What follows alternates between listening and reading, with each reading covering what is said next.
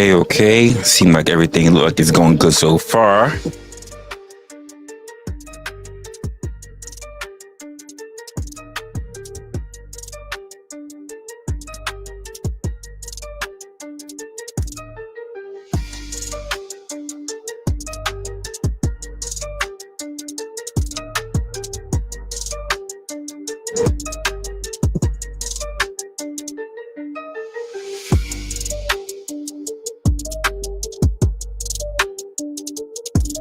All right, it looks like we're about ready to start kicking this off.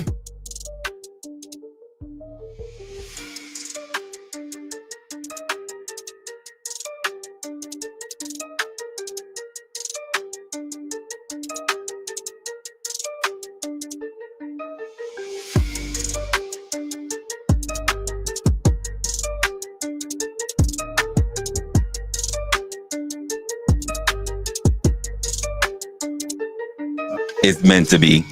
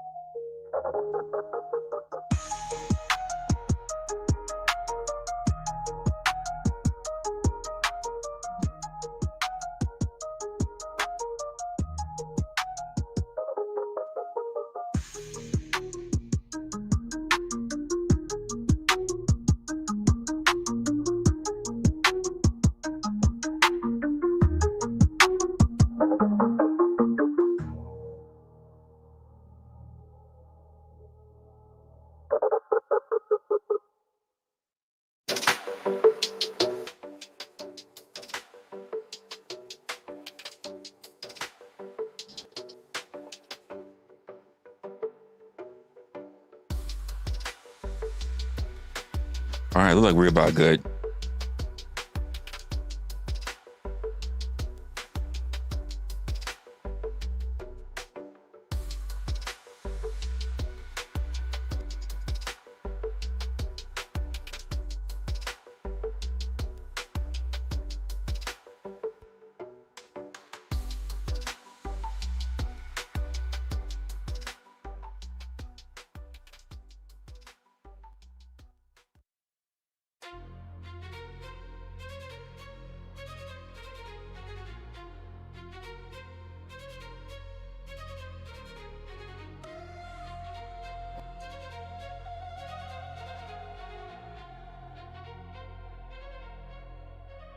Tick loud in the chamber.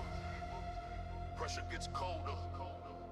Resla walks in. truth riding the shoulder, shoulder, shoulder, shoulder. Here for the shift, tear the mask off pretenders. Beat drop, he's a fucking monster. Cuts through the noise, pulls the lies in the daylight. Every move calculated, every word's a fist fight. Building new codes, stacking bricks for the future. Turning midlife to gold, cut the chains like a suture. Keeps time as a weapon, each tick is a death note. Lights up the skyline, watch the whole city take note. Not chasing the fame, hit a freeze, what's molten, break open the silence. Keep the truth ice coated, no clock to punch. And he's the one who dictates. Every second's a fuse, watch the skyline detonate.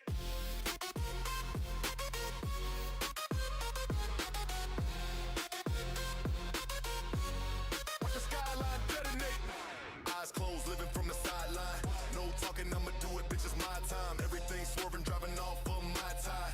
But I'm cool as can be, look at my eyes. These some pictures you can't put up on your timeline. More vivid than the NYC skyline. Some crazy shit you can't imagine, only I find. You just coming for a trip inside my mind. The street lights hum when the night's in my grip. Voices fade out, but the truth never slips. Shadows on the wall, dance slow, then divide. I follow where they lead with the calm in my stride. Breath like smoke, but the fire stays quiet. Dreams turn sharp when the silence goes violent. You see a moment, I'm already past it. My mind's a museum and you can't outlast it.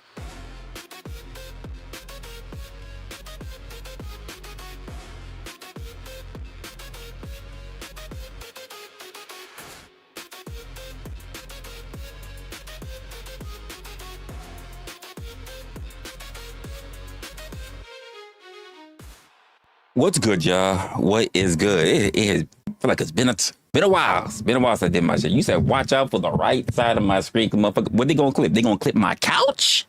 What they clipping? They clipping my couch? Is that what you talking about? They gonna see my couch? What they gonna see? I don't think they're gonna make up my desktop. They gonna see my couch? Ain't shit on my couch. I don't know what they plan on seeing. It's on my right side.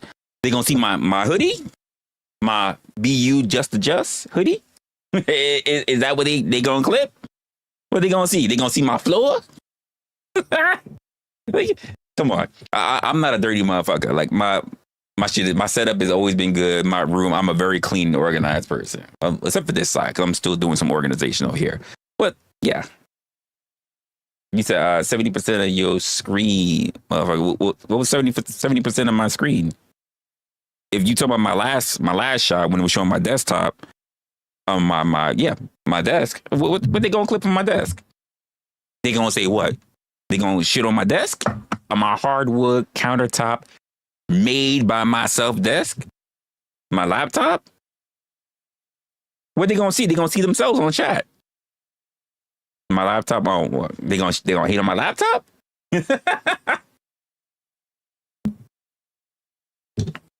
I'll tell them what kind of laptop I got. So I don't know why they gotta worry about it. But okay, okay. I'll consider it for sure. I know that a lot of people are weirdos anyway, but okay. Damn.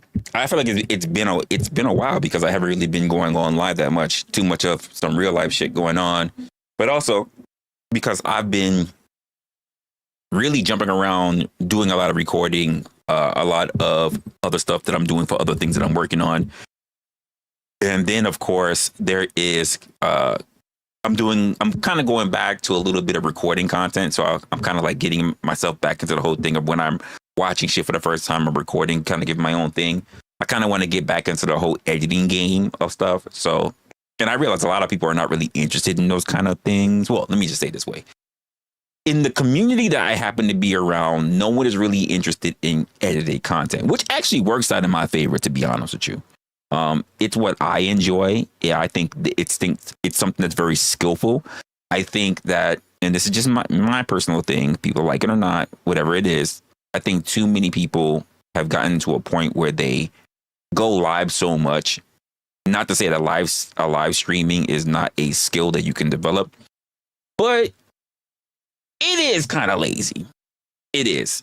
Because if you really want to create good fire content, visuals, sound effects, all that different stuff, if you want to put together a proper timeline of someone else's shit and you don't want it to turn around and be hours long, you're going to have to learn to edit.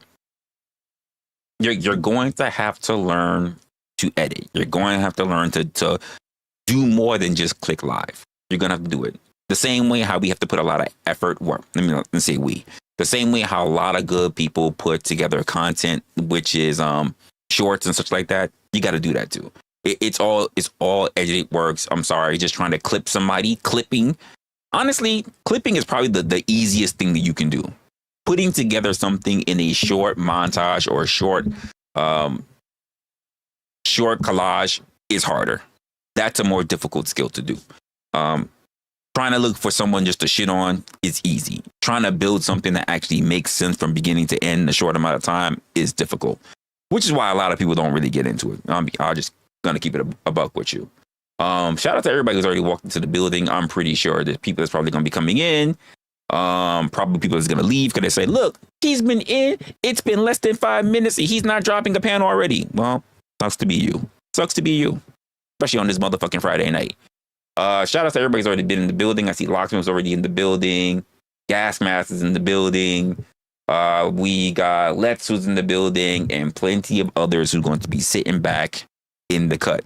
So part of the thing that I've been seeing, at least for this week, are a number of people who have been getting their 2025 YouTube recap of the year.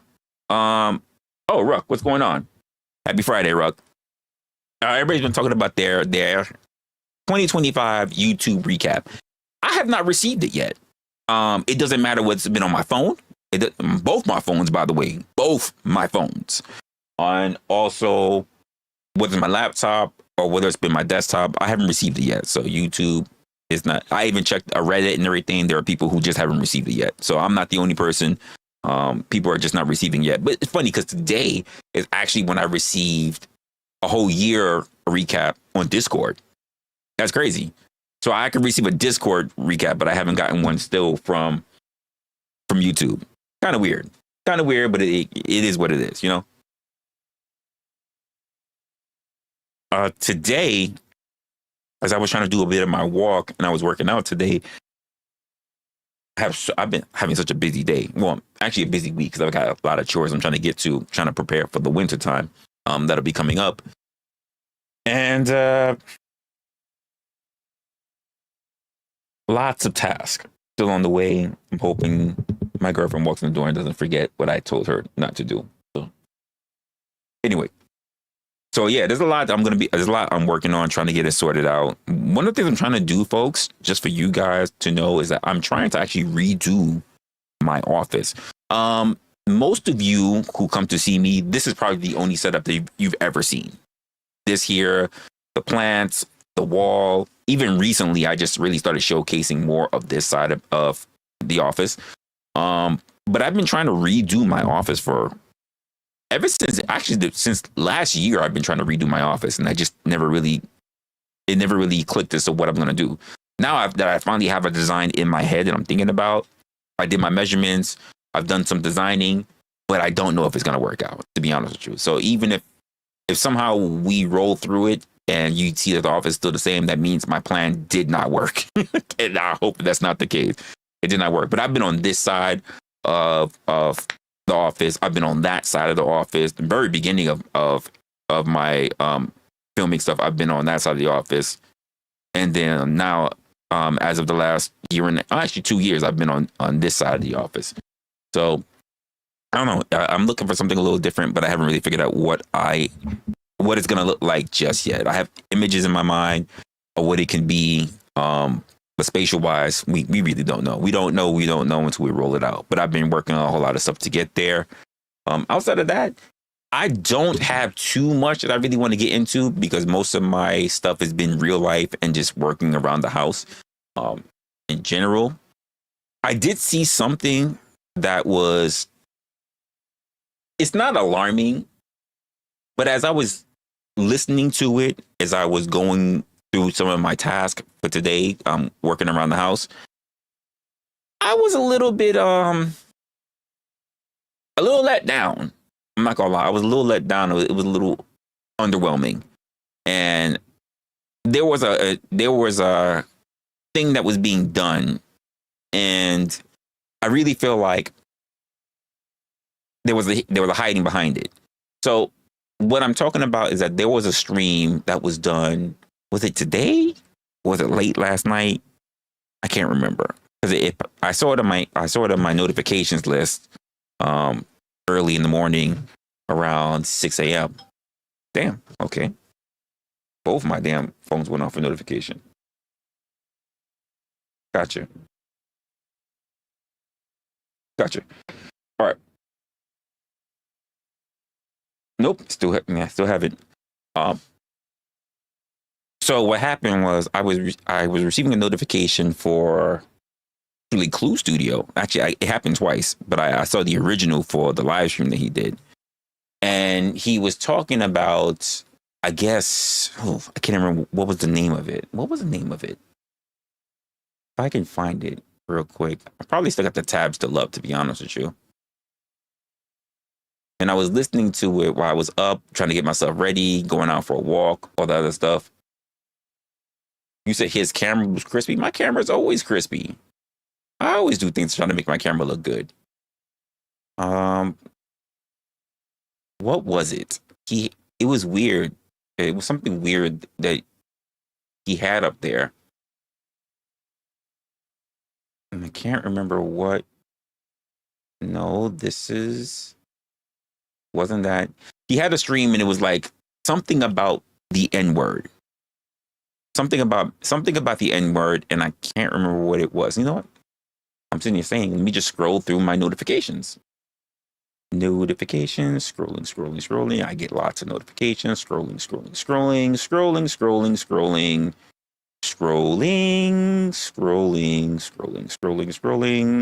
Come on, is there anything? No, that says days ago. So let me update this. Reset.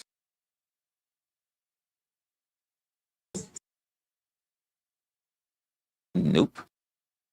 All right, let's do a little bit of scrolling now. Let's see if it pops up. Oh my goodness. That was Resto. Just did a stream about. Nope. So it's not popping up. I wonder why.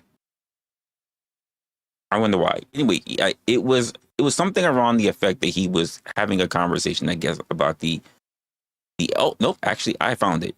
So yeah, he was having a Let's Talk. I've done Let's Talks. I do Let's Talks. But he was saying something about the beloved N-word. And I thought I was really going to get a interesting take, because one of the things I like to ask a lot of people, right? Especially people who are not from here. When I say from here, I mean like non-American. And one of the things I like to ask people, it's a very simple and easy question. But I always ask somebody, where do they come from? Number one. And then number two is, how do they feel about the place that they're at? Like, how do you feel about your economy? Are you here to stay? Like, if you come into this country, why do you want to visit? Are you here for visiting? Are you here to stay? You going to school? Most people tell me that they're either going to school or they're visiting. And I'm like, all right, cool. That's all right. That's what's up. But the third question, the one that I really try to get down to, is I tend to ask people, what is their impression of their country? So if you are someone who's coming from, say, Africa, South, North, West, East, what is your impression of your company, like of your company, of your country? How do you feel being a, say, South African? What is your opinion of Africa? And people are more inclined to tell me what they're thinking, because they don't got a camera shoved in their fucking face or whatever. Oh yeah, I did something to my thumbnail, so they don't feel weird about having a thing shoved in their face, camera shoved in their face. Not just like, how do you feel? What is it? How do you feel about being an African in your nation? I'm hoping to ask. I'm hoping to ask a Caucasian that one time who comes from Africa. I have not yet. And I get mixed results, because I speak to people who are from Kenya. I spoke to Ethiopians. I've spoken to Nigerians. And typically they feel pretty good about their country. There are things that they like, things that they don't like anywhere else, right? So for instance, if I asked you guys, right, I'm going to assume that the majority of you who watch me happen to be American. Now, we do have some people that's across the pond but I'm going to assume that the majority of you are Americans. And if I ask you,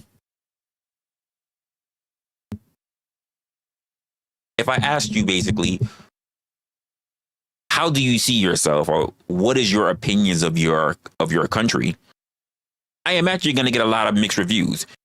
And the reason why I asked a question like this is because I'm not asking about. I do ask different questions, but the reason why I ask you is to get a general assessment of what the person thinks about their country first. What is the thing that they're thinking about when it comes to their country versus what they think we tailored want to hear. So, for instance, if I say to you guys, what does it mean to you to be American? A lot of people are going to have, believe it or not, more similar answers than different. Especially the ones who are born here, they're going to have a lot more similarity in answers than different.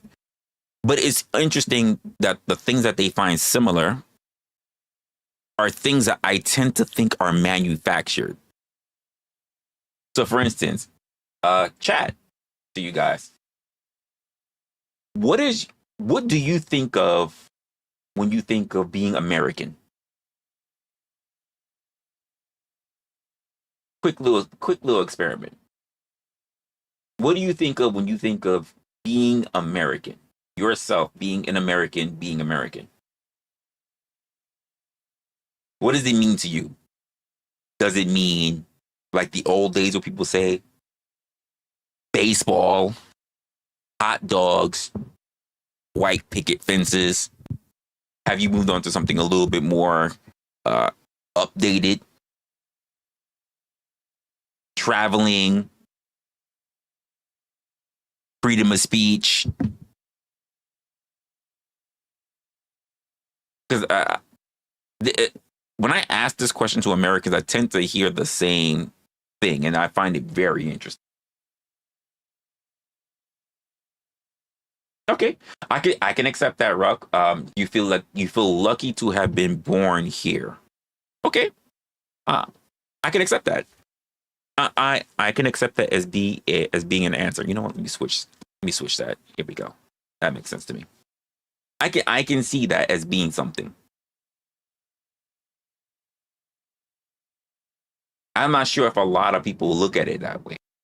Some people, I think most people who I actually talk to, it's the older people. Sorry, Ruck, I'm not really trying to put out your age or anything, but it's the older people that say that they're lucky to have been here.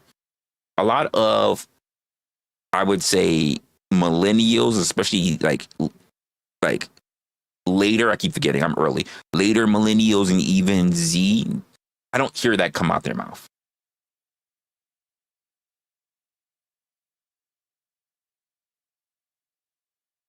I don't hear them say it. I don't hear them say that they're lucky to be here. And there's not even probably, there's something behind that. Probably part of it is just how they have a different view of just how society is. Because remember, they're coming up in a different society than a lot of older generations have. It's a different perspective, you can even say, for a lot of people.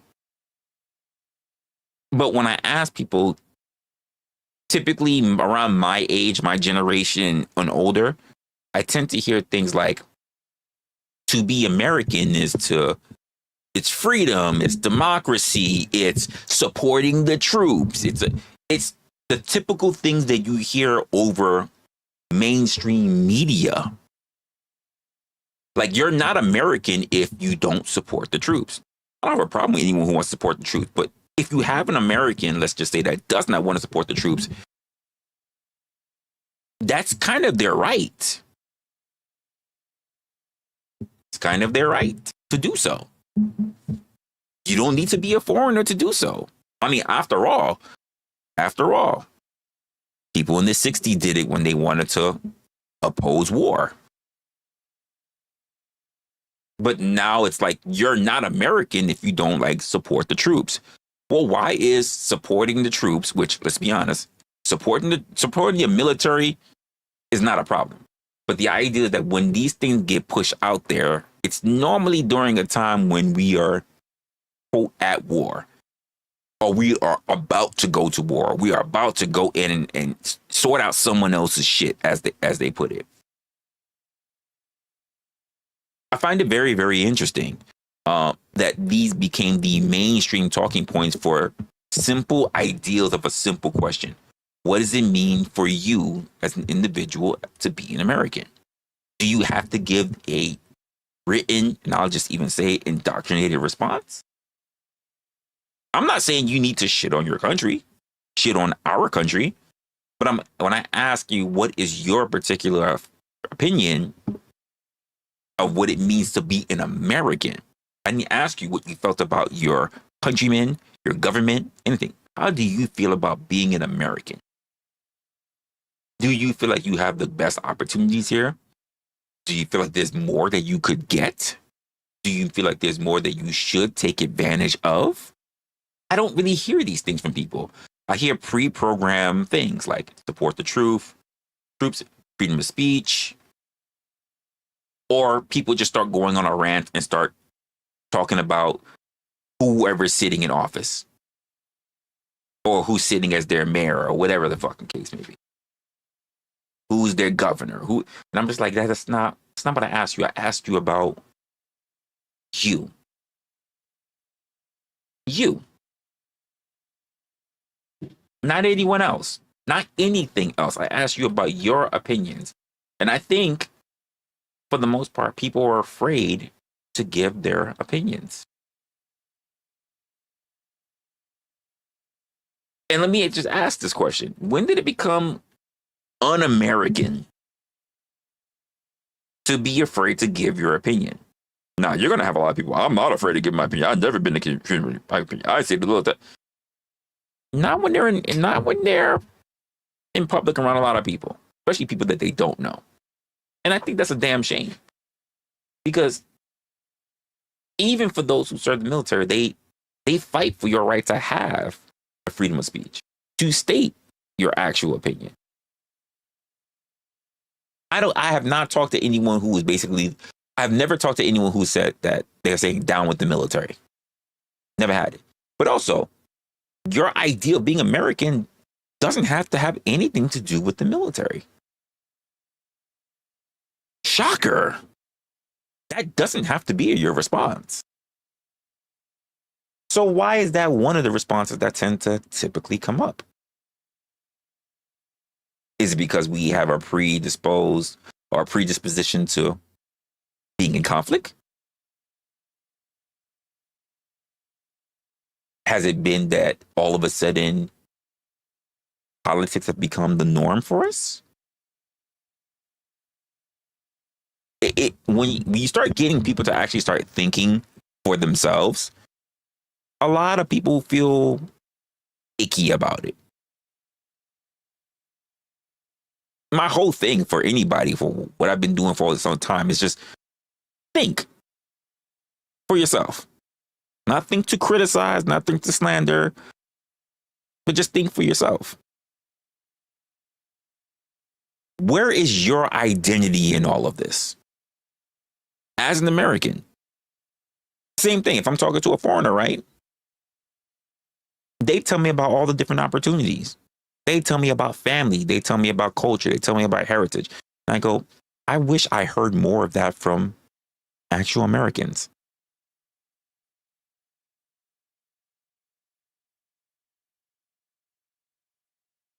I wish I heard that.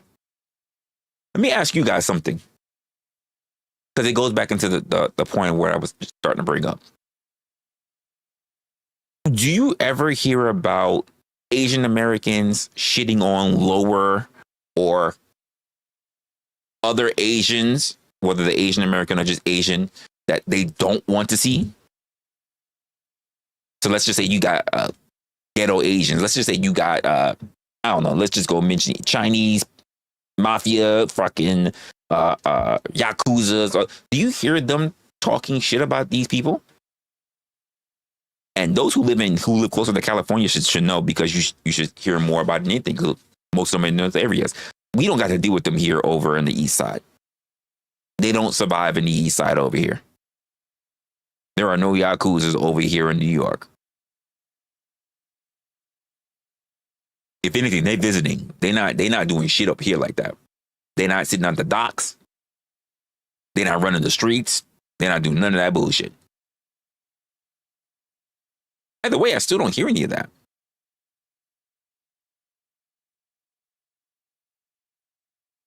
So it's really interesting to me that to go to the point of when I saw what I heard, what I was hearing from Clue, and me hearing it was enough. I didn't really want to go to watch it. Is he had this let's talk about the beloved N-word.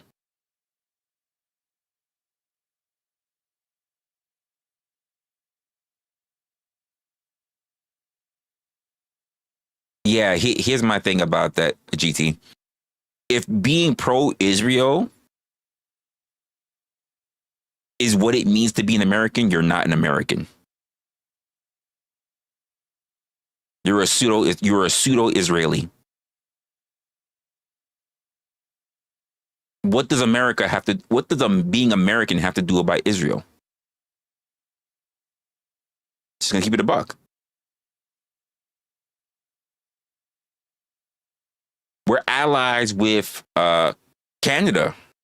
We're allies with Europe. We're not sitting here saying we're pro-Europe, pro-Canada.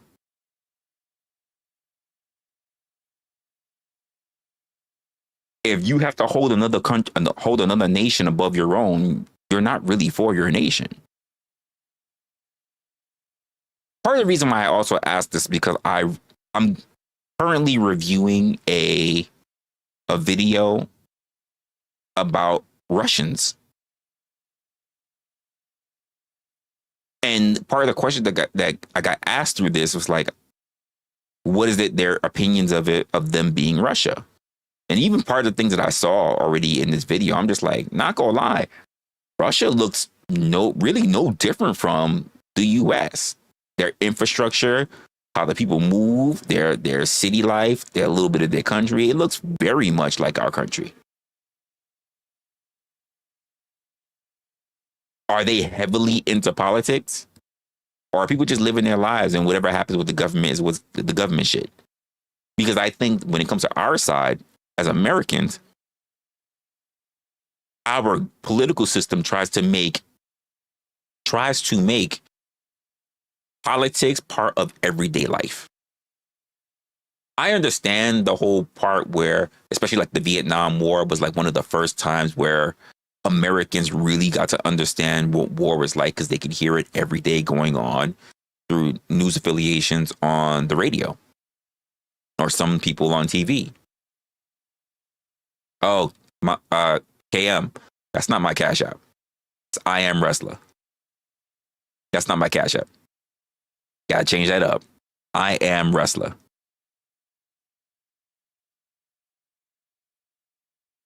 It's no longer opinionated as well. It's no longer my Twitch. It's no longer my Twitch. Just go look in the description, KM. Go look in the description. Go look in the description. You'll see it all there. Go look at the damn description. You'll see it.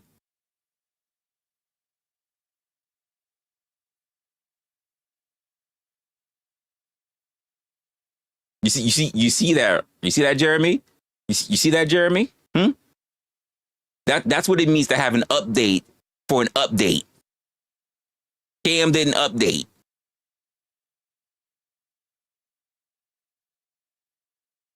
I updated. My recap still didn't come in.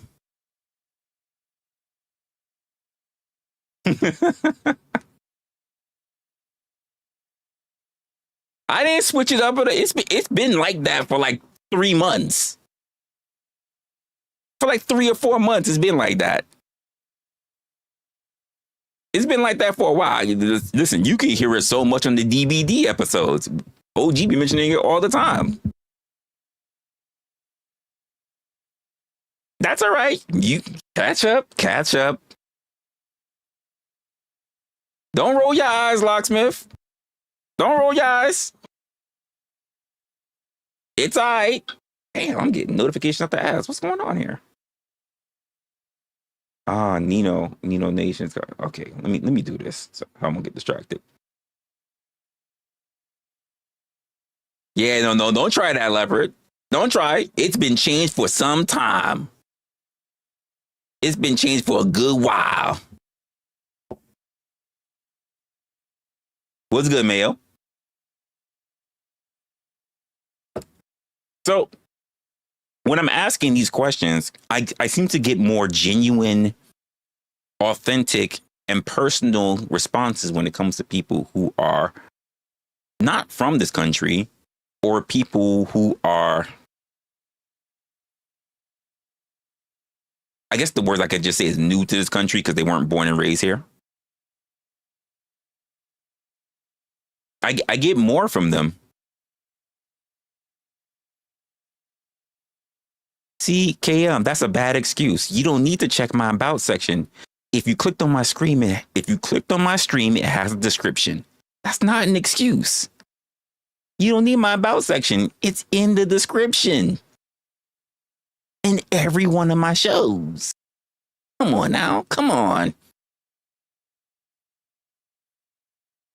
I'm a Griffin, don't have that right. As if I do a good time grifting either. I really don't.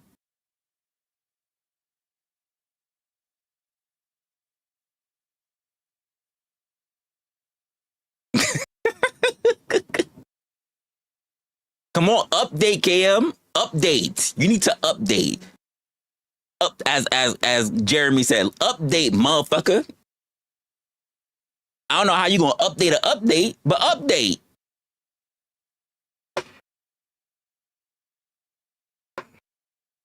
I updated.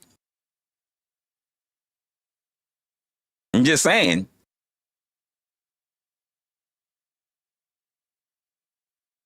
See, but you grifting in the wrong area. Now nobody's gonna give me no bread because they're like, well, this is where KM's a reliable source. And KM's sending the dollars to nobody. I'm just saying. It's like having a wrong phone number.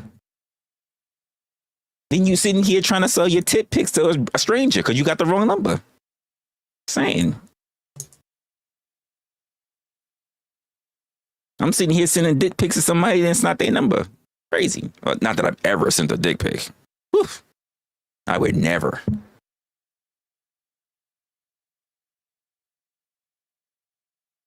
I find it interesting that people would not. No, I'm never satisfied. As long as I'm human, I'll never be satisfied.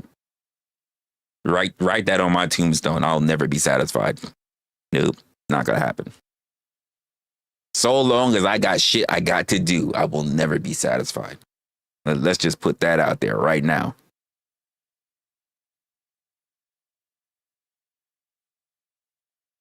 It's the thought that counts. Cool. You know what also counts? Dollars, KDK. Dollars. It counts. It counts. I can't put typos on my tax returns, KDK. I can't put typos on my tax returns.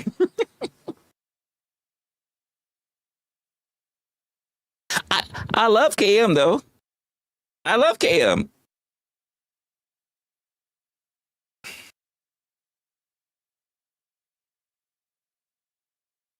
I chastise those I love. All right. It is what it is. Mama gets it. KM gets it. Everybody gets it.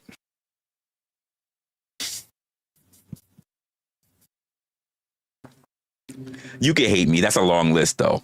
That's a long list. I realize it's not going to get any shorter. I'm just hoping like they fall off the list because like they just forget about me. I just feel like they forget about me and they'll fall the fuck off the list. But it's a long list. It really is. Some of the people's on the list just because I did them a good deed and they didn't like it. I'm on their list though. Not gonna lie.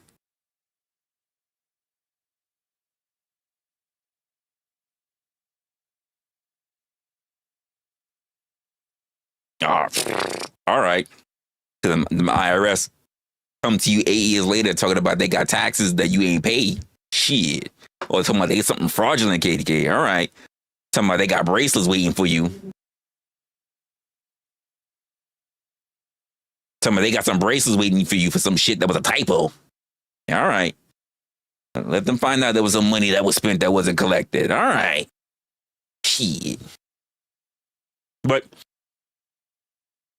for real though, I'd be trying to figure out why a lot of people don't really say the things that they're really proud of when it comes to being an American. And I don't know. I cannot figure it out. I cannot figure it out. Some people like I heard somebody give a real genuine shit. Like they said, what I love most about my country is my community, how the neighbors help each other. They said they love their food. They did a whole big thing, and I never once heard them talk about their government.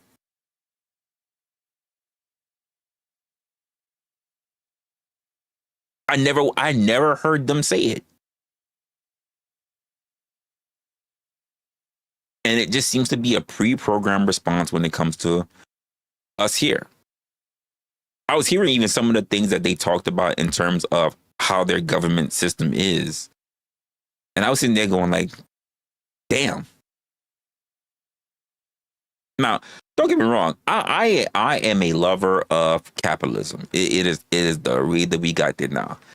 But I also look at our country as a developing nation always. And I'm just always wondering why there are things that are definitely a part of other countries, parts of their system that are in place. And I just go, that's really not a bad idea. Why is it we don't steal those things? I think part of the reason that I don't have a problem with capitalism at all. I think what I've come to understand for so long now is that I don't like unregulated capitalism. I don't like capitalism that doesn't have a limit, a ceiling. I'm just like, there's no reason why a single person should have almost $1 trillion.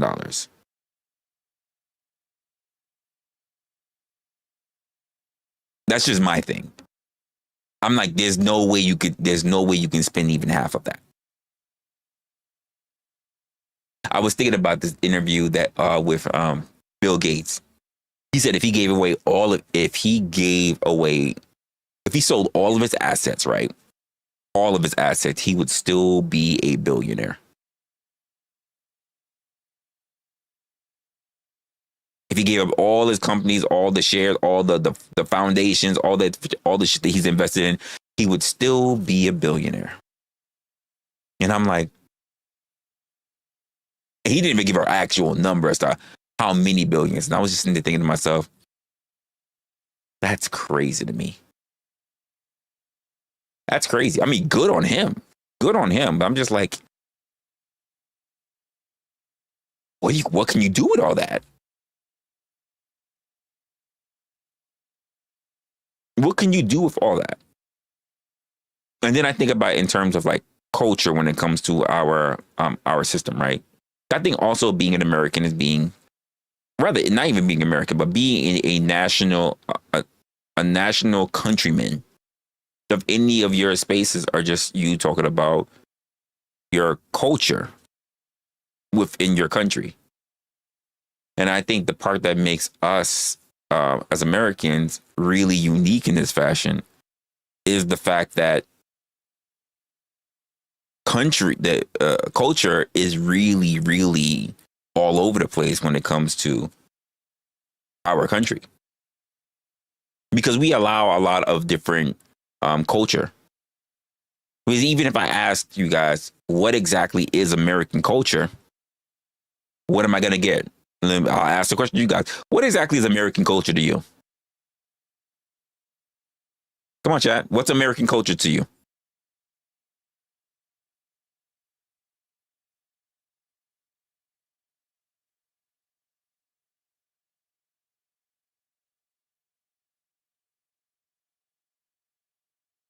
what exactly does it mean to have an American culture? Oh, freedom. KM, what does freedom look like to you? Because we need to have an example of freedom to say that we know what freedom is. You said, but it's a lie. Because I'm like, we have to have an example of what it means not to be free in order to say what freedom is. And please, nobody reach into slavery. Nobody here today has been a slave. So we have to go to an example of what it means not to be free. What example would I ask you guys that you could point up? What exactly does it mean to be free to you? Honest question. Just an honest question.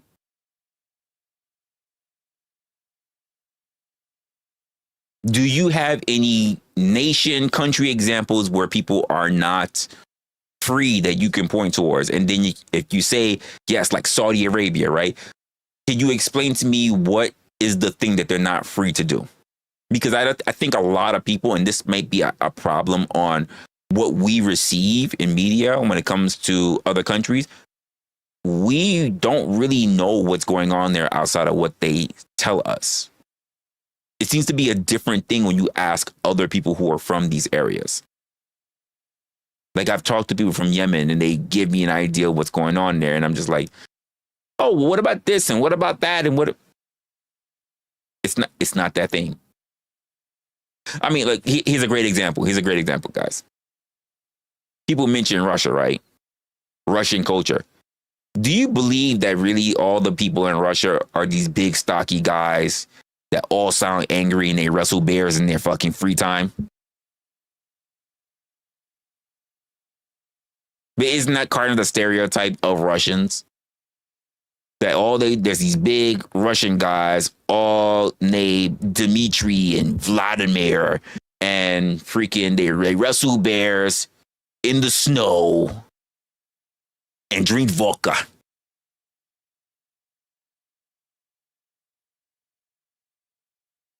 And the truth of the matter is that they're way more nuanced. I mean, they're people.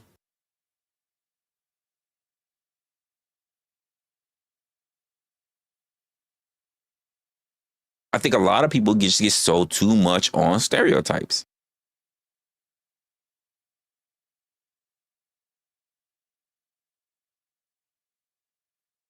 I think so. I think part of us, which is why I like when I talk to you guys about a lot of different stuff, I'm always looking for us to think more than what people just say or give us. It's nice to trust, but it's more important to verify. Trust but verify at all times. I think a lot of people hear something and they go, well, this must be true because somebody said it. Too many times, and I see it online too many times. Well, let me go show you a clip of when someone said it. But does that make it true? And a lot of people, especially with these things in their hands, won't do their due diligence.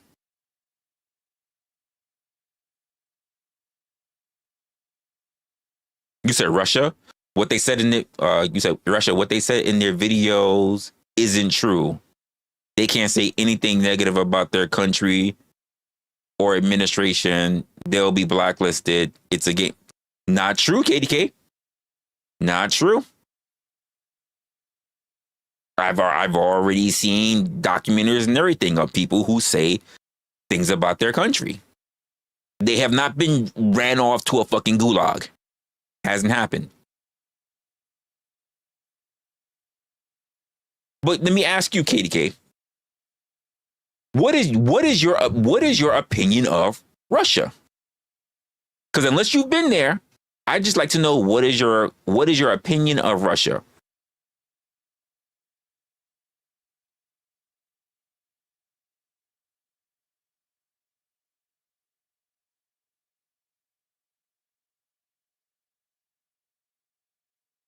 How do I know? Because I looked at documentaries of people actually in Russia being asked questions. That's how I know. Have you done that? Well, here's the best part about that. Here's the best part about that, Kate. If you haven't been there, can we speak matter of fact about it? I'm at least trying to do a little bit of work.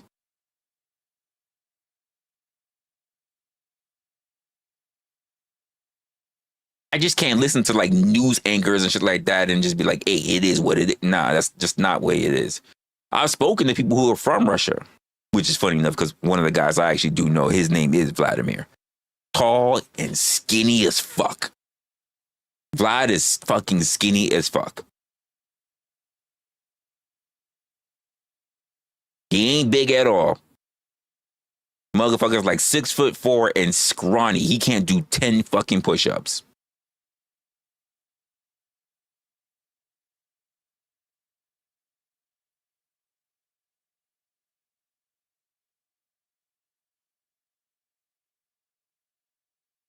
The same way how a lot of people think of Africa and they think of people who are starving and poor and everything else like that. But if you talk to people who are from Africa, they tell you that they have areas, they have cities. They have cities. It's not like just everybody just got rebel forces going inside of the fucking villages and there's all. They have cities. How many of y'all have actually watched shit that actually have that actually for Africa that has cities? How many of y'all even know that Africa has cities? Keep it a buck. Or do you think that Africa only has villages and dirty mud houses and shit like that? Do you even know that they have buildings and high rises and everything else? I mean, keep it a buck. How many of y'all actually done your research versus those that just say, well, this is how they live, and you guys all think that Africans are all the fucking poor fucking telegrams, saving the children, fly on the fucking face people? How many of y'all still believe that? That the only thing you know about Africa is the infomercials that you see? Let's keep it a buck.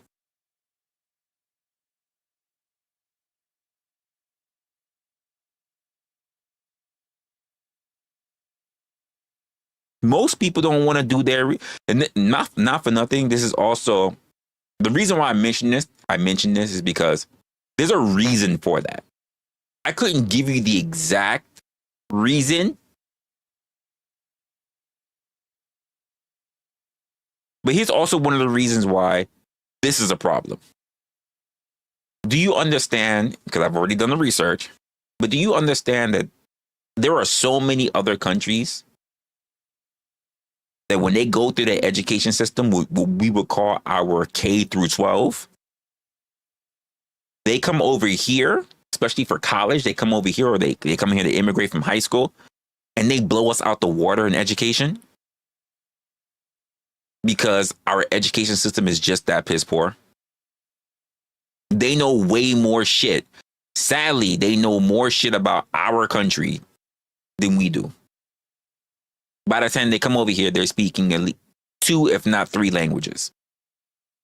But most people who are here, even though the majority language is English and Spanish, let's be honest with you, the majority of people don't speak Spanish who are born here. Even when the majority languages being spoke are English and Spanish. Can we just be honest for a moment?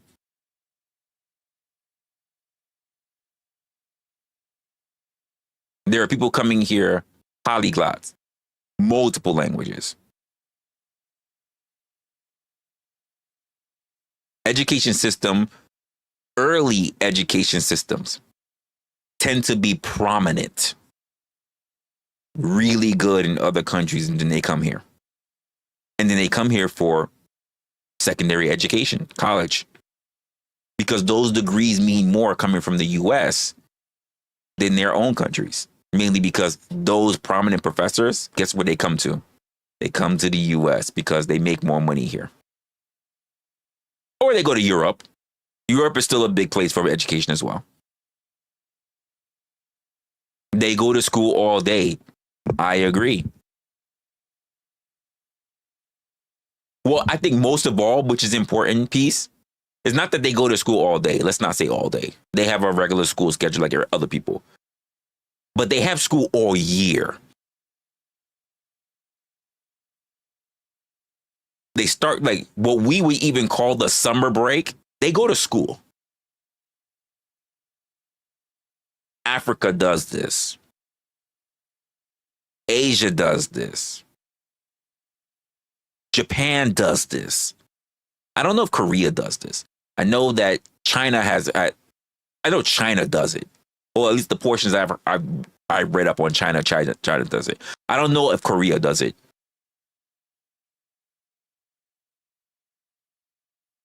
Okay, well that's an extremism piece because Korea already has people that commits a lot of self fatalities because they are over because the same way how I'll even while it's not pointed out for Japan being the same way, but like Korea, Japan also has an overachievement problem.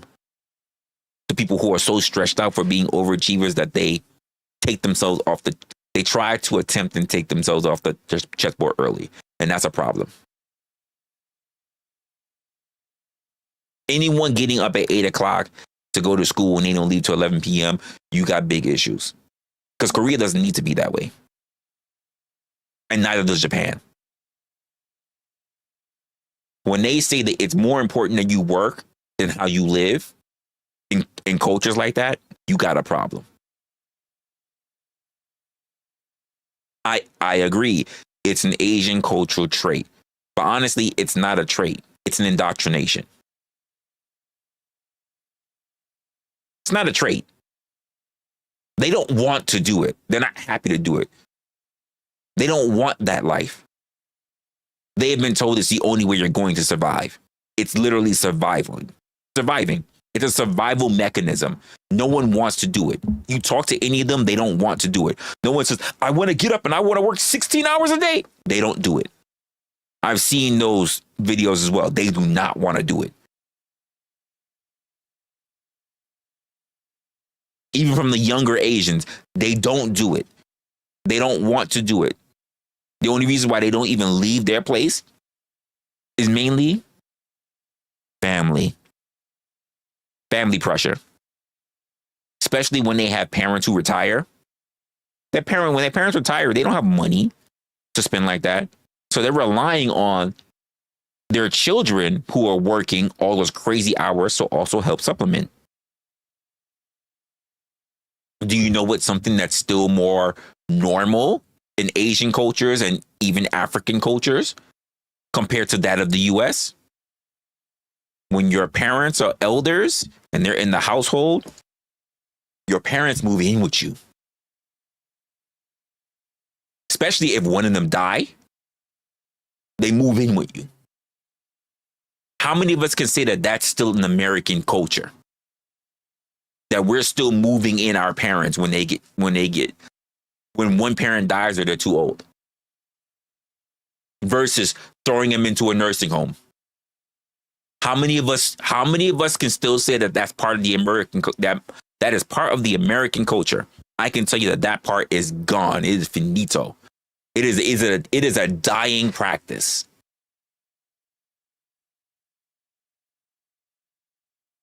It's a dying practice. It is a dying practice for sure. It's a dying practice to have a home, to have your kids, to have your wife or your husband, and then say if your dad dies, you move in your mom.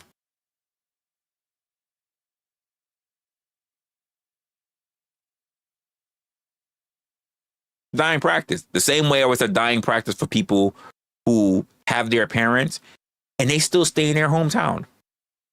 A lot of people move out.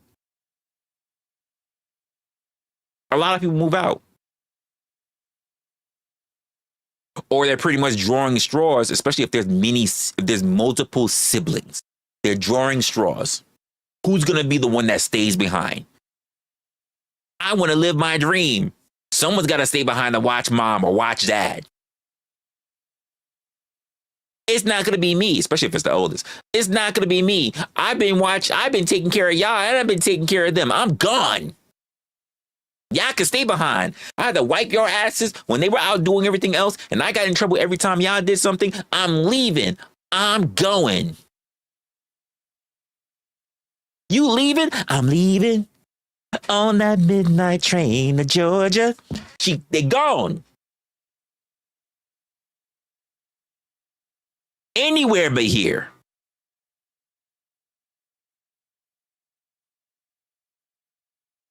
Come on, we've heard the story of siblings that get mad, people that leave, and then all the family is mad when they come back to show up on holidays because they're like, oh, yeah. I came here because it's a family reunion, but all y'all got this nasty ass attitude when it comes to me. I'm just not gonna come back.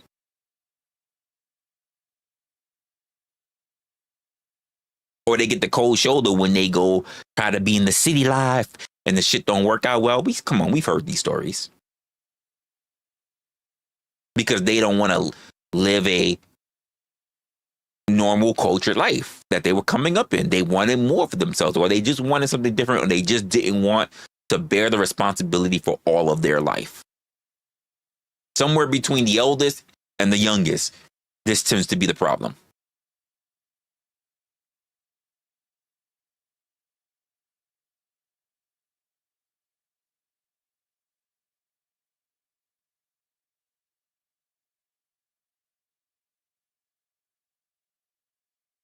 Jesus Christ.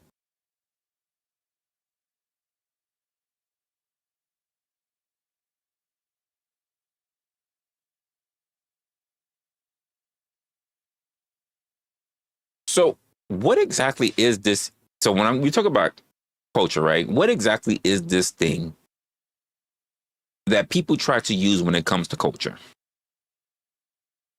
And to go to the point that I was talking about when it came to this weird, I'll just say stream, when it came to listening to the clues thing going off, I was sitting there thinking about everything I was listening to when the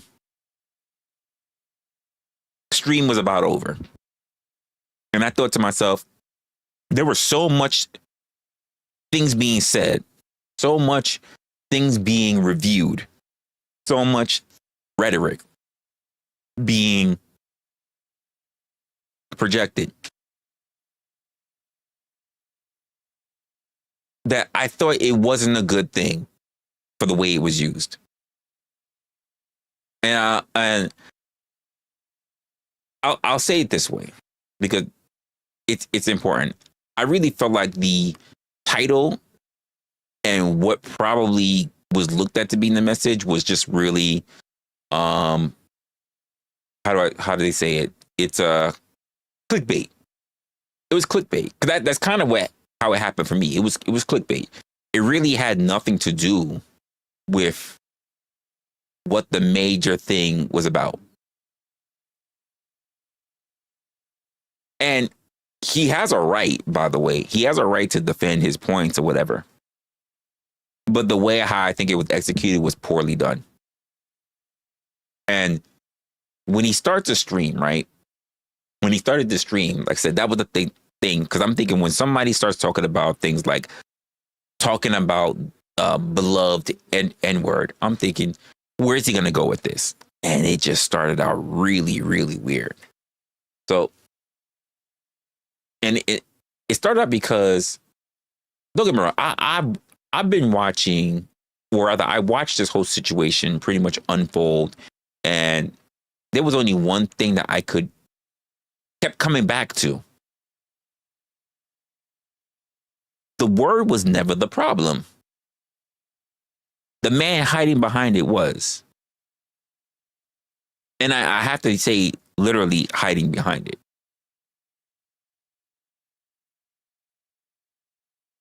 I was sitting there thinking to myself, like, why does he keep saying nigga so much?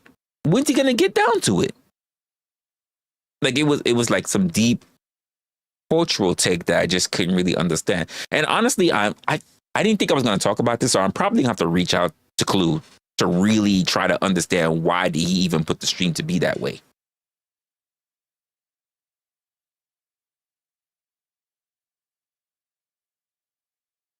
Because it didn't feel like he was unlocking some new type of bravery, but instead he had something that he needed to chew out for something that was totally not related. He wasn't unpacking the word. He was using it, if anything, using it as a shield, rather a distraction. And I'm like, where is this going?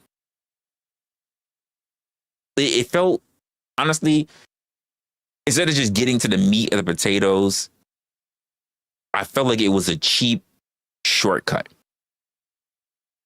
It was a cheap shortcut to look bold when there was so much more that needed to be unraveled while he was on the stream.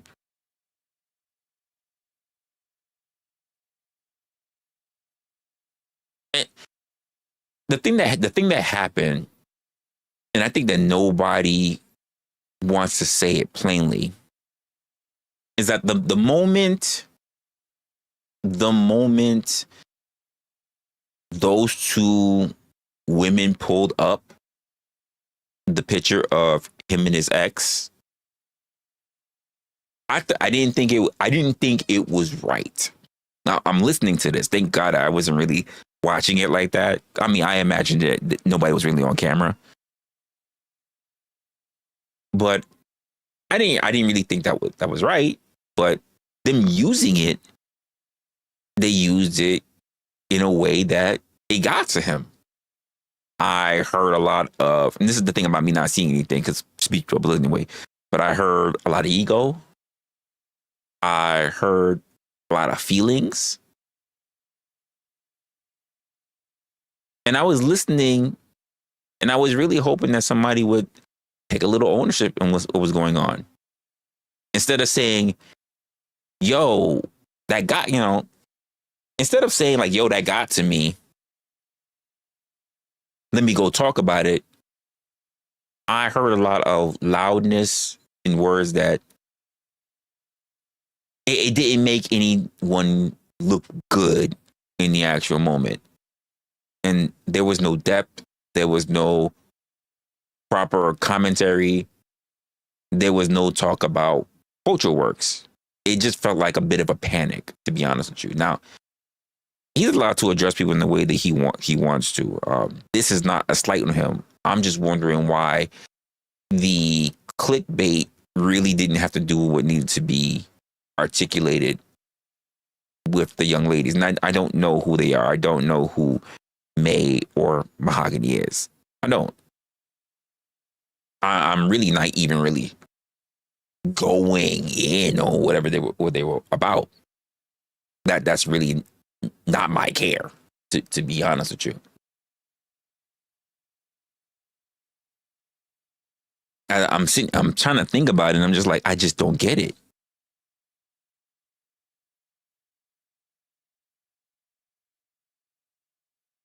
I just didn't get it. Wait, what you said? You lurked through that stream? Like I said, I caught it when I was like early walking, and I was just listening to it, and I'm just like, what is going on here?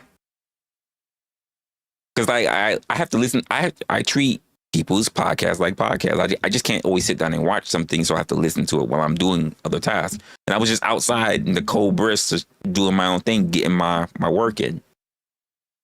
And to me, it's like, instead of all that other stuff that was going on, and let me be clear. I'm not telling the dude what he can or cannot say. I'm not a person for word banning. Free speech is real. Say whatever the fuck you gotta get off your chest. But free speech doesn't protect anyone from their own foolishness. And it definitely doesn't turn your emotional meltdowns into a political statement.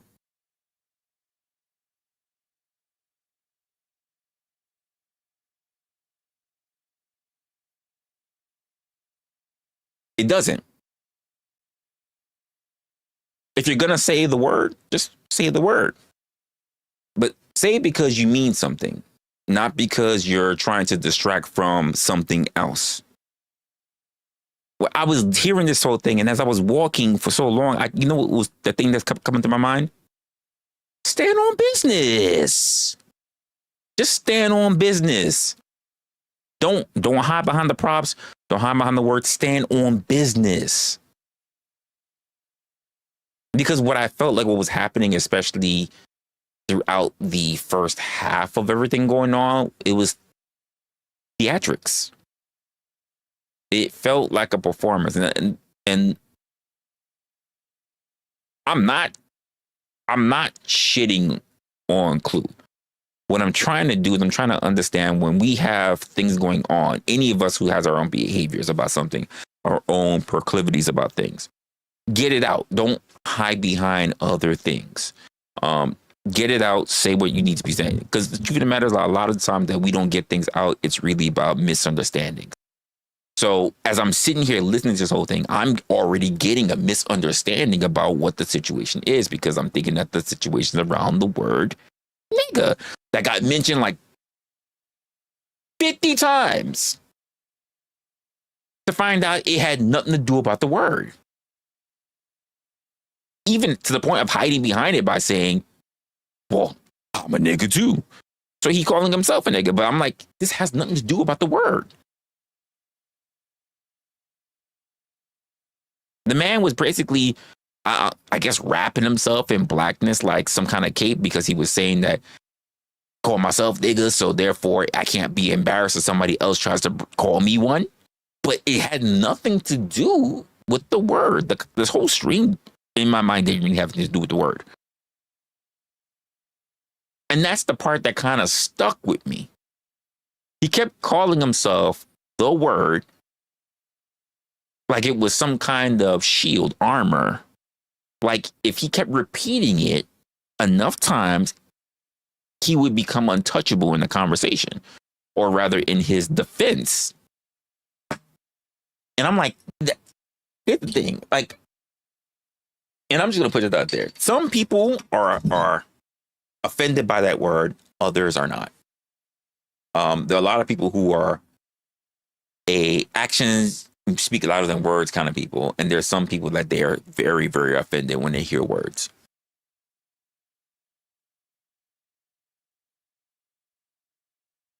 But really, when I was hearing that kind of stuff, I was thinking like there are cracks that are starting to reveal itself. There are definitely people who are having their masks slip, and there are definitely insecurities that are taking place. Meanwhile, the real conversation, the one he thought he was having, was rarely, if ever, really didn't show up at all. It wasn't the history of the word. It wasn't the weight. It wasn't the politics. It wasn't the culture.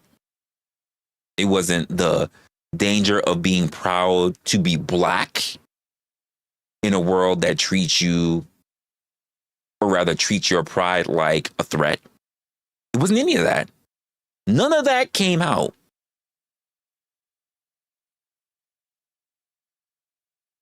Because to go there, you got to really be grounded. You got to really be honest. Probably not even the truth, but at least in your truth, you have to be honest. You got to be willing to stand on your own identity without the play, the performance. No smoke machine. No slurs used as a security blanket. I think that's the part that scares people. Being proud to be black has always been dangerous. Not because pride is violent, but because the world isn't used, still to this day, still not used to blackness standing tall without apology. The moment you say, I am proud of who I am, people clutch their motherfucking pearls like you just declared war. Because they're used to black people being quiet, humble, and digestible. But pride, real pride, that threatens a whole fucking structure. Which is why it's funny watching someone trying to borrow black pride while refusing to actually embody it.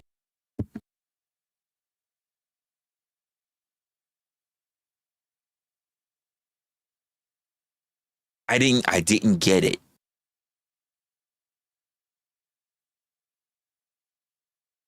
I did not get that. It was used as an aesthetic of strength without the responsibility of it.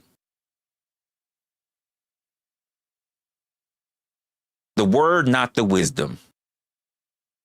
The bravado, not the backbone.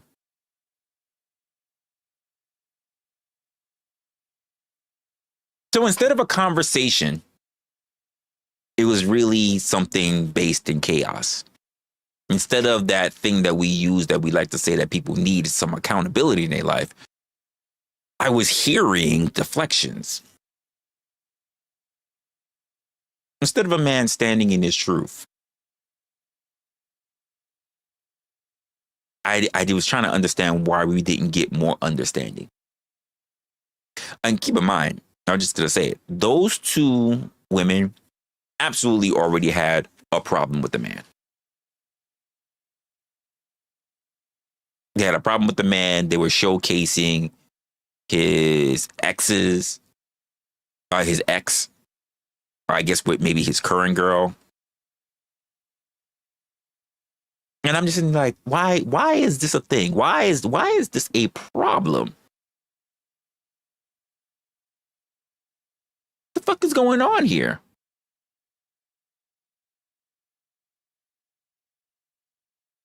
I think they were putting up his I guess pictures of the women. The way how I received it was these two women, May and Mahogany, were already irritated with the man. I don't know if it was old beef, it was petty. I don't know. It was a bit unclear, but their tone was that of irritation. And to me, using previous pictures of people, of women, it was like petty revenge. It was public embarrassment. It was trolling. It was really a play at dominance. It felt like when I was listening to the conversation, it was more like a let me poke you since you poked me kind of thing.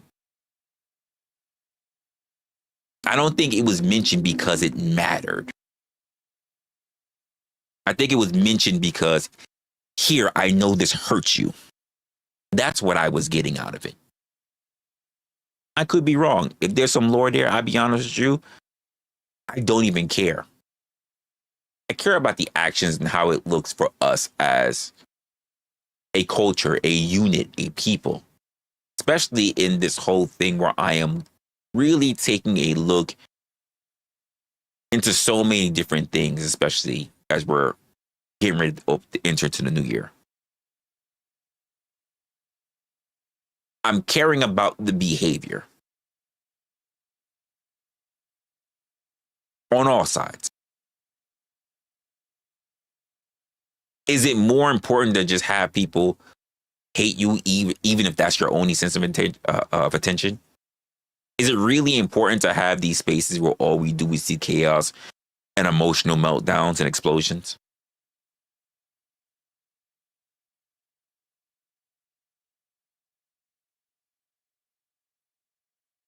it was just really, really, really weird.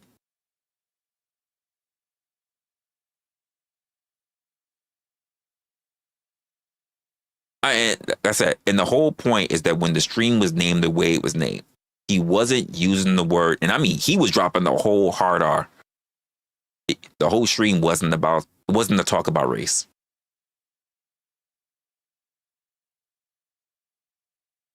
It was a disguise.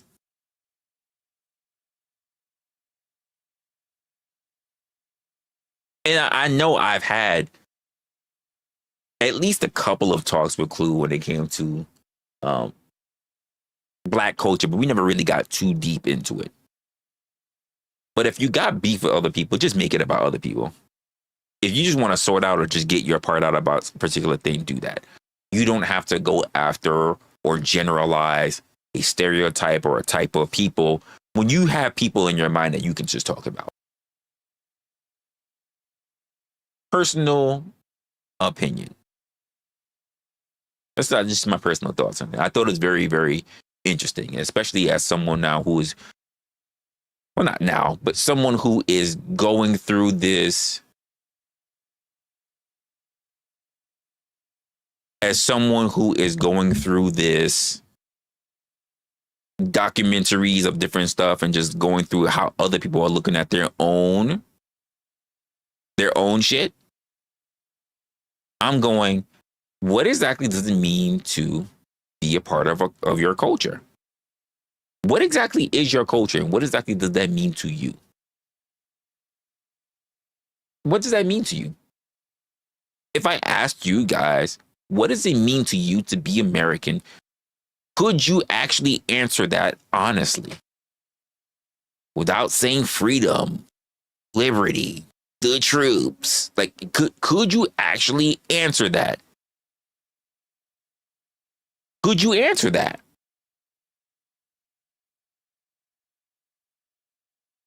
I don't think y'all could. Because the idea of what people see as being American now is just vastly so much different than what people saw before. That's what I'm noticing. So if I get even deeper into that and ask you, well, what do you think of your culture? How many of y'all are going to play and say, which culture are you talking about? Which one are you going to do that? What's good, do?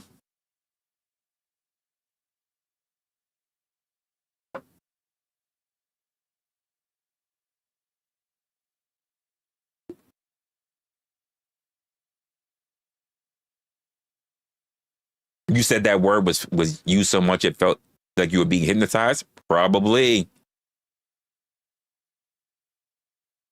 Probably, peace. I know I was hearing it so much where I was just like, get to it. What are you talking about? I appreciate you, my guy. And I didn't get it. And I think especially when we talk about being honest individuals, we should be honest with everybody that we're across. But first of all, being honest with ourselves. It was just I'm just thinking about it now. Like, I kind of expected more, but at the same time, I probably not. When I think of the nature of how people are online. Which was weird because he even had a conversation with the two ladies.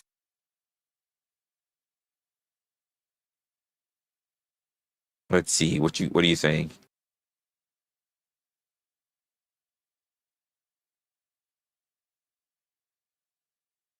Being finished is a state of mind and being proud of it.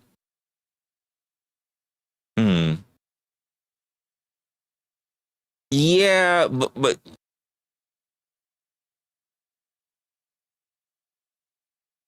sure, you can say being Finnish if you're from Finland, whatever, but that doesn't answer my question. So what does it, let's just say if you're Finnish, what does it mean to be Finnish? What does it mean to you to be Finnish? Anyone could say that. It's a state of mind. Hunting is a state of mind. Video games are a state of mind. What does it mean to you to be Finnish? If you're going to say that. If I was talking to someone who's African, like I've done, what does it mean to you to be African? And am I asking African and American in America from you, if you're in Africa, like just how you feel about your own nationality, your own country? How do you feel to be African? The same way how I would ask Americans. How do you feel about being American? It's not a trick question. It's actually really easy. But I'm noticing that a lot of people have very different answers, except for a lot of Americans.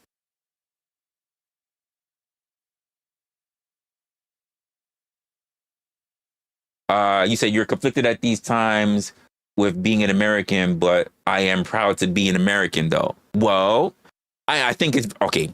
I think it's very important that at least you're acknowledging the fact that that there are very much conflicting parts of being an American, but not even but, and understanding that it's okay to be proud of that. It's just understanding, because I said this earlier before you came into the stream.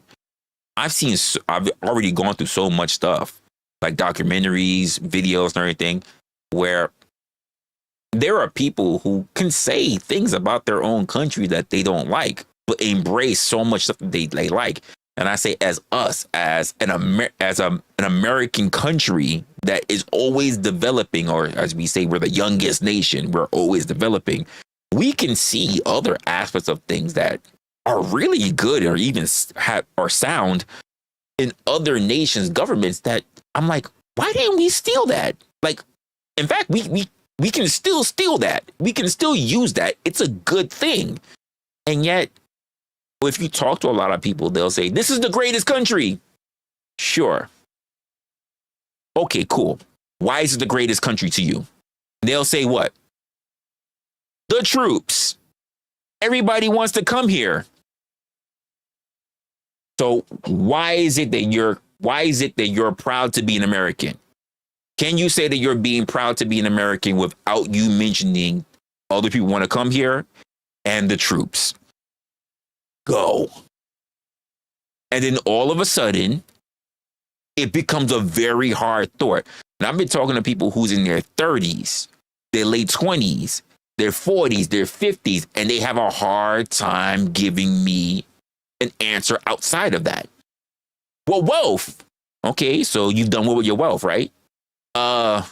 Well,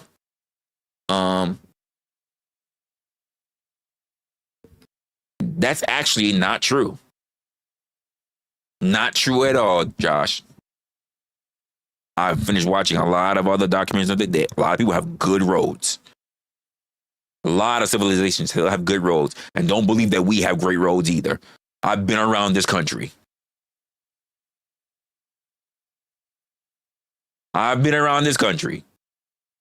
Did you say, Nick, did you say clean air? Are you fucking insane?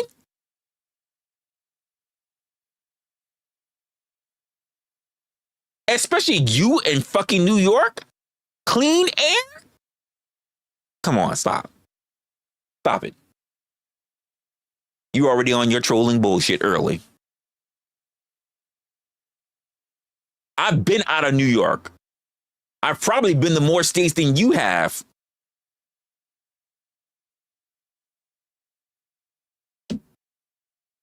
That's how I know that a lot of the world has clean air. That was a silly thing to say.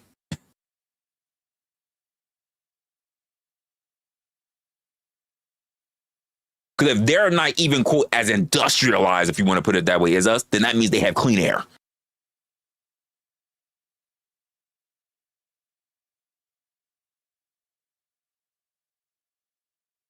You know what's cleaner than upstate New York? Fucking South Carolina.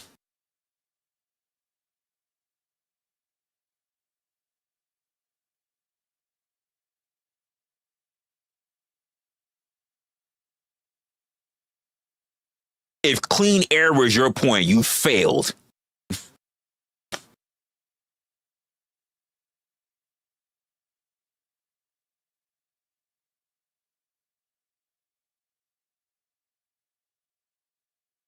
No, air is air. Air is not American. Air is air. No, I guarantee you, wherever you touch down on, you're going to get air. That was a silly position to put up. You would have put up water. I'm cool with water. You said air? Air. That was silly. Everywhere you go, you get air. We haven't gotten to the part of this planet yet where we got to charge for air. We charge for water. We haven't charged for air yet.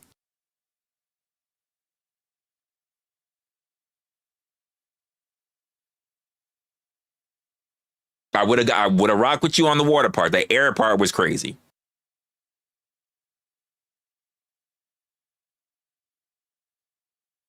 Oh, and only you would believe in charging for things that we should have for free.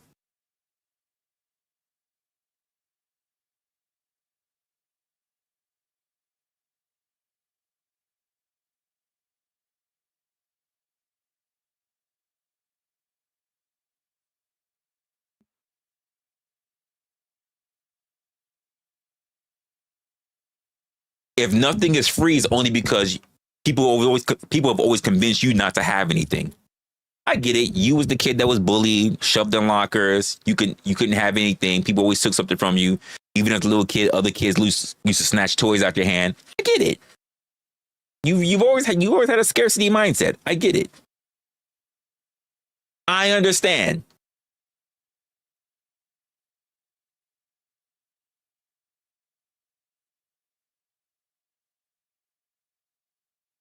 Cool. We export most of our waste. How much stuff do we? What's the majority of stuff that we actually sell to other countries? I'll wait. Yeah. What's our export looking like when it comes to actual commercial goods? I'll wait.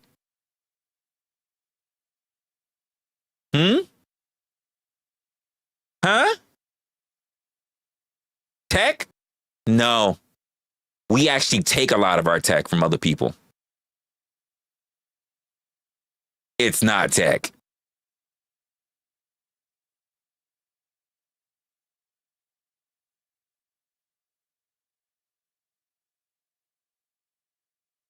You said beef?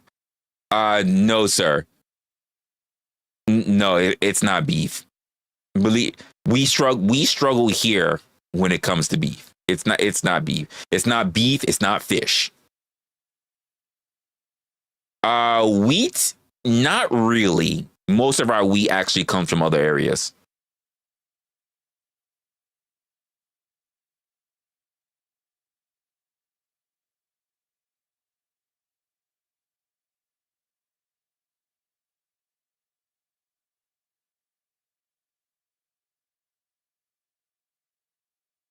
Owning first of all, patents are not technology. Patents are just owning rights. And if we were so great at technology, by the way, all these areas will already be fixed up. We're not. We're not. So you talk about patents and technology, and all these places are still looking bad. So obviously technology is not the thing. India still has shitty rivers. Where's all your technology there?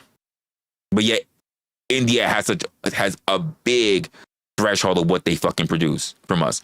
So where's that technology kicking in, sir?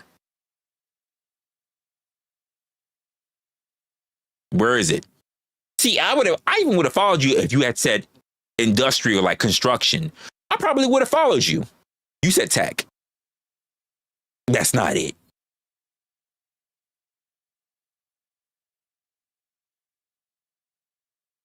Can't say agriculture. That's not it.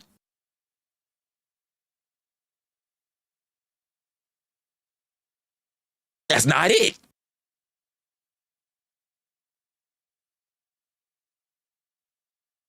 I know it's not construction because China's beating a lot of people now in it. We should have had the market in that. China's whooping ass in that, which is crazy because they still do a poor job. But they do it faster.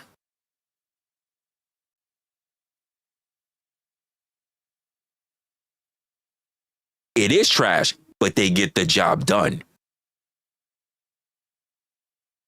Even a cheap whore can still get the nut off, right?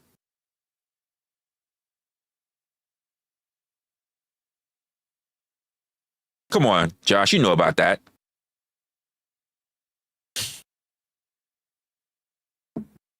No, don't say no. You'll take the bussy because the authentic thing costs more, right? Come on now.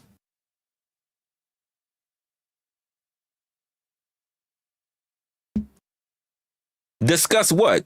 Bussy and pussy? No, I think we're all educated people. I think we all understand the difference. I think we all get the difference. We all understand the difference between a lady boy and a real lady.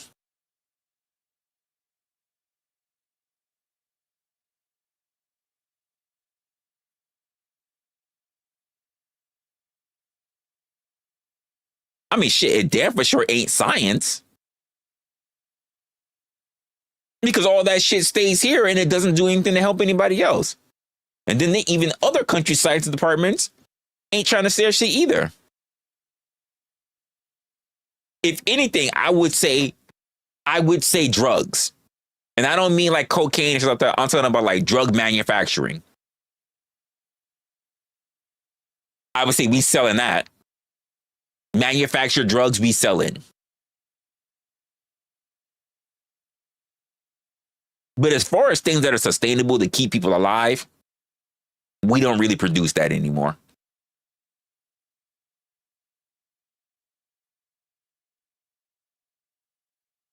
Which means that you said our industry is controlled now. Which means that if other nations decide to turn off the spigot, we're gonna fucking starve. We're gonna be in a serious drought if other people turn off the spigot. If there's no more sustainability coming to our shores, we are screwed because we gave it all away. No, they won't turn it off. Not that they can't. They will not. Not that they can't. There's nothing in this world that no one can't do. They just won't.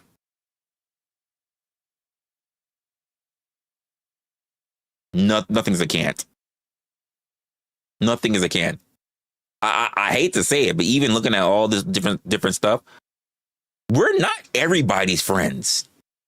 Most of us look at us not in a favorable way. And I think that's sad. But then again,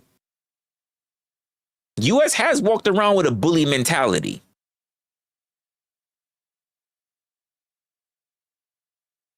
And propaganda has been wild. It is weird to hear a lot of the propaganda in all these other nations. And this is why I'm like, damn, as much as I would love to travel and see these other places, I can understand why people are annoyed the moment they hear our accent.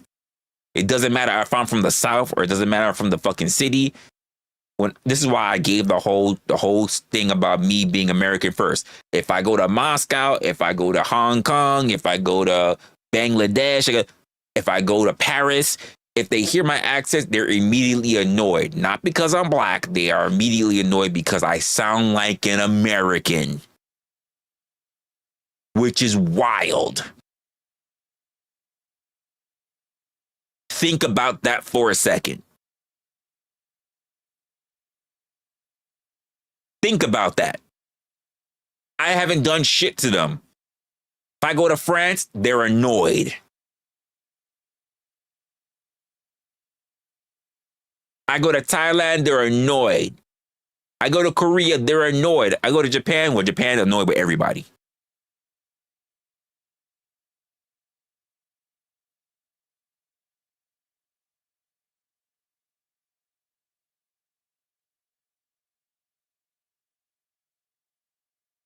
No, it's because I'm American first. Then it's black afterwards. And here's the funny part, dude. It's not because I'm black American. It's because I'm American first, then I'm black. Because most of the other countries, they got black. Here's another thing that's funny, dude. Most people don't understand just how far black people are. Like, black people are everywhere. Blacks are everywhere. We may not have large numbers like here in the US and in the UK and in Africa, obviously, but we're everywhere. There are blacks in Russia, like born and raised in Russia, doing their thing. There are born and raised blacks in China, in Singapore, in Japan, in Korea, in fucking Ireland, in Iceland. We're everywhere.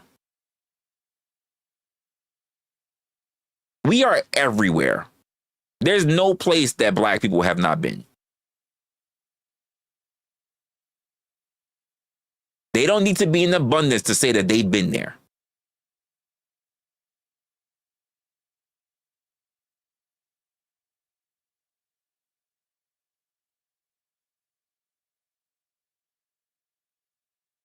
No, Josh.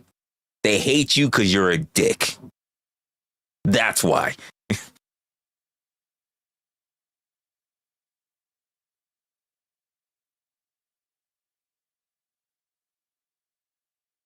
No, you love conflict.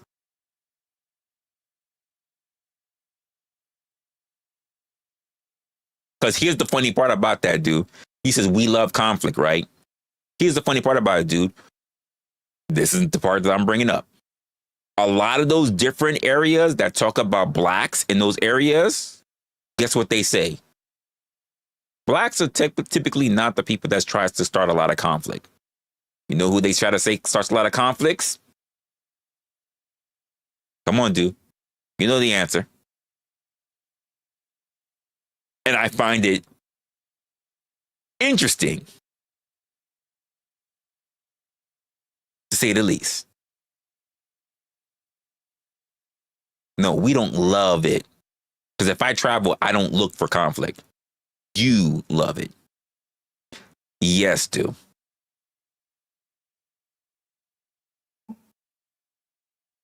And that's from Asians in Asia, blacks and whites in Russia, those who are in Africa. I find it very interesting.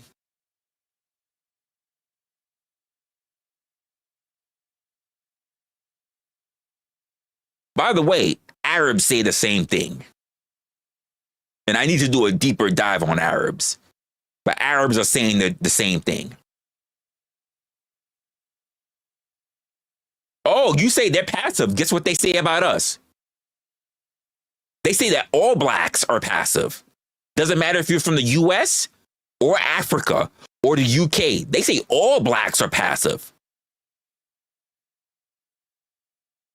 They say that we're more diplomatic than you guys are. We are more peaceful than you guys are. Across the board.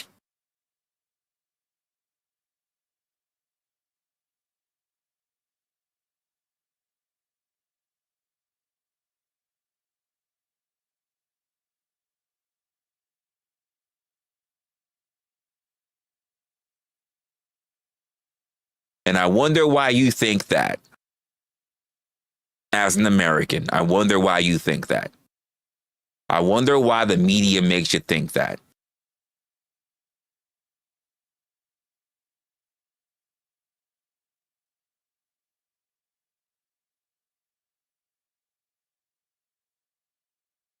Because all blacks are ass whoopers and felons, right? And scammers, and drug dealers, and gangbangers. And all play basketball, and all sing, and all got kinky hair.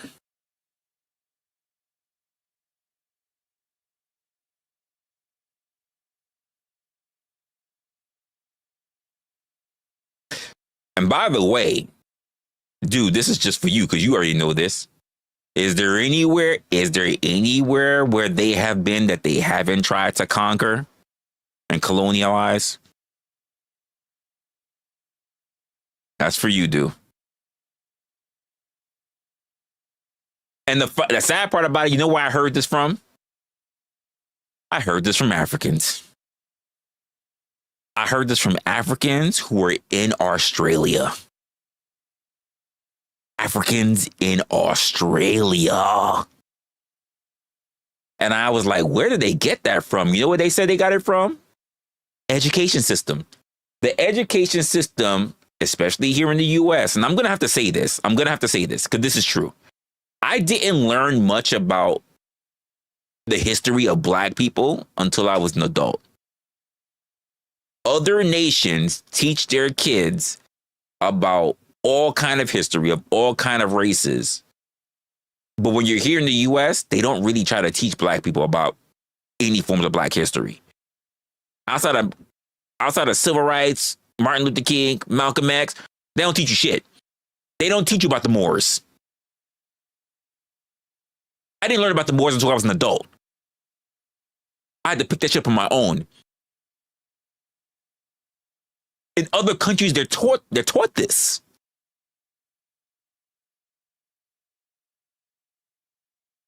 What the fuck?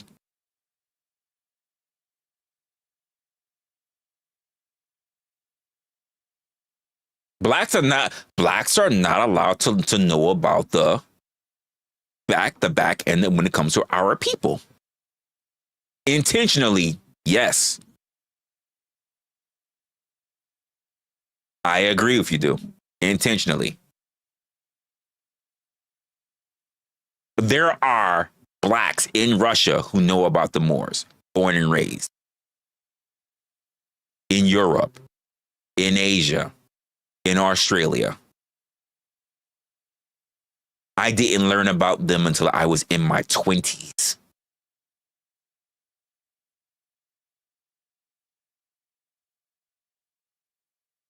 My family's not full of blackity blacks, so they didn't learn about the Moors like that. Enough to say shit. I had to learn about it on my own, having discussions with people in uni. That's how I learned about the Moors.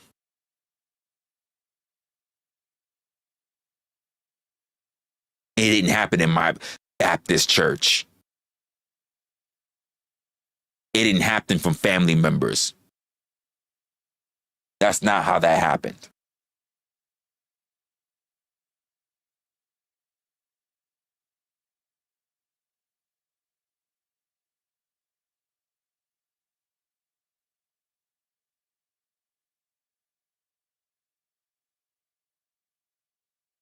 Like, I don't know what we're talking about here. Because if we're pacifists, guess who's also a pacifist? Asians.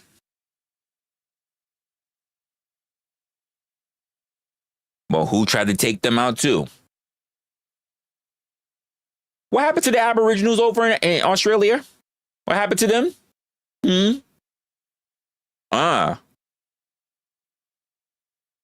When was Hong Kong released?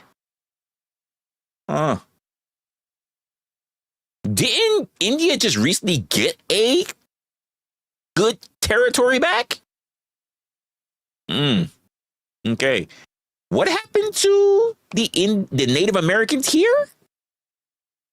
Did we stop or did we also go into South America to kick shit up?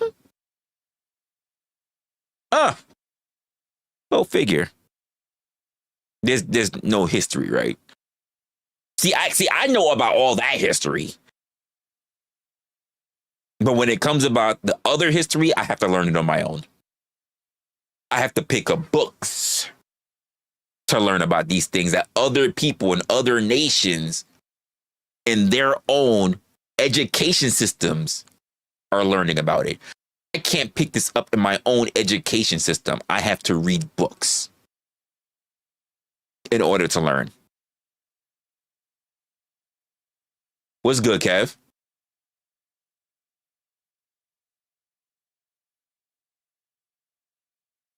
You say you American, not other. I should learn about others even as an American. It is intentional that I do not learn about others. Because to this day, it's still not being taught in public schools. Till this day. Even with the advent of the internet and YouTube and everything else, still not taught.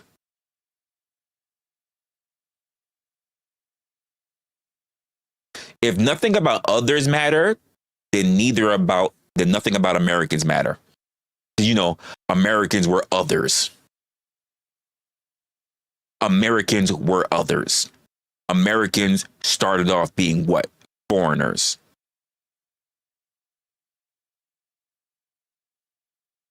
Just gonna keep it a buck.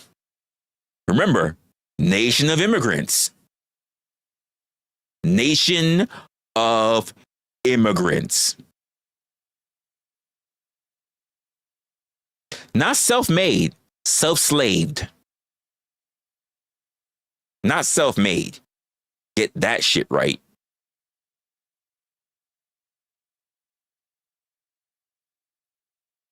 Ain't no self-made.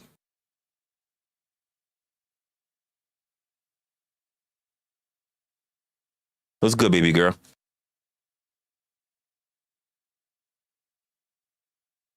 What did y'all make? What exactly did you make?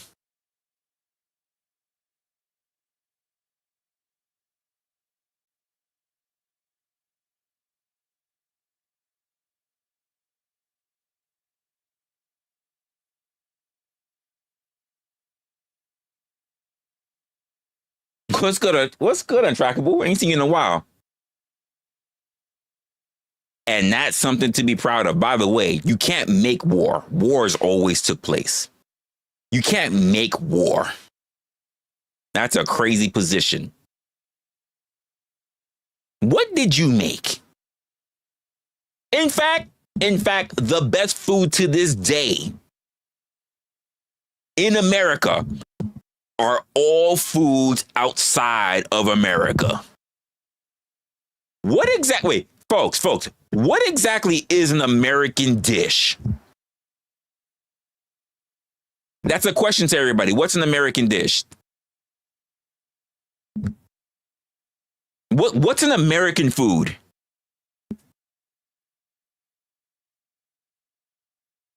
What's an American food? What's an American made food?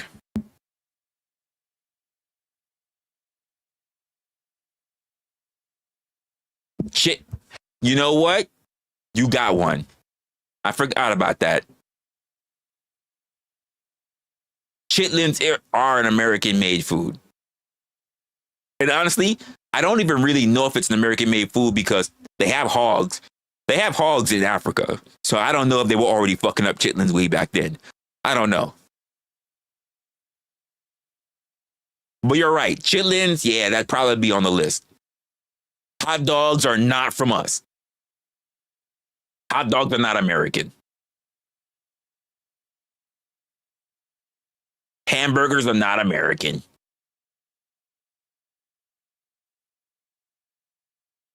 Come on. Popcorn is not American. Well, technically, it is American. It is Native American. Native American. It belongs to the Indians. They gave popcorn.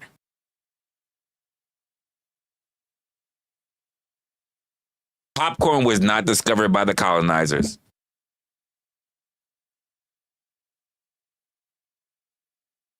Come on. Come on.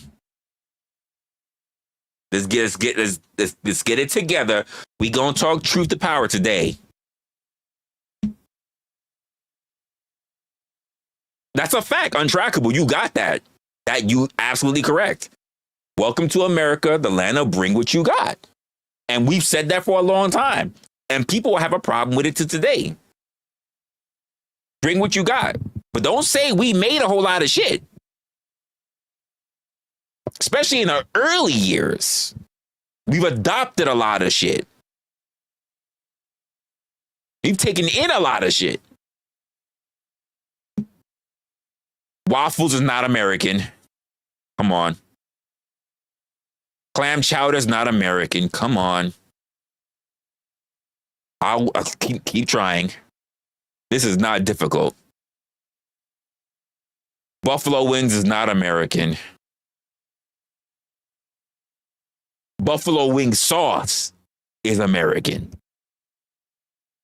Buffalo wings are not American.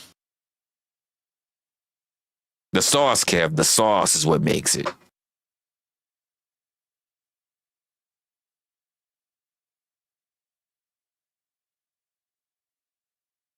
You know, here's another one, Kev. Here's what I think he's also American. Mac and cheese. Mac and cheese. Mac and cheese is American. Catfish is catfish. Catfish is around the world. Catfish is around the world. It's not native to America only.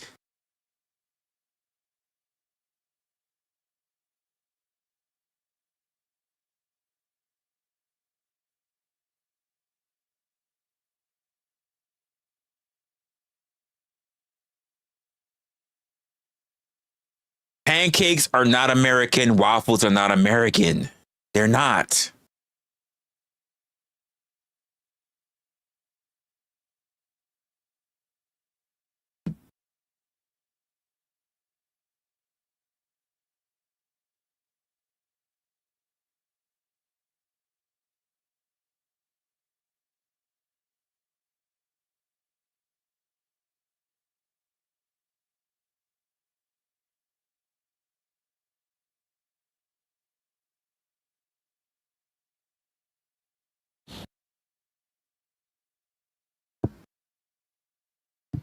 Oh my goodness. Hey, just looked it up now. Pancakes go way back. They're originally from Greece, Rome, and China. Let's go to freaking waffles. Waffles are Dutch. Thank you. Belgian waffles. They're Dutch.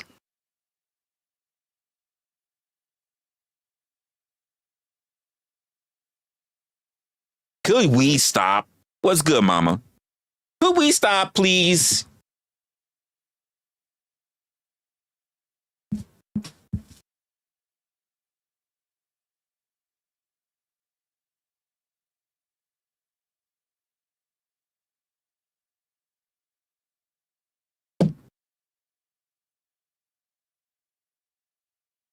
Oh my gosh, Kev just said it.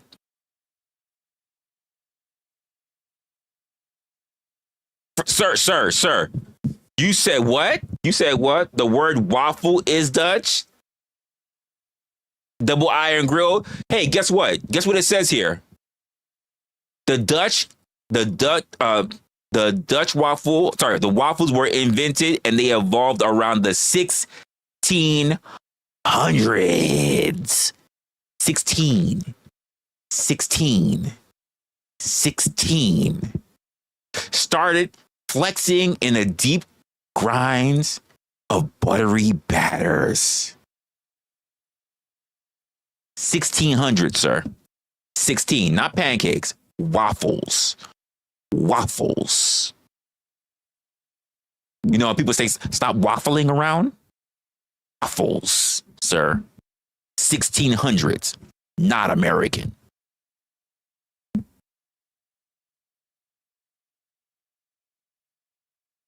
It's not American. Like, I don't know what we're doing here. 1600s. I don't even know how you could talk about what was in the 1600s when you can't even get past 1776. 1600s. What are we talking about here? Doesn't matter if it's double iron. A waffle is a waffle. What the fuck are we doing here? Don't try to put technicalities on it. A waffle is a waffle. A pancake is a pancake. Grilled chicken is grilled chicken. Fire is fire. Fuck are we doing here? In fact, when was the... Let's just do this. Since he wants to say, oh, the double iron, when was that created?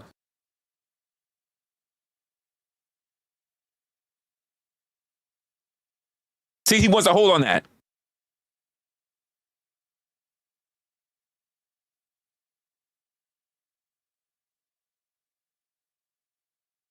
When was that created for waffles?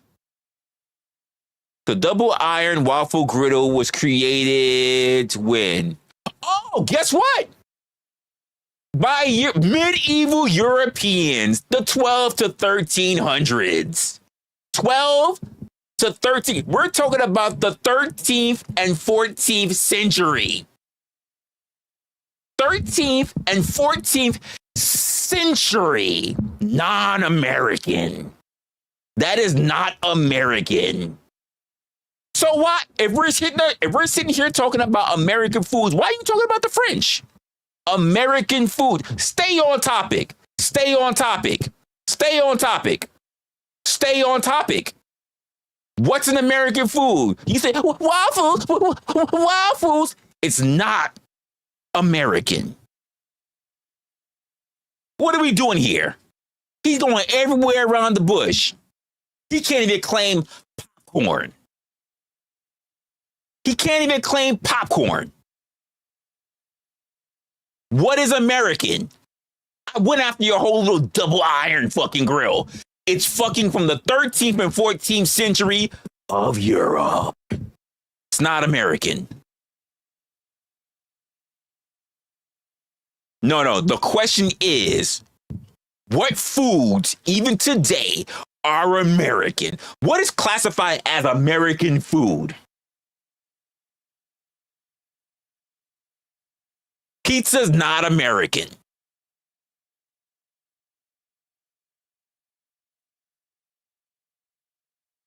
Bagels are not even American.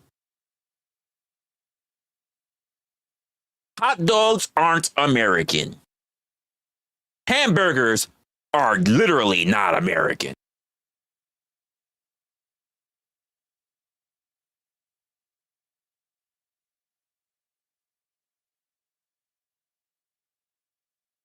Name me. Kevin's the only one that gave me something I can't really refute. Chitlins is probably one of the few things. Chitlins, mac and cheese are probably the only. Hey, so I'm happy that you're here. So, can you give me a strictly American food?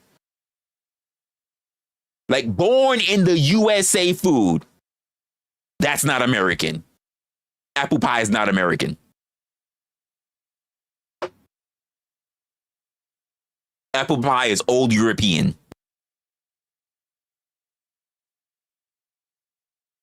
I said mac and cheese. Miss Raven. I said mac and cheese, and Kev said chitlins.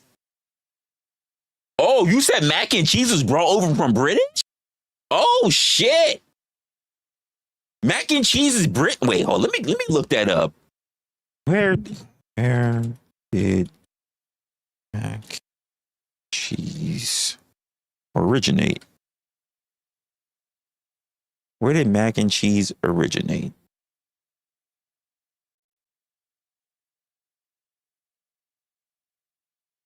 '14th century Italy.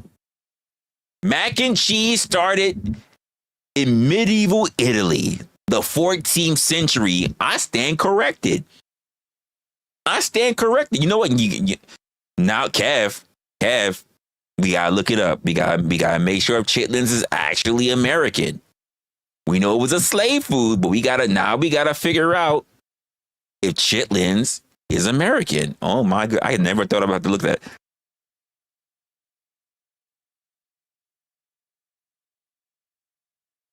I just gotta make sure for research purposes.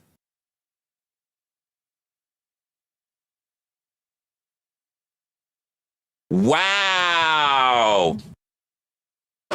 Guess what, folks? It literally says chitlins did not originate with Black Americans. Chitlins is actually a European dish. Guess what? It was even featured in English cookbooks back in the 1400s. Germans also used it as a peasant dish. French used it as a rural cuisine. The Nordic winters used it for preserving their food. Craziness. You know what? All right. Yeah. Oh my gosh. Y'all want this. Y'all want this. Here we go. Here we go. Here we go, y'all. We're going to drop the links. I just looked it up. I'm surprised myself. Chitlins is not even from us as slaves. It's actually way back in the European areas. Craziness. I did not see that. That's a page turner for me. I did not see that coming. I didn't see that coming. I did not see that coming. Damn.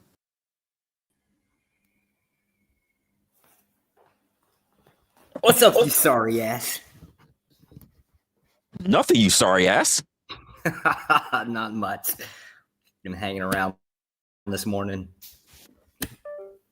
Okay, so we're gonna fight about this double iron grill because that actually changed. That changed a lot with restaurant food. I already looked it up. You're wrong. You're wrong. I already looked it up. You're No, wrong. no, no, You're no. wrong. You're 100% wrong. The French created the double iron grill. Effectively, what it was. They didn't industrialize it though. It was actually the U.S. that did that shit.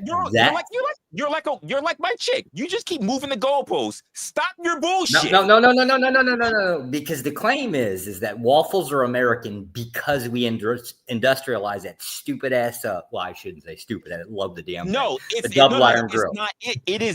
It is not ours. Plain and simple. It is absolutely ours. You're on mute again. You're on mute again. Condoms are not even ours. Stop it. Condoms are like pig and some kind of like sheep intestine or some bullshit. There you go. There you go. These things are not ours. I said, give me something born in the USA. And yeah, even turkey dog. Even I see shit. That is not a thing. Even chitlin and even mac and cheese don't belong to us.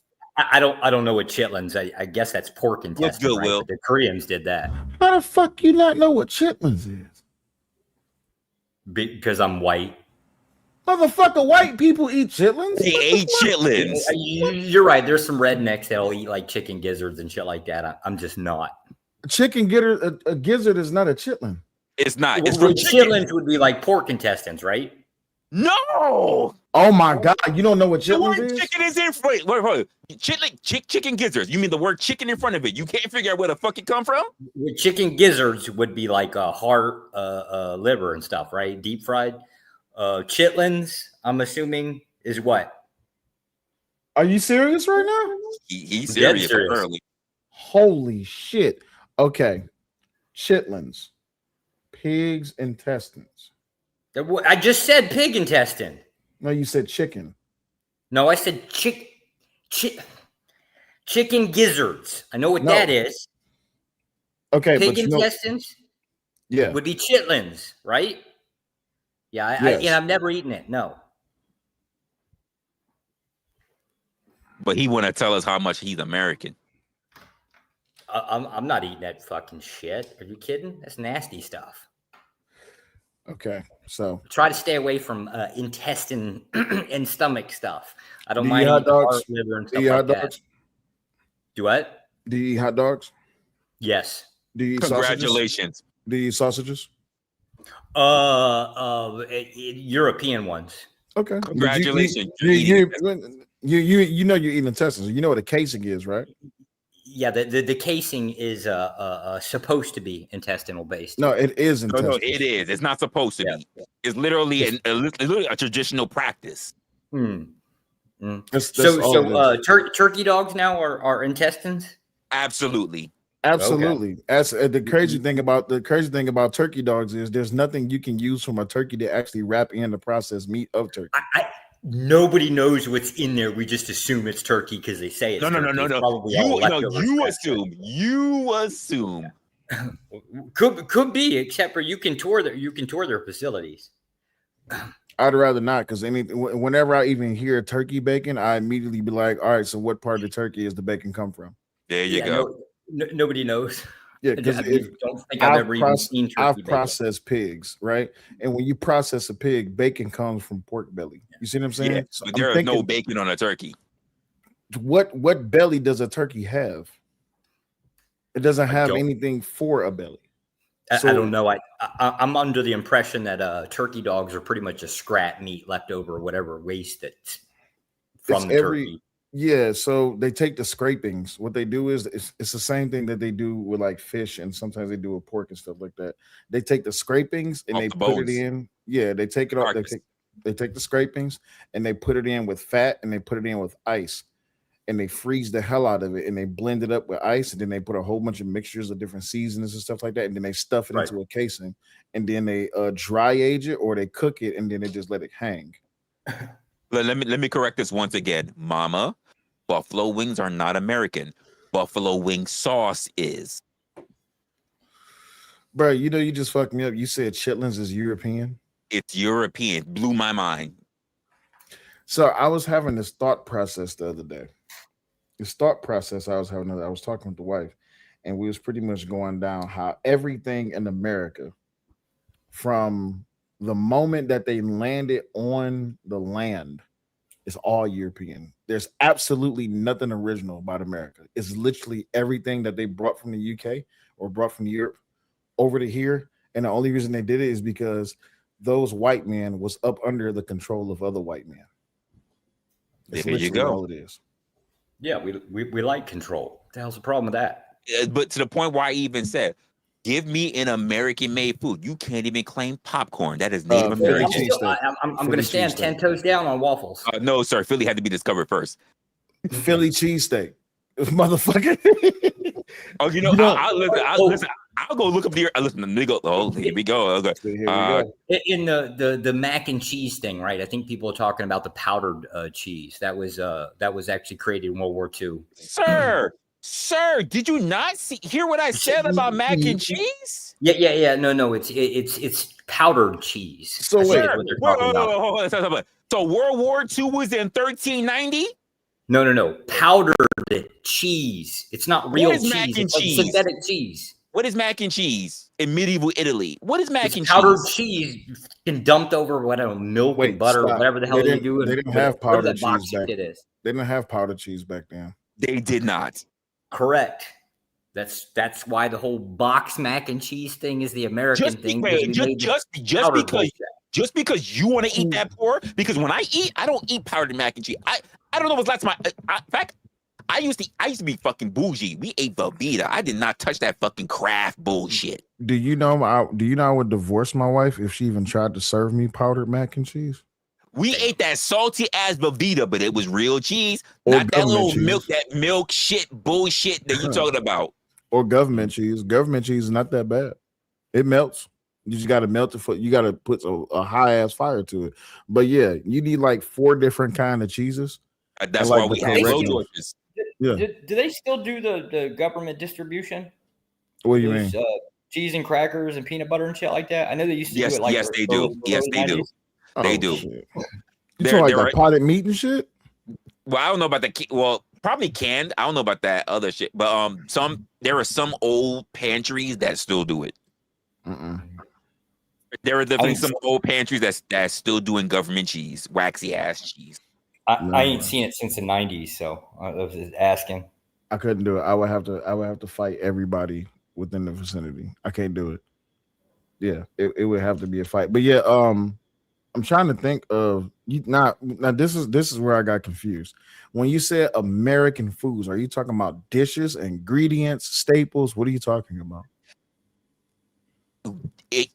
American food are the dishes that we eat, that we consume, that we claim to be American. Like when people say American food, hot dogs and hamburgers and barbecue, and I'm like, all these things are from somewhere else.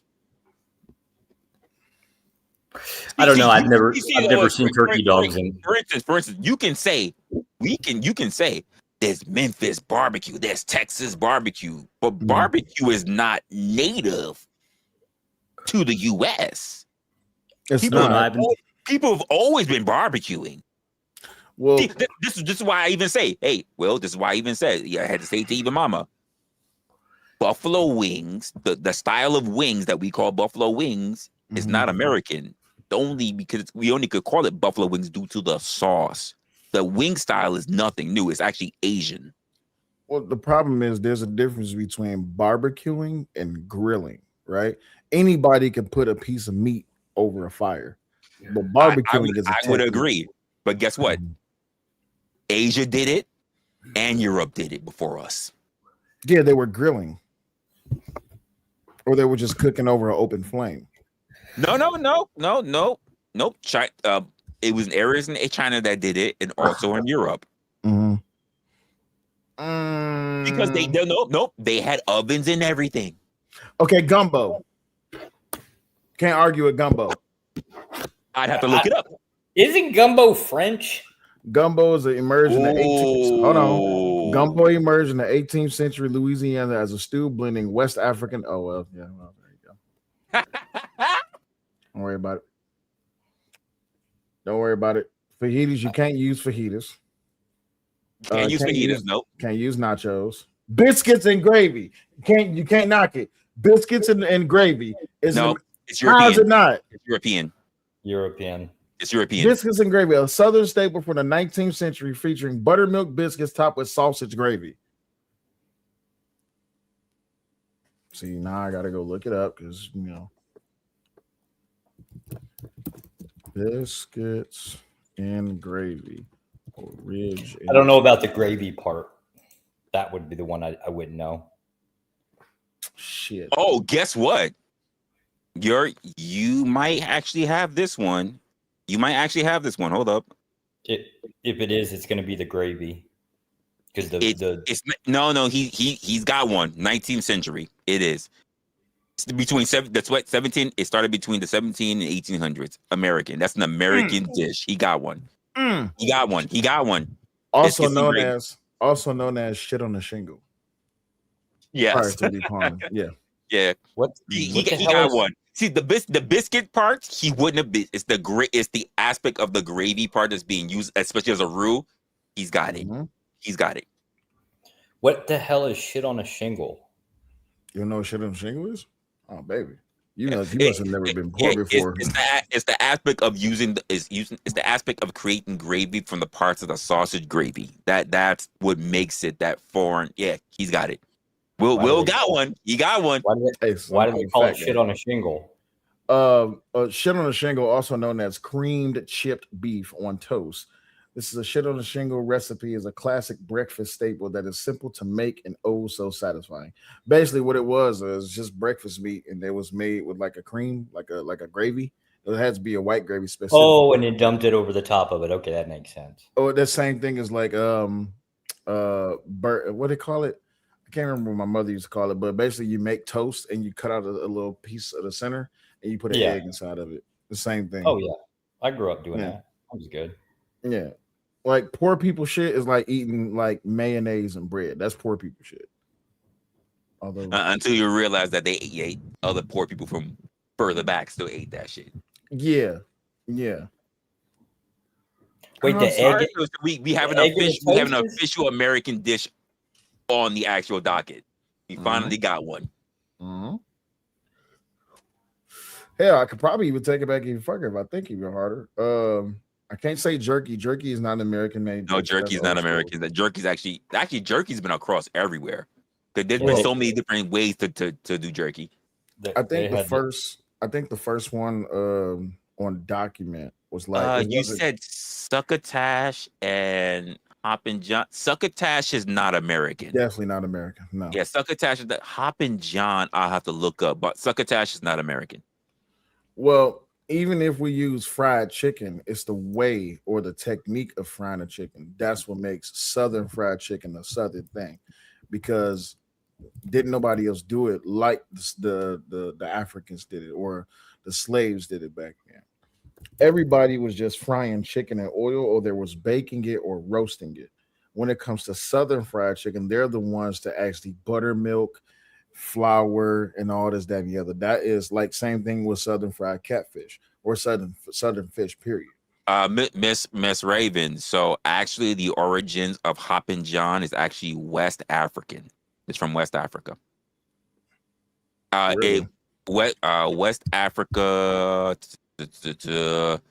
It started with black eyed peas, cowpeas, rice. I'm trying to figure out what was the time period. So I had the time period when it started popping off in Southern California. Sorry, Southern Carolina. That in the 17 and 1800. I'm trying to get the origins for West Africa. Hold up.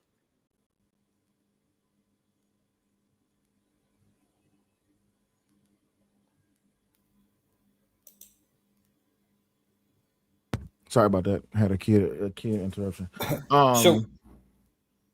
So going back to the concept of tech, right? So if you went down like the languages. Oh wait, hold on. Give me a moment. So Miss Raven, it actually started in from the 1100s to 1600s. That's crazy. Free trade area, free trade, early slave trade era is what they call it. That's crazy. It came from Senegal. It came from Gambia. It came from a lot of areas. So yeah, it was a thing already.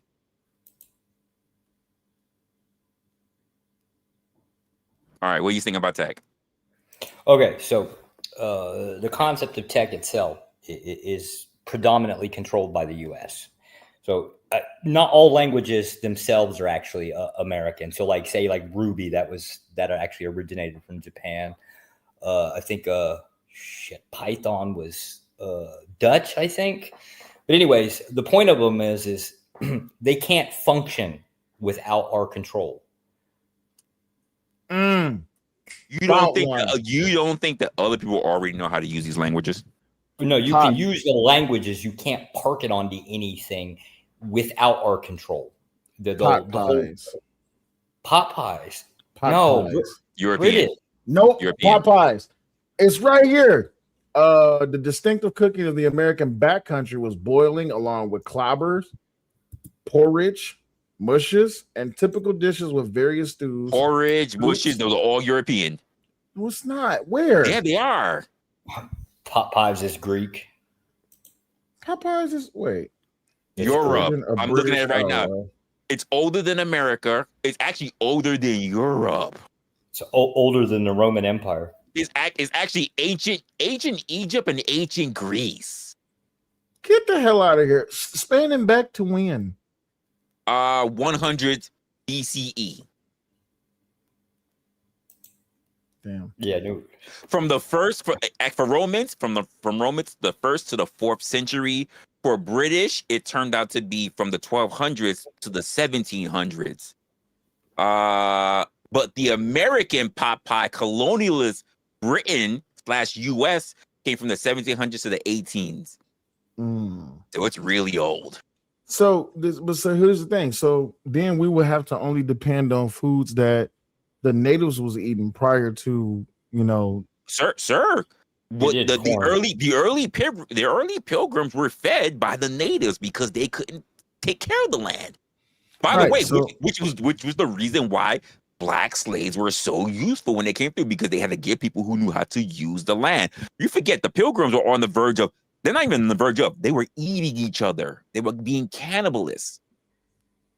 Wait, what? What? You don't know about that old history? Nigga, no, I've never heard of that. White people eat. I know white people eat their ass, but I'm just saying, like, god damn. Yes, they were their ass eating. They were fighting. They were fighting with Indian nations, and to the point where at first they were being very cool with them. Now, what happened was later on, especially when they were going on the part of starvation because they couldn't figure out how to do shit, because they were only running off of what they have. But because they were being such assholes, eventually the chief, I'm trying to remember his name. Trying to remember his name. But he eventually says, nope, I'm done. Let basically the Palefoot starve. To the point where they ran out of shit. Their original person, that the captain or whatever, actually sailed back to Europe. But it took him months to come back. We're talking about old days of sailing. It took him months to come back, right? By that time, they were already starving. They were already eating each other. The chief's name is Seneca. So what happened, in order for them to actually survive, what they did was they actually stole. They actually kidnapped his daughter. He was the chief. They stole his daughter and then ransomed his daughter for fucking food. Then every time they promised they would give the daughter back, they wouldn't, and he kept giving up food. He would never go. He would never go out of his way to have to just say, "I'm gonna just dead. I just got to disown my daughter," and then we just go and take them all out. Never happened. By the time it was time for him to get his daughter back, this is after their captain already came back, brought food, brought other stuff going on. His daughter had converted to Christianity. Oh, because Christianity is not the they didn't teach you about and the funny part, she didn't even die in this country. They sailed her over to Europe where she died. She didn't even make the journey. She died from sickness. They didn't teach about cannibalism during the Jamestown colony, like 1609, 1610. There was like a big famine. They just basically did whatever they could to survive, right? But it was called the starving time, was what they called the famine. Desperate times.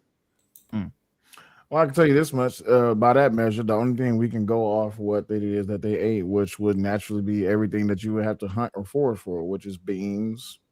Well, game, the sad part about those times, way back when, even in the time of the Pilgrims, is that they didn't know how to hunt. Yeah, hunting was. They didn't know how to till the earth. So to be able to get beans, they literally had to rely off the native. They couldn't do shit. They barely kept their houses up. In other words, you should have let these motherfuckers starve. He did until they kidnapped his daughter and ransomed her. Let his daughter die. Fuck it. Hey, I'm an extremist, Keep baby. in mind, though, the tribe had them boxed in. It's not like they had their own little plot of land. The tribe had them basically boxed in and said, "You can't leave this area." I'm an extremist, and my fat ass heard food. That's why I came up here. So we still talking food. We can still talk food. Josh wants to talk about this damn tech. What about tech? No, I wanted to know that is our number one export is tech. Now? Yes. Oh yeah, now it is. I mean, but well, it was kind of always that way. It was just now the concept of controlling it is it was not always that way. It devolved. Now I'll say word very intentionally. It devolved into only tech. Well, yeah, we used to sell construction. We used to sell medicine. We used to sell a whole lot of different shit. No, people. We used to sell people. That was the biggest. What's wrong with selling people? Well, that's the thing though. So we have to go back to how it all started. We have to look at what the biggest contributor to world growth was, which was labor, which was humans, which was people, and it was always the rich selling the poor.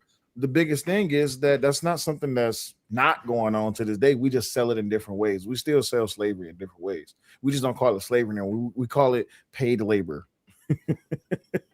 We call them contractors. Absolutely. We call them contractors. We call them commissioned folk.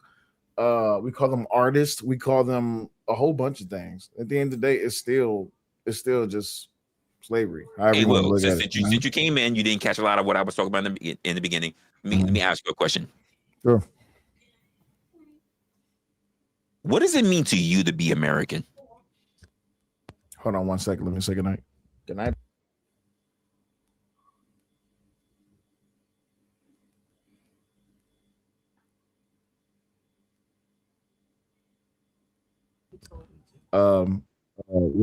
Resla, move on. Give me a second. Go ahead for it. Okay, Josh, you answered the question. What does it mean to be American since you keep leaving our fucking land? Ass whoopings. We beat on anything and everything that opposes us. If that's what it means to be American, you're a very bad American. What are you talking about? I whoop on everybody. You do not, sir. I do. Mostly do it with a pen. If you believe that pen is really mightier, all right. It's just not about the pen being monitored. There's a big military behind it somewhere. But before you even get to that, there's usually some assholes running around with dark clothes on, snatching people up in vans or some shit, right? But it starts with the pen. That sounds a little pussy to me. I'm not gonna lie. Oh, of course, right? Like, I mean, that's like laying the claim that the king is a gigantic pussy, right? Because he doesn't ever have to get off of his throne. Well, that's the problem. All right, I'm back. Kings used to actually ride in with their military, with their armies. Yeah, they got rid of that when they started killing kings. That was Right. that ended. So, what? You are American. Trying to make sure I say this properly. Mm-hmm. What does it mean to be American to you? Accepting the good and the bad and moving forward. What does that mean? If you imagine I was a foreigner, how would you explain being American to you? How would I, like, let's say you dropped out the sky and you was like, hey, just tell me about this place I'm in. Well, let's just say you're on vacation. Let's just say you on an international cruise. Okay. I managed to get up on there. Maybe I'm working, and I just say, what does it mean to be? I've never been there. What does it mean to be American to you? Oh, the greatest country in the world that's fucked up more than that's fucked up more than most, but better than all.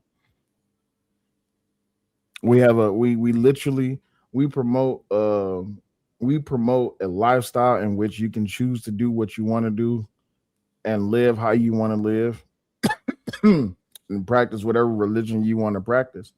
Unfortunately, that means that the majority outrules the minority. So when it comes down to it, it's still the best country on earth, because if you used to go to another country, you wouldn't have those options. A lot of those liberties you wouldn't have here in our country. Like where? China, Jamaica, Cuba, Australia, Germany, Russia, Africa, Liberia. Which liberties would they not have in those countries? Oh man, the freedom to say whatever they want to say, especially when it comes to their government, openly, politically, publicly, on the internet or off the internet, in more ways than most countries don't allow you to criticize the government. Yeah, matter of fact, go ahead. What was that bitch that just got like arrested or some shit? She got arrested for calling somebody an F word on text message or some shit in the UK. Right, like this is yeah. We're a country of diversity that participates in allowing anyone to be as successful or as fucked up as they possibly can be. But no one's going to judge you for it. Is that the only thing that a foreigner should be looking forward to? Just being able to say whatever they want?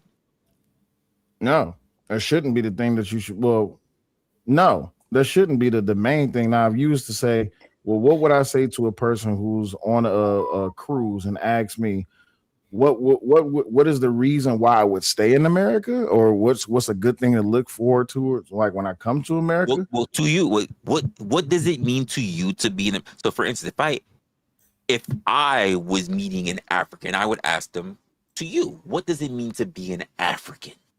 Oh man, they'll tell you a whole bunch of crazy shit.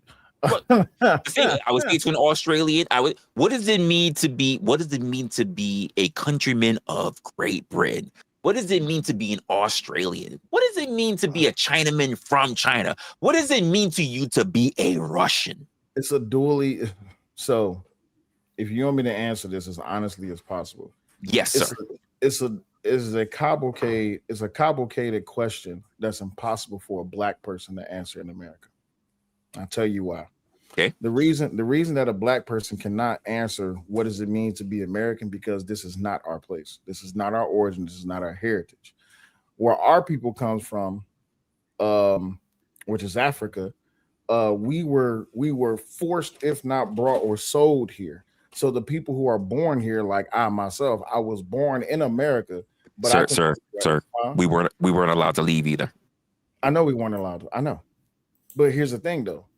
As a black person, for us to answer that question, what it means to be American, I wouldn't know. I just know what it know. I know what it means to be born in America. I don't know what it means to be an American because my family wasn't from here. Now, what I've made of it and what my people have made of this country since they've been here is that they have made it a place to where that we can participate in being who we are. The only problem is that we get blended in with the niggas. And when the folk get blended in with the niggas, now we have this diaspora of confusion and delusion. But what I can tell you myself, what it means to be an American to me is that I want to protect the land that my children will flourish on, and I'm not welcoming to anybody just coming in, participating in the liberties that we had to die for, that they could just come in and partake in. That's bullshit. So let's just say if this is the only country that you've ever really resided in, you can still say to someone that you don't know what it's like to be an American. Yes. Explain. So I can sit here and defend America till I'm blue in the face. But you know what the majority of America will tell me? Even though you were born here, this is not your country. No matter how much I want to fight for it, because the black people want to set me because I'm not down with the get down. The white people want to set me because I'm black. And the natives definitely want to set me definitely because I'm black and I'm not of native blood. So it's this article that was written. It's called The Lonely Black Conservative. It was written, I think it was like 1996, 1998. The problem is the black conservative understands that you are in a position that most will not be able to comprehend because you're not welcomed in your own community because you're seen as a traitor. You're not welcome in the white community because you're black, and you're not welcome by the natives definitely because you're black. So you're literally all by yourself. Even though I love this country, tooth and nail, this country will only accept me up until a point. And that point is, as long as my epidermis has melanated skin, melanated coloring in it, that's as far as I will be accepted. That's it. So let me throw something in here for something that I learned recently. So I may not have a full understanding of it, but from what I was listening to, there's a documentary, and I'll just say from blacks who live in Russia, born and raised in Russia. And then, Josh, I want your thoughts on this as well. So, first and foremost, we have this thing called birthright citizenship. You're born here, you're an American, right? You mind if I stream this? Yeah, go ahead. All right. So you have birthright citizenship. You're born here, you're an American. They don't carry that same premise over in Russia. Russia is not a birthright, it's a blood. So, for instance, you can be there. You can be born from immigrants. You can be born there from immigrants. You don't immediately become Russian. Russian is the things that you do, not where you live. So you prove by being Russian, like when you get old, like 18, 19, you serve your year in the military. You go to college. You do all these other things. And then people see you as Russian because you support your land, your government, your country. Do you think that that's the way it should be, or should just anybody be a countryman simply because they're born here? Because not everybody who is born, let's just say this, because we have examples, who's born in America behaves American. Yes, you're asking him that. Say again. Sorry, you both went at the same time. Josh, you go. So, my problem one is with the question, right? So, like, birthright citizenship is actually a legal standard, right? You're born here, thus you're American, right? But when you're comparing to like in the concept of Russia, right? You're talking about how society basically sees you, whether they're willing to accept you, and this is what Light was talking about. Was the idea of being seen by other people within his own community. So which one are you asking? Are you asking about the legal status, or are you asking about, like, as in your group of people being able to accept you? Well, let me ask you a side question. A person who's born here, said they come from immigrants, they're born here, they're considered to be American. But everything, let's just say, I'm making a scenario. Somebody who's born and raised here, and all they ever do is big up everybody else's country and shits on the country that they're born in, but then they say that they're American. Is that American? Technically, yes, because we talk shit about our country. No. Right? We talk shit about someone who's like basically down with America. Fuck America. I hope we lose. I hope we get duped. No, those motherfuckers get No. They're American. They are born American. Are they American? Liberals. So Wow. Usually the standard would be third generation. No. It's not third generation. They are born and raised. Doesn't matter what generation they come from. They are by birthright. They are considered American. Do you find them as being American? Are you asking the legal standard or are you asking the social standard? I'm asking you because here's the funny part about the legal standard. It's real simple. The legal standard is born on U.S. soil. The social standard appears to be about third generation. So here's the thing about that whole Russian thing. It's all about the social standard. What are you doing for your country? See, that would work in America if everybody was either mandated or expected to do for their country. The problem with America is that everyone is not mandated, nor it is a standard thing to always do for your country. Well, here's the thing: you can serve in Russia. You can't. Everybody's expected to serve in the military for at least 1 year, or you go to college. If you go to college, you're not expected to really go to the military. Got you. But where is that? There's no standard for that here, right? No, in America, there's no standard nor expectation that you have to serve or that you have to go to college. Look at Korea. You have to do a certain amount of time in their military. You see what I'm saying?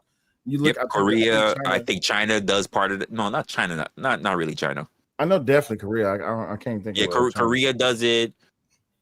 No, actually, Korea's the. But see, this is the big problem with America, right? The big problem with America is either you can be successful or you can be lazy. And either way it goes, you're going to be taken care of, right? Because if you can be lazy, we have social programs set in place for people who can be lazy. We also have programs in place and factions in place where you can be facilitated as a successful person. It's just more so. And in our country, unfortunately, since the 60s, they've come up with this way to where they're not promoting people to become successful. They're rather promoting people to become lazy. I get you on that. The question that's really come to my mind is that when you hear that, like, again, this higher person, should we consider them as being American, especially if they're not doing anything for their country? If they're not doing nothing for their country, they're still American, because guess what? Like I said, since the 60s, they could be lazy. Who's out here saying, well, you remember the old slogan? It's not what your country can do for you, it's what you can do for your country. Exactly. Now, look, KDK says we have mandatory military service. We don't. When's the last time you saw a draft? Have you ever lived through a draft? What about your mom? Has she lived through a draft? There's no military. It needs to be. It can't be military, KDK, if you use the words voluntary. Absolutely. It can't be mandatory. Mandatory and voluntary just does not fly together. Hey, wait, he talking about in America there's mandatory service? So KDK might be in Finland, right? Because you said something Finnish earlier, right? When you say we have military, you have mandatory military service. I think, listen, just me personally, I think you should have, instead of worrying about that whole, because here's the thing that pisses me off. Instead of you having to worry about registering for the draft and that's it, I think you should, you're in Finland. Okay, KDK, she's from Finland.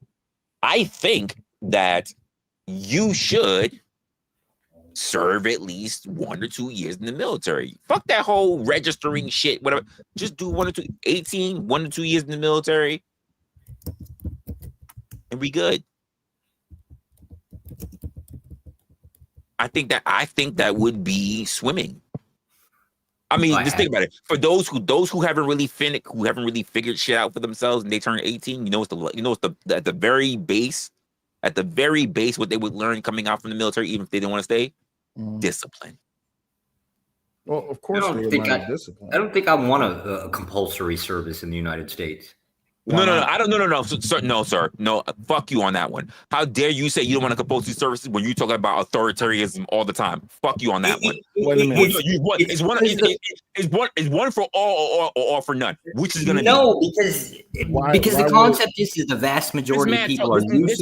This man praises being an authoritarian and having that kind of system, and not his man saying, well, I'm not really too sure about that. Fuck you. No. All Why for one wouldn't or you? one for all. Which one is it? Why wouldn't you want a compulsory service? Because we have some absolute shit ass morons Doesn't that are matter. incapable Doesn't of matter. picking their own fucking nose in our culture, and I wouldn't. fucking matter. But here's the thing, though, right? So here's something I got to point out to you. When did that start? Around what generation did that start? Like uselessness. Yes. I don't know. Probably the end of the silent generation. If I had to guess. Bullshit from the beginning. So from the blue and red coats from the fucking beginning. Okay, let's start there, right? So if you go from the beginning of the silent generation and you have military service be mandatory, I more than likely guarantee you we would not have the pussified nation that we have right now. I would agree. So why would I don't know how to measure it, but I would tend to agree. Oh, it's easy to measure. We wouldn't have the liberal think tank and the stupid body parts of the ideology that we had the liberal think tanks back in the 1920s. And how did that work out? It didn't work out well, and because that's my point. Fast forward 100 years, right? Like, I mean, basically feminism, DEI, all that shit came about from that direction. Mm-hmm. And it works its way in slowly, right? It doesn't like you snap your fingers and it suddenly appears, right? But I'm okay with the ideas. I'm not okay with the if it was we were just all sitting around singing Kumbaya, right? We all got along, that kind of thing, and we were all just thinking about better ways to improve whatever system we've got. Fine, right? Except for when it comes down to a time where it's put up or shut up, when it's time to do something, say a crisis or whatever it is, we tend to fall short. That's where the problems kind of tend to arise. So I don't want to I'm not a fan of liberals, but I don't want to cold cart throw them right out the damn door yet. What use are they serving towards the country? Well, so ideology is kind of a weird. It has its usefulness to it. It's just trying to get that idea into practice is a lot. It's a lot more difficult to deal with, and I don't think we can contend with that quite yet. Think about this. Think about all of your intellectuals, right? They would technically all be liberals by definition, because their job is to sit around and think about shit, right? Yes. That sounds wild. That sounds fucking crazy. So you're saying wait. So you're saying all of the great not thinkers, all, the vast majority. Okay, a vast majority of the Roman Empire, which had a lot of philosophers and great thinkers, you're saying that they were liberal? Poets. Yes, they were all by Romans definition. Were liberal? No. When the hell was Romans liberal? And they literally had a mandatory service. Unless you had a rich son in parliament or something, they had a mandatory service. Did those intellectuals, were they obligated to participate with that obligatory service? No, they got out of it. We made special exceptions for people. Yes, for people who were rich with money. That was not the majority of people. Right. No, you're right. It wasn't the majority of people. It's not a standard then. That's not an exception. Because we don't have we're not a monolith, not even within our classism, not even within our society. We're all multiple groups. We've always you understand, we still see it to this day. There are exceptions and there is the rule. By the way, this happened with politicians too. There were politicians who did not go when the draft came because so is that the rule or is that the exception? The exceptions usually. Usually what? Usually, but that's not what the liberals are arguing for. we're I don't mind hear you, this I want you argument. to remember, we're not talking about what the liberals are arguing Here's an for now. example. What were they I'll give arguing an for example. then? I'll give a straight up example, right? Like you talk about like the idea of like within Russia, right? Military service is compulsory unless you go to university. It would be the same thing here. Basically, you would basically be creating what you would call intellectuals by a standard, because look, if you're going to go to university, which I guess only 30% of males within the United States go to university, they would be the exception to it, right? Sir. That's a pretty big ass number. That's not. This is not true, because even during draft, it was one of the standards for you to be actually not drafted if you were the only son left. Correct. In the draft, right? But are we talking about compulsory service or are we talking about drafting? Are those lists? Yeah, a draft is not compulsory service except for during that time period. But it was a mandatory thing, right? Yes, it's a mandatory. You were able-bodied male, but if you were either run or if you were the last one, you didn't go. Oh, okay, so are we conflating compulsory service with a draft? Wait, wasn't the draft a compulsory service? Like what? Yes. Yes. Wait, Will, am I lost here? Yeah, So when you are lost, compulsory because I'm lost as service hell, is because that I'm you just will trying to graduate. understand what are It's we a term, talking right? about? It's a different term, right? Compulsory service is when you graduate high school, you will serve X amount of time within the military service, right? A draft is a different thing.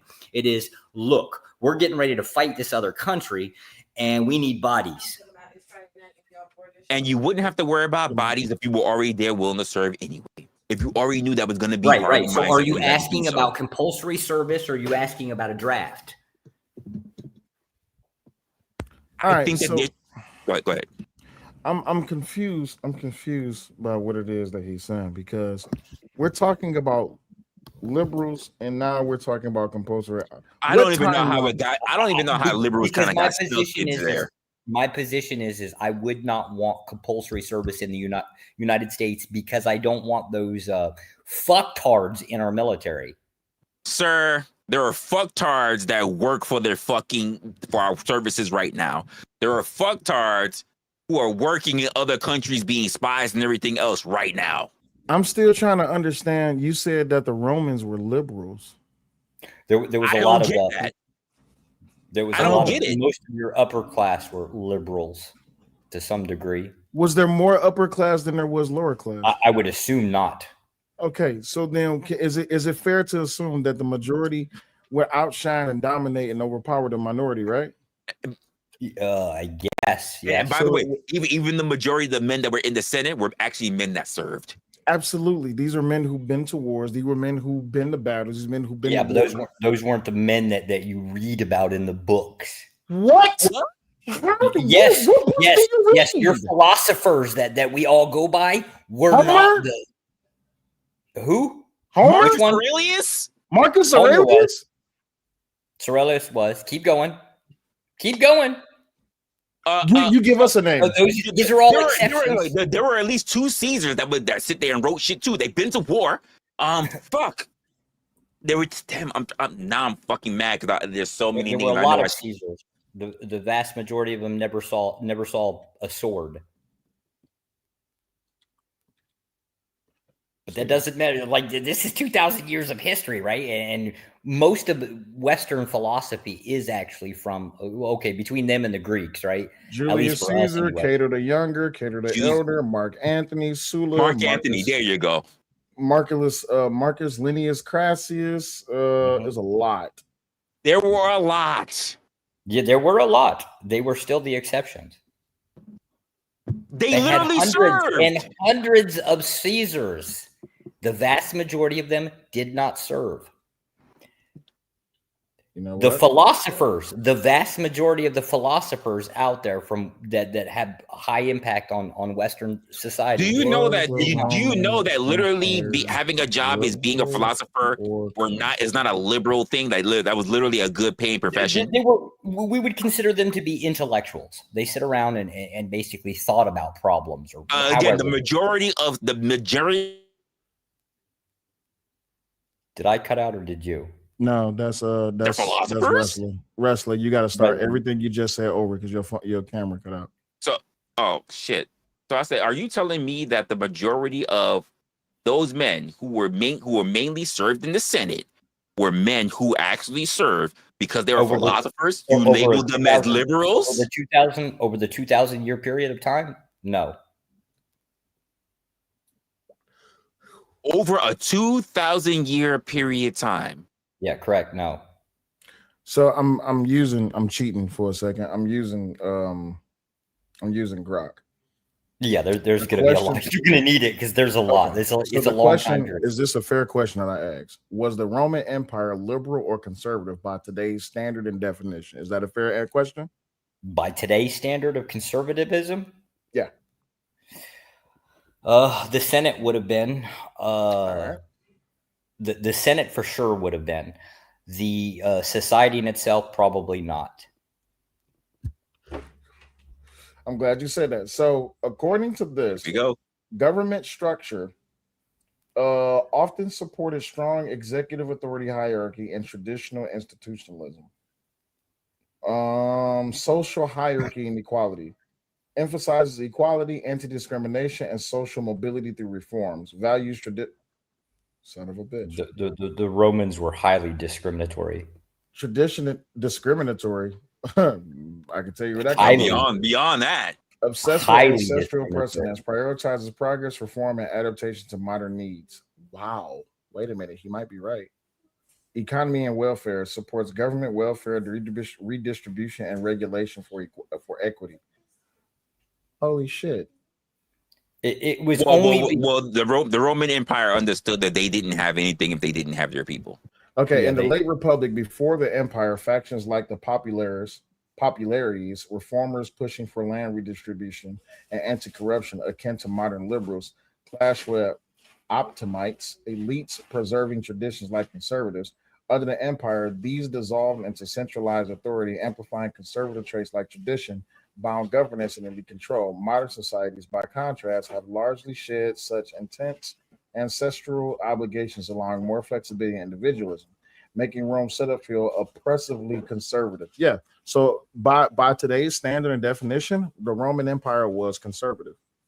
Yeah, the Senate, the society wasn't.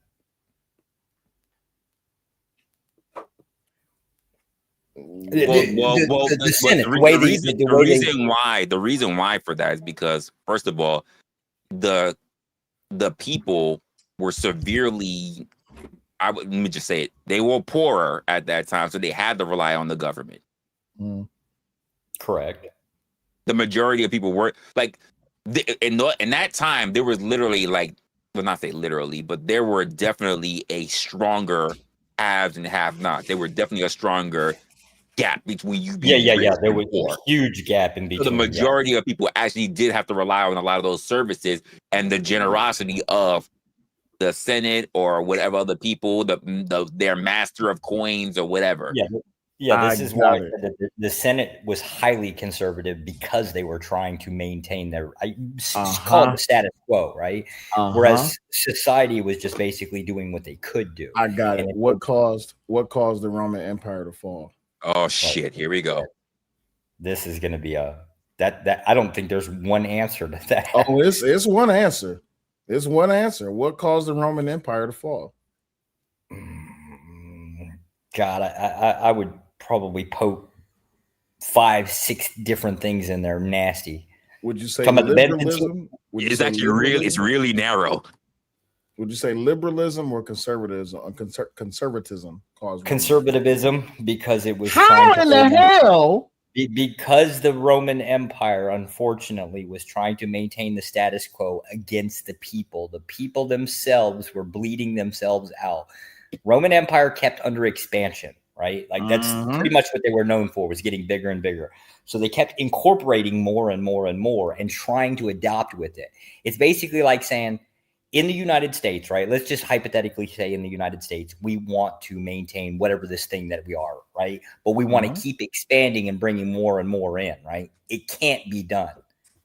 Well, of course it can't be done, because our country's only so big. We not like we can take over Canada. We already got South America, but we can pretty much take them over and just have them all have all of our traditional values and follow our constitution, all this, that, and the other. Right. But the problem is that when you look at the fall of the Roman Empire, it's literally because of the people, not because of the Senate. And since the people were so liberal, that is what caused them. You know the story about how it fell, right? Yeah, it would have been the rebellion. I mean, that's obviously right, because it's Mhm. not all of the people are the same. Too many groups, I guess. Right. And even when you and see now to Resla, to answer your question, if I had to answer why is America, or what does it mean to be America, I would say everything opposite the Roman society, which would be the people, which would be the liberals, because the liberals will always cause everything to go bad.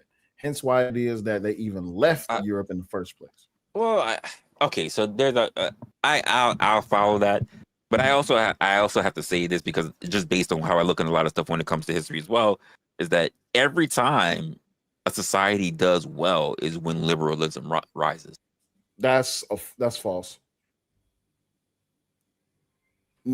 Okay, by all means, please give your examples. Every time it seems like nations start doing really good, they become a little bit more lax. They become a little bit who? They become lax. Right, because of liberalism, right? Well, that's how it rises. Right, and then what happens? What happens when it reaches its peak? So the question is, here's another thing: when that whole thing of when it's so strong and so conservative, isn't that normally during the time of strife and war?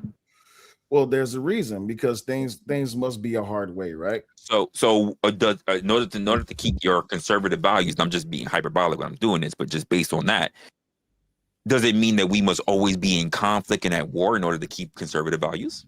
No, we don't always have to be in conflict at war, but the problem is that those tend to be the moments when it actually stays in place. When we are less inclined to deal with other people is when liberalism rises, when things are really good. That's not true, because look at the wars that happen. If we look at the great wars, and I hate to call them great because there's a loss of life, but we look at the wars that America has been in. Sure. Look who was in charge during those times. World War I, who was in charge?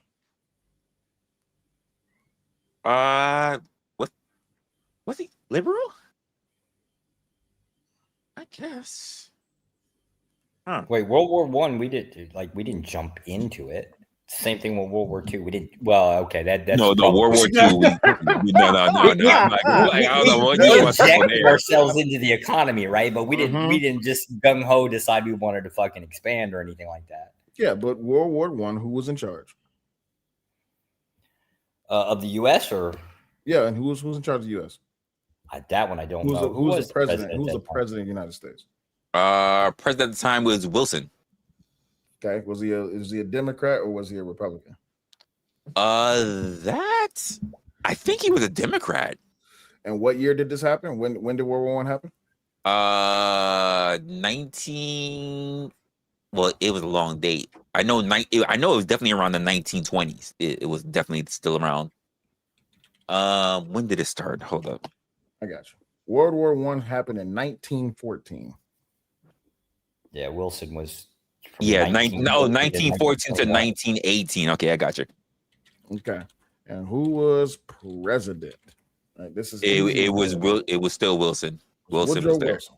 All right. Yep. And Woodrow Wilson, according to WhiteHouse.gov, leader of the progressive movement. So that automatically puts Democrats at the head of the World War I, right?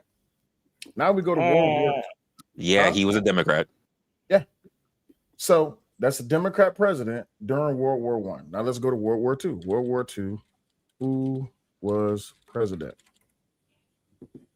Amazing. Roosevelt. I don't know if this was, as much as I fucking hate the Democrats, I don't want to. This is probably painting a narrative that Wilson was like the reason why we entered World War I. What's up, that Joe? can't possibly be. What's good, bro? So you got to look at what the Democratic Party was prior to the Civil War, right? So what was the Democratic Party prior to the Civil War? Conservative prior to Civil War. They would have been shit. Well, the North was conservative or the South was conservative? That I don't know, because I don't know much about The the South North. was conservative, man. The North was absolutely freaking Democrat. What? So let me get this right. Wait. Let me get this right. Hold on. Hold on. I just thought about that right now. I'm thinking about presidents right now. Hold up. So the Anti-Federalist movement, which is the movement that fought to free the slaves, what party was that? The North. That was the North. That would be the Republican Party. Republicans, yes. Okay. Yeah, but see that's the weird part. The Republican Party let me stop. Like that's the thing. The Republican Party because I know Lincoln was Republican. Mm-hmm. So, but they was originally called the Anti-Federalist movement, right? Yeah. These were the abolitionists. These were the people who came from the North, right? Yeah. So, and then you have the start of the Republican Party, which was, if I'm not mistaken, majority black people, right? So, what happened was this whole entire thing where everybody say the party switched. The parties did not switch. I keep telling people this. It sounds like you just gave evidence that they did. Didn't you say the Republicans were more free-minded back in the day? Well, I mean, if they're there was something else because the Republicans didn't come about till 1854 anyway. So there was something else before that. The Anti-Federalists. That's what you're saying. They weren't called Republicans yet.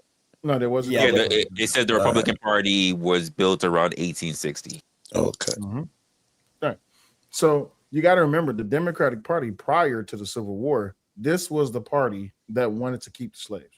This was the party that was war driven. This was the same party that would be definitionally conservative. That's what old conservative is to maintain a status quo of unchanging. Is that what conservation to conserve your lifestyle, to conserve your beliefs, to conserve everything about you? I just call it lifestyle, but as an over summarization, right? But that's the thing, to not change.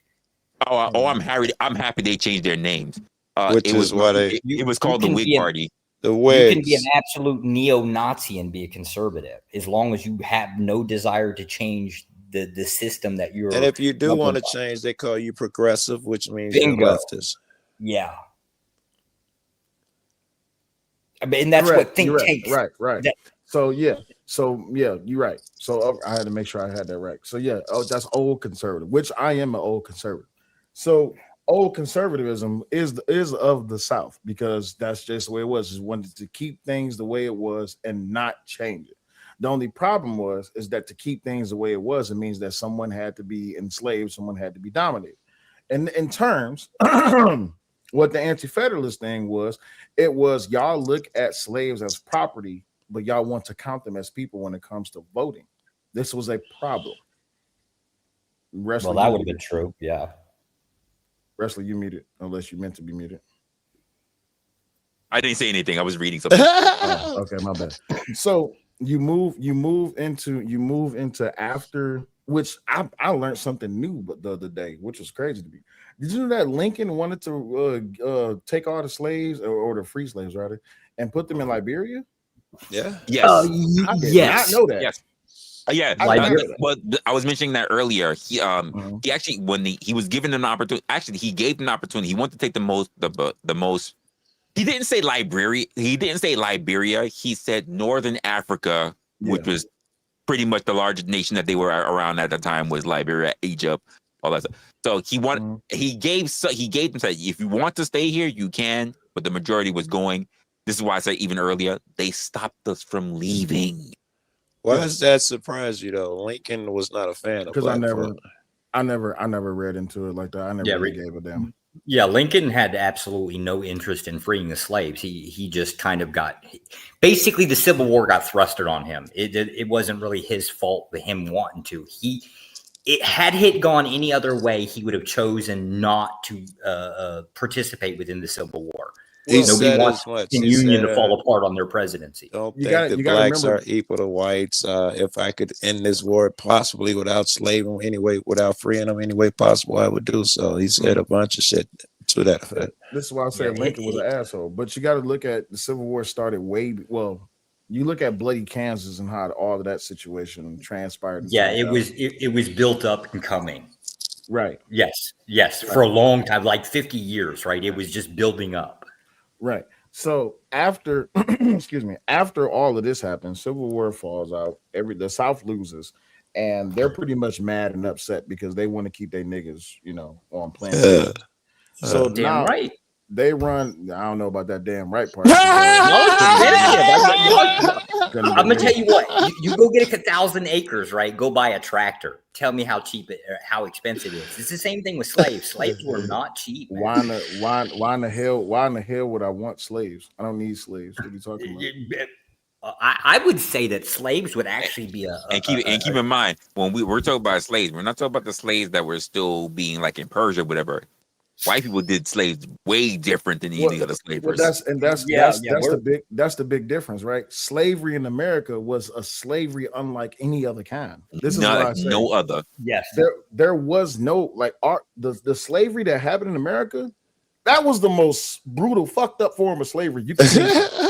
You see what I'm saying? Like nowhere in other places, you serve time as a slave, and then it you was got out. debtors type shit. You could get your way out, pay your way out. Yeah, we had breeding farms. Resla, you're muted. What's wrong with your mic, G? Can't nobody hear you talking? No, we can't hear you, Pepe. Nobody can hear you. No, we can't hear you, Pep. And that would be correct. Like we actually probably try what they call husbandry, like the same way you would do horses. You would try to breed specifically people. That's what we were getting into. That's where the term motherfuckers come from. Yeah. They specifically chose males and had them fuck the women on the plantations. Yes. They were sending to other plantations. So no, there was no such thing good about slavery in America. Absolutely. Well, that depends on what side you're on, right? Like if you're the slave, yeah. No good. Right? But if you're the owner, no. Regardless, pretty damn good thing, right? Hey, you can hear me now? Yeah, yes. Yeah, I don't know what that was about. I was saying back then you had indentured servitude. You were teachers, you were cooks, you had a trade, like you just part of that thing. Like you didn't have a non-particular reason. Like you had an actual skill that had to be brought there outside of say picking cotton. You had other things that you were doing, and you were treated with respect. I wouldn't say respect, but you were treated. You had to be taken care of. You had to literally be. Like yes, the same way that you're going to have a machine, right? You got to change the oil. Yeah, but there's a difference between people and a machine. This was the biggest problem. I'm not mad at you for having this perspective, but this is why the Civil War happened, because y'all literally looked at people as machines. Y'all treated them as horses. Yes. No, they treat them worse than machines. And worse than horses. Worse than horses, yeah. And worse than horses. And although I accept your premise and I appreciate you for sharing it, this is why slavery had to be abolished in America, because it went too damn far. I understand if you want to put a motherfucker in slavery for 5 years, if he committed some shit or did some shit, or if he was sold into it.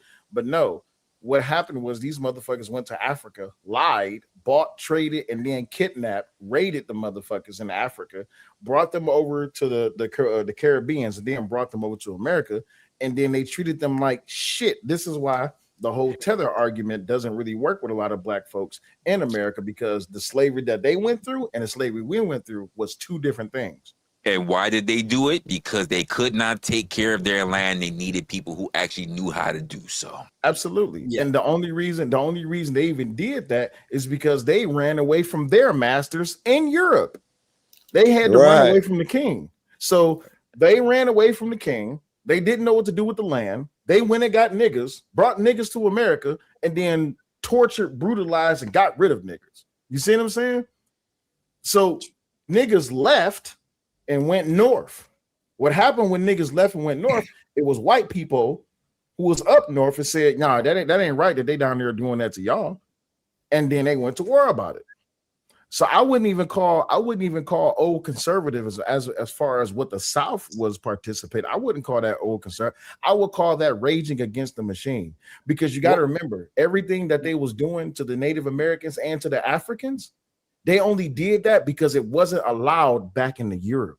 I mean, I think people forget that a lot of people who came over from Europe were actually prisoners themselves. That is where So we have a little slightly different perception here, but I Oh agree no, with you. no shit, right? I bet that was taught in Hold on, history hold on, too, hold on. right? Your phrase "rage against the machine." Technically, that would have been more true than anything. So the idea was the North was industrializing, right? But the South was predominantly agricultural. If I own a shit ton of land, right, and I need to work that land, I don't want to have to buy a bunch of tractors, farm equipment, which, by the way, was still being coming about, right? Like the cotton gin pretty much ended a lot of things, right? But it was still coming. It wasn't quite there. As a conservative, you want to maintain your lifestyle, meaning I've got my wealth, I've got my human breeding farm, I've got my land, I've got my agriculture, right? I want to hold on to that. By definition, that's conservative, right? It would have been the North that was wanting to go against that and shatter it. And that would have been the change. And this is where you could be right. Our perspectives is different, because I think that the only reason that they even came to this land is because, one, they escaped their land, and two, they needed a place where they can come literally pillage, take over, and fucking do whatever the hell it is that they wanted to. The people, and no one could tell them what to do. Well, sure. I'll go first. Well, that last part that you covered, that was the whole point. Because even as Mom was saying in the chat, like, Europeans had slaves. They still didn't do the type of shit that they did here in America. So because they were over here in America, they just said, let's just be the worst of ourselves. Yeah. Well, that's what I said originally, that they couldn't, the slavery that they had here, they couldn't do. This is the slavery that they had in Europe. They wanted to do it in Europe, but they was up under a dictator. They was up under a hierarchy. You see what I'm saying? They had the king and the queen over there. So they came over here and said, oh, ain't nobody can rule us over here. We're going to do what the fuck we want to do. We can treat them how we want to treat them. So in other words, liberalism, slavery produced lazy people. Because what did it do? By your own definition, it's not no names on the screen. I can't see you, your name up above me. But liberalism. It's Josh. Fuck him. Josh? Yep. Oh, I'm Josh. God damn it, Josh. If I knew it was you, I'd have said fuck you a long time ago, trying to participate in the conversation. Fuck you, Josh. But anywho, no. The slave masters, which was lazy, the only thing that they could do was keep people up, keep Africans up under, and Native Americans up under their thumb as their slaves, because they didn't know they didn't know how to take care of the land. They didn't know how to take care of each other. All they knew how to do was just be brutal assholes. That's it. So when they got their ass whooped in the Civil War, this is why I say the Democratic Party of today is they're just trying to reestablish what they had back then. They're just not doing it with blacks anymore. They're doing it with the Mexicans. Yeah, I don't disagree there. I guess the descriptors against the people, right? So the example would be like laying claim that let's just say the Mississippi landowners, right, didn't know how to tend with it. I don't know how that would come about, because Mississippi's GDP was like 2/3 of Europe at that time, right? Just these horrible people that didn't know how to do anything seem to have dominated 2/3 of European GDP. I mean, which is why they didn't want to give up. Didn't do the things the way you guys wanted them done. What do you mean? What other way did they? What other options did they have other than? So an example would be just using the stereotype, right? Cotton coming out of Mississippi was 2/3. They made 2/3 of what Europe made as a whole. If you would have taken all of the countries within Europe, 2/3 of that, all of what they produced, just Mississippi alone made that just in cotton. Yeah, but how did they go about getting that cotton? By beating the shit out of slaves and making them work. So the inhumane route. Of course, I'm discounting the concept of like treating people humanely. I don't see any obligation that you have to treat. Which is why I'm gonna go back to the point where I'm like, fuck your point, the fact that actually making sure that people have to go to the fucking military. Right. The only reason I'm anti compulsory service within the United States is because it's too far gone, right? Maybe if we'd have gone back 100, 150 years ago, maybe you'd have a claim to the better it shows type of to work in other. It shows to work in other nations today. It doesn't. Here, I take Vietnam right here, right? They have compulsory service here, right? I will give Vietnam's you a bad choice. That's a bad, Very bad choice. bad example. Okay, you want to use China? You want to use Germany? Who do you want to use? Well, if you use Vietnam as an example, the reason's going to be. You know what? I'm gonna let you make your example. So the point is all they typically do within most of these countries. I'll just here, most of Southeast Asia has compulsory service, right? They come in for 2 years. Some people, they'll buy their way out. Like you can pay bribes and get out of it. My brother-in-law being one of them. And then they basically go and work on roads, right? The road is poor quality. Nobody gives a shit, right? It's just basically slave labor and really low quality. Now, you couldn't pull that off in the United States because we don't have we have very poor quality of people that we do not want to drain our military might down. We don't want to lower the quality. We want our military to remain competitive. And that's they were why scraping the barrel as it is. Wait. Gangbangers, transvestites. Who is competing we with are our military? absolutely not scraping the bottom of the barrel. Go try to enlist. Try to pass your physical. What do you mean? Nobody's competing with our military. What are you talking I would argue under Biden, if I was another country and I wanted to invade America, I would have invaded America. They looked at us really soft during those times. I mean, Yeah, the they were laughing LGBT at thing. us. Right. Not so That's soft. exactly They'd actually why I invade, don't though. want- Nobody's that Shit. fucking Well, crazy. no Soft president one's or going not. to invade because we didn't look like we were destitute. That's right. Soft president or No, not. no, He's no, no. still Hell no. suicide. We look soft, but we I look will soft tell you- across the entire globe. I will tell you right now, during the Biden administration, the majority of our soldiers were participating in fuck shit. And all of our elderly soldiers, our old dogs, they're the battle hardened ones, but they're old. If I wanted to invade America during the Biden administration, that would have been a perfect time to do it. Why? Because we left trillions of dollars worth of shit in Afghanistan. We were behind a leader who was pushing sexual freedom and liberties within our barracks as if it was nothing. I agree with the concept. Hold on, wait. I'm not done yet. We Okay. literally was pushing a narrative in the military that if basic training was too stressful, we could take a break. How in the hell? Even when I joined the military in 2009, if the shit's too hard, guess what? Suck it up, Buttercup. And during Biden's administration, if the shit was too hard, can I get a break? What the fuck you mean? Can you get a break? You can't get a break when the bullets are flying over your head. Right. Can't you understand? Listen, during that time, they would say if you need a break, you can. I'm gonna give you a promotion to civilian. I agree with your assessment, but isn't that the case that's the majority of our society, at least within the youth? Let's just say 35. Absolutely. And why would you want compulsory service for those little fuck nuts to get into our military? Because guess what? Had the people before them been forced, been sent into that wouldn't be the standard. We wouldn't have that. If prior to Gen X, right? Because we talking about the boomers. If the boomer motherfuckers, if they had compulsory service, if Gen X had compulsory service, millennials had compulsory service. If they had compulsory service, we wouldn't have this problem that Gen Z. Not at all. Why do we want compulsory service again? I agree if we would have rolled back, right, to some time period prior, at least 1960s, right? Hold on for a second. 60s? I would agree with you at that point. Wrestler, Just not today. somebody from my stream asked, can they join? Are you okay with me dropping a link in the chat or no? Yeah, go ahead. Just let me know who it is. So It's somebody who I know. He's cool. His name is Detroit Coalition. What is the virtue in? I'm sorry, Wrestler. Before you go, dude, what's going on? You got a new camera, a new lighting, or something? What's going Right, on there, like, man? it makes for a better show. Got a new light, and I'm in a new place in my spot, so I'm just trying to jazz it up a little bit. I was like, you looking well lit over there. I need that Malcolm X picture you got in the back, big homie. I need that. Reza said it's easier to see. What's up, Josh? What's up, man? Reza said I don't it's hear easier from to you, see. Joe, man. Yeah, I just went over there today and stopped for a minute. I just been working a lot. Nice to hear. The same, man. Always a pleasure.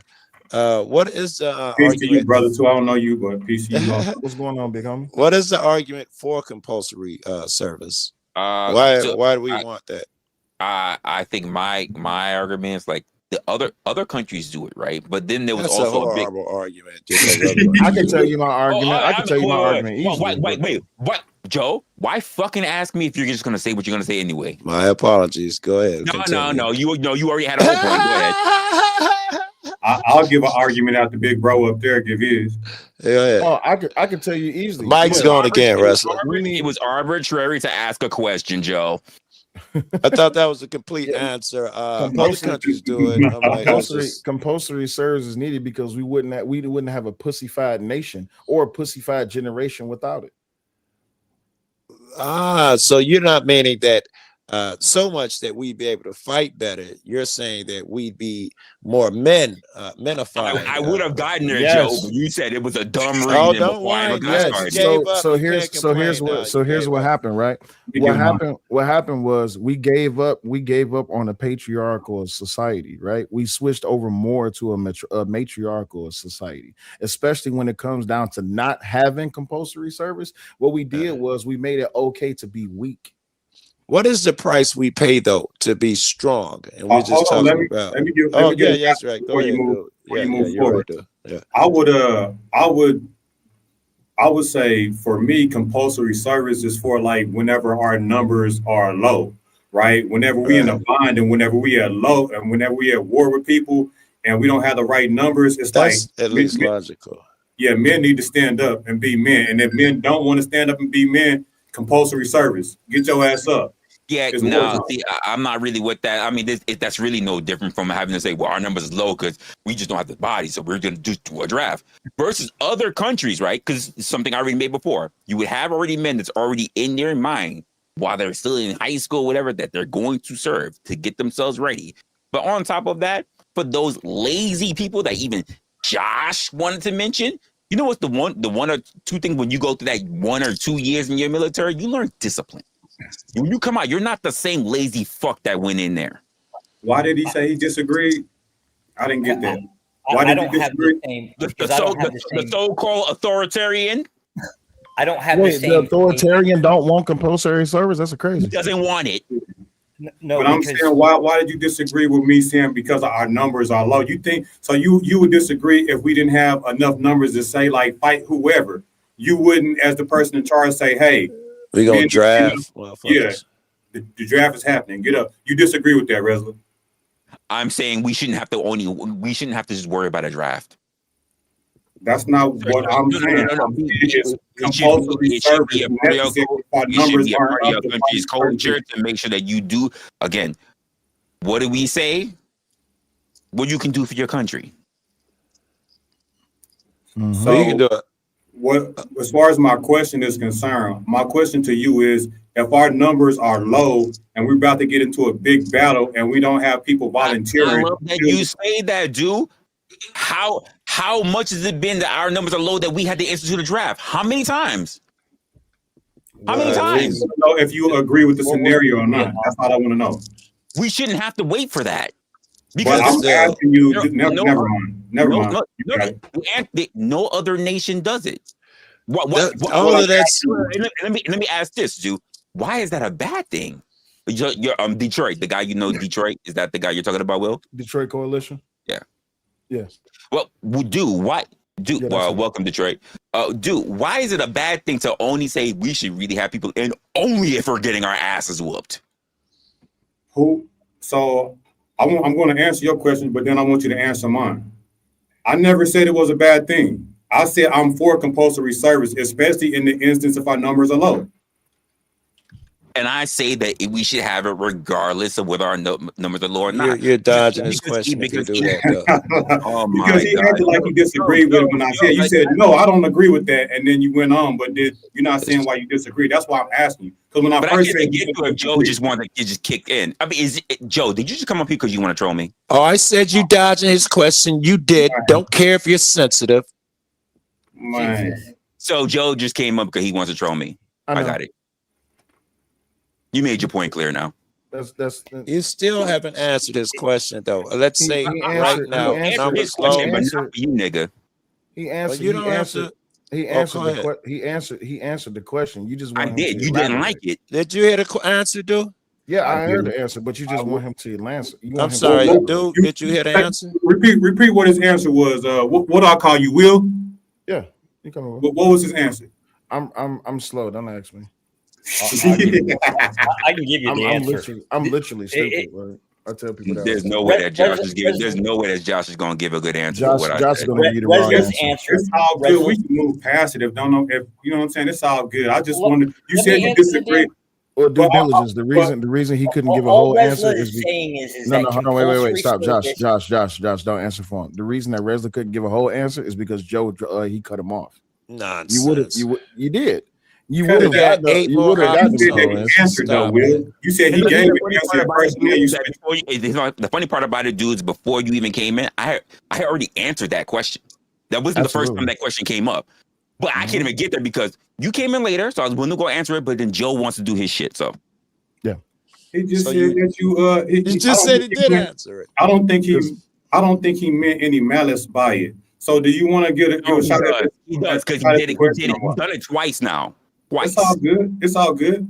It's all good. It's not good because if the Well, only let's- nigga that he let's want to move come it. after is and the stopping nigga is me, then there's no I'm sense not of coming after you. You just soft as fuck.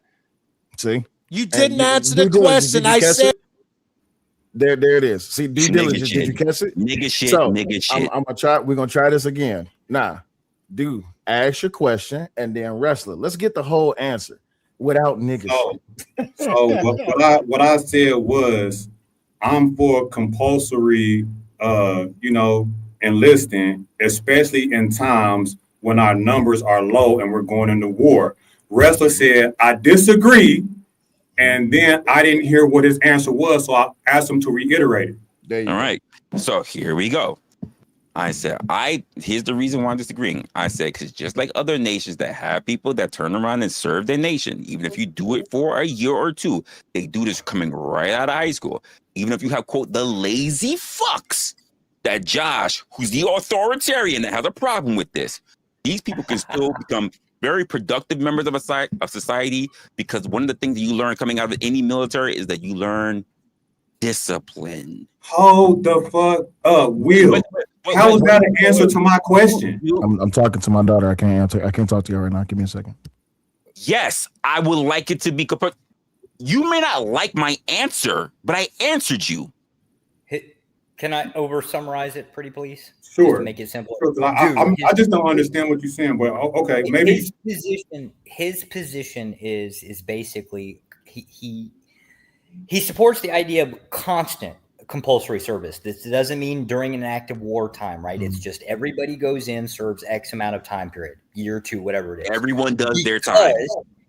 His position is that it will generate a better group or a better quality of citizen, aka lesser numbers of fucknuts, useless people, lacking discipline, whatever you negative thing you think about society is today. So, okay, so granted, I will say this. So it would have been a better response, and I'm not picking or nothing like that, because we're in agreements. You don't start off say no, I disagree because of that, because you're actually in agreement. Because if I say I'm for compulsory enlisting, right, and then you say no, I disagree because I want it all the time, we agreeing.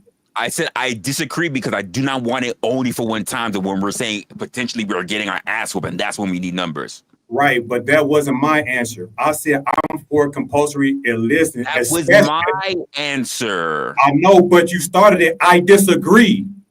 Nigga, do you just want me to just say I disagree? I agree with you. Anything you say, dude. Oh I my disagree. God. I You disagree. just can't comprehend. I can't. If I disagree with the fact that I don't want it just for when we're getting our ass handed to it, that's a disagreement. That wasn't my position. How can you disagree? Your position was you want it for when we need the numbers, and I'm saying I want it for what I want people in there, even if we don't need the numbers. Oh. If you have a constant rotation, you have people there. You So wouldn't can need I the draft only. can I give an analogy? Can I give an analogy real quick? Hold on. Only. I want to just respond. So, wrestler, you keep saying only, and I'm saying I'm for it, especially. Maybe you just misunderstood what I said. I never said only. You're right. Maybe I didn't hear especially. I just heard It's all good. we need numbers. And that's why I said no. I don't want it only when we need numbers. Because if you have a consistent roster of people coming in, getting disciplined, becoming better citizens because they're also contributing to their country, you will always have numbers. You won't have to sit there and have to worry about what we went through the last time, dragging people out of colleges or homes or whatever, because you'll always have that as a standard for people being there. That's my point. That's the only point that I made even prior to you asking me the question, because I answered it beforehand the same way. The second part of his question is, what if our numbers are low? You're going to hold his Do nuts? you, excuse me, now you're going to say I'm starting it, right? You're going to say I'm doing something in a minute. You're going to be blaming me for something.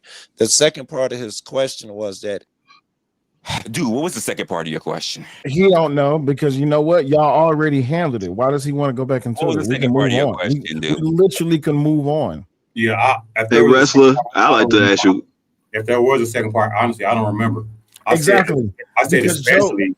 Because what Joe wants to do, Joe wants to keep it going, which I have no problem with him wanting to keep it going, but we've already handled and came to a precipice of that question. So we moving on. You think you guys could take 1 second to consider, because I am telling you that I am sincere, and if you are wrong,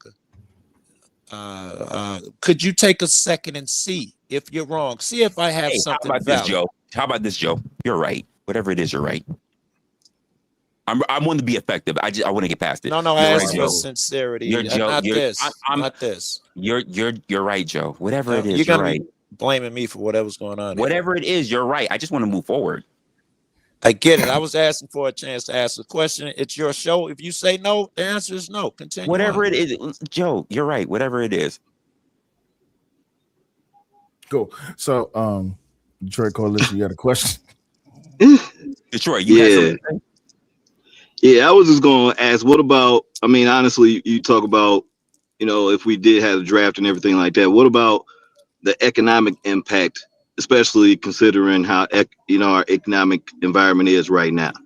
Because what happens when you have a draft is that you are pulling those same young folks out of the education realm of them going to get trained for whatever they might do. Although you get career training in the military, you can, but then you take them out of the workforce, and that does affect the economics. And now you think about if we had that going on right now with kind of how our economics are too, do you think that outweighs, what I'm saying? Do you feel like the draft outweighs the impact of that? Well, I think, personally speaking, I think the draft would, because it's a sudden shift in your economy. But if you had a constant rotation of people who always serve, because as they say all the time, as like to say for women, but the same thing for men, you always got 18-year-olds every day. Every day, someone's turning 18, going into your military. It's different than it's a whole plethora of people who are 18, 19, whatever, and then all of a sudden they're all just now randomly getting pulled out. That does something different to your economy versus the general expectation. I think we overlook right, and then if we put a timeline on that compulsory service, let's just say 2 years, right? So 2 years is fine for me.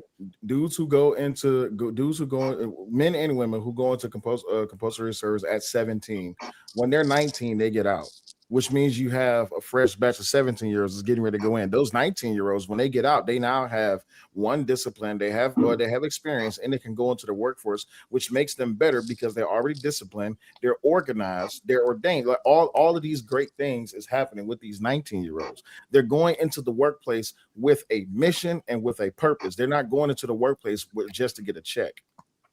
And to your point, Detroit Coalition, what is the economic impact of compulsory service to you? Like, what is the economic impact? What are you referring to? So the idea is that if you have, a draft or anything like that, then, well, one thing, first off, you talking about 17, 18-year-olds going into the military or whatever, 2 years. 2 years. Right, unwillingly, right? So imagine just even like willingly things that you were doing at 18 or 19 that you were willing to do, you know what I mean, that just, you know, life got in the way, even though you might have overcome it. There's things happen. Now think about an unwilling 18 or 19-year-old or 17 or 18-year-old, no matter if it's 2 years of service that you tell them to go into the military. So it doesn't breed, it doesn't breed a great soldier, because, you know, you don't want to be there. Most, you know, if some of them people don't want to be there, then they're not going to be good soldiers anyway. They're just doing their time anyway. Then you have them. Hold on. Then you have them. You're paying more for this anyway, right?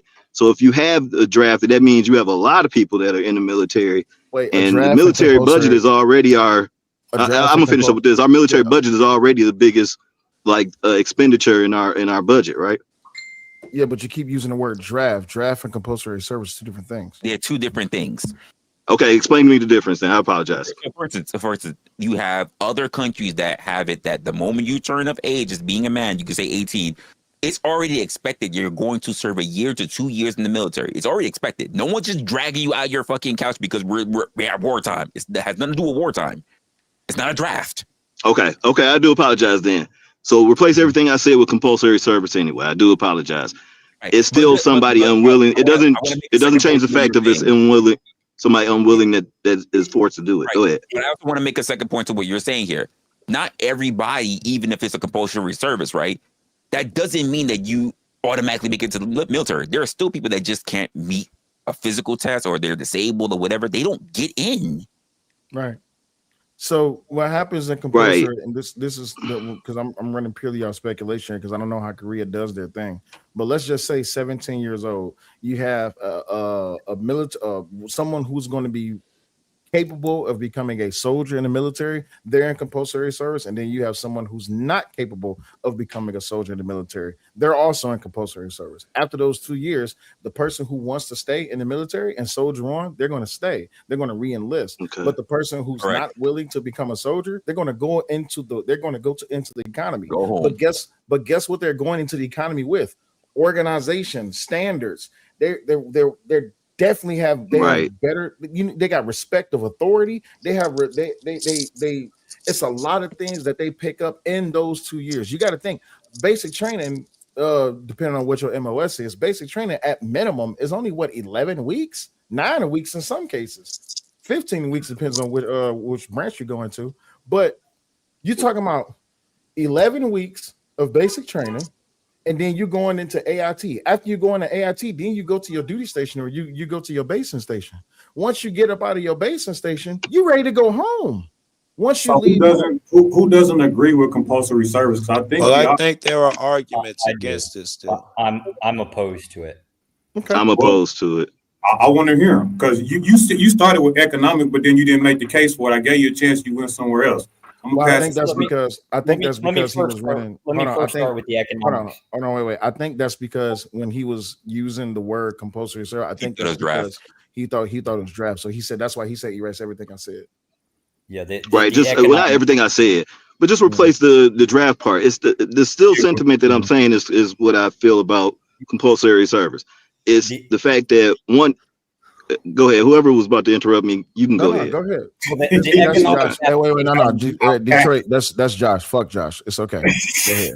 The economics application wouldn't really drown him out. Just drown him out, Detroit. Just drown him out. Fuck Josh. He okay. Wouldn't apply within Josh, compulsory okay. service because that would be a Josh, standard. your dick sucking lips. Just relax them. Not yet. Just hold on. Josh. I promise you got it after this one. He passed the time, Brody. There you go. Go ahead, Detroit. All right. So just to finish up what I was saying, I believe that the economic impact is that these 18-year-olds who are just going to be in here for, like you said, maybe a year and a half, 2 years, they come out, if they did have something else that they wanted to do in their career outside of the military service that they knew that they were going to do, they are 2 years behind that track of whatever they were going to do. So economically, that's 2 years of them not being in the workforce where they would have been there 2 years sooner. Hold on. Go ahead. Go ahead. No. It's cool. I see how this panel is. Go ahead. No. How are they? It's, How no, are they no, no. 2 years It's not how behind? it's not how this panel is. Who's sitting there talking about they already are rising star in their career coming through as 19? Like they're still figuring that shit out. What are we doing here? So let me ask you a question, Detroit. So if I'm 17 years old, I'm fresh out of high school. Let's just assume that I passed. I'm fresh out of high school. I'm 17 years old, and I'm going to work at a factory, or I'm going to work at a port, like a yard, shipping yard. I'm going to work at a fast food restaurant, or I'm going to work somewhere where I'm 17 years old. I'm eligible to work there. How would that put me ahead of someone who went into the military for 2 years? So no, this person just education is not on their table at all. They 18 working at McDonald's and ain't going to school. No. Well, school is different from the workforce. Well, what I'm saying is, but 4 years of 4 years of school will have you out at like 22, right? Where 2 years of service and 4 years of school will have you out when you're 24, right? Well, no, that's a different story. Because only Wait. Can we let's just say if we all agree with this part.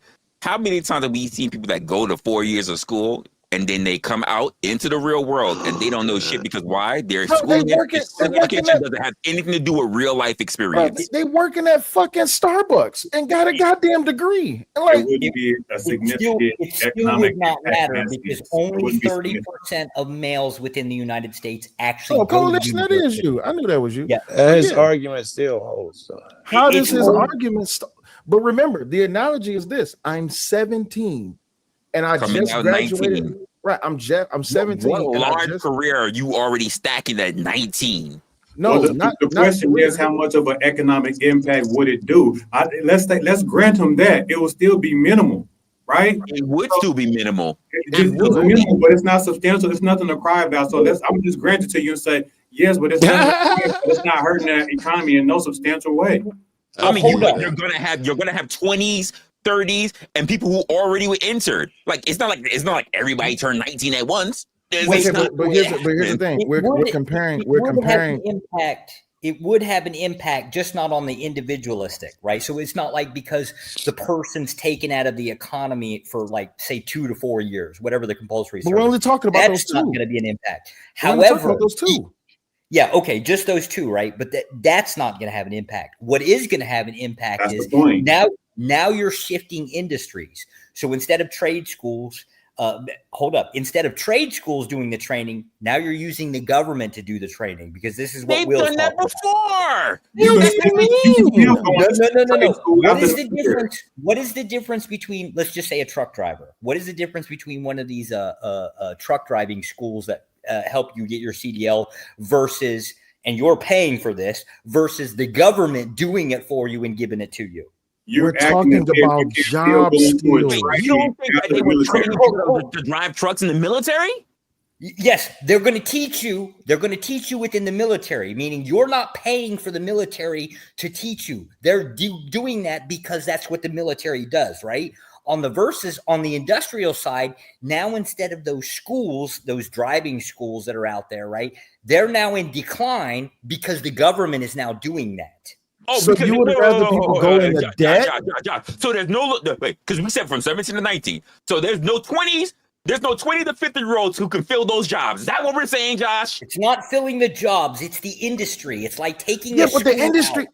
Josh, this is where you irritate me. So at 17, I get. Let's say me. Wait. Let's say me and Detroit. We both graduate at 17. Detroit goes on into the workforce. He does not participate in compulsory service. I go into the military for 2 years. When I get out, and when I'm 19 and he's 19, you mean to tell me that me being gone is going to have that much of a substantial impact on the economy? Not the individual, the school. The school is now tanked. But here's the problem, though. If he graduates high school and then goes into college, who has to front that bill?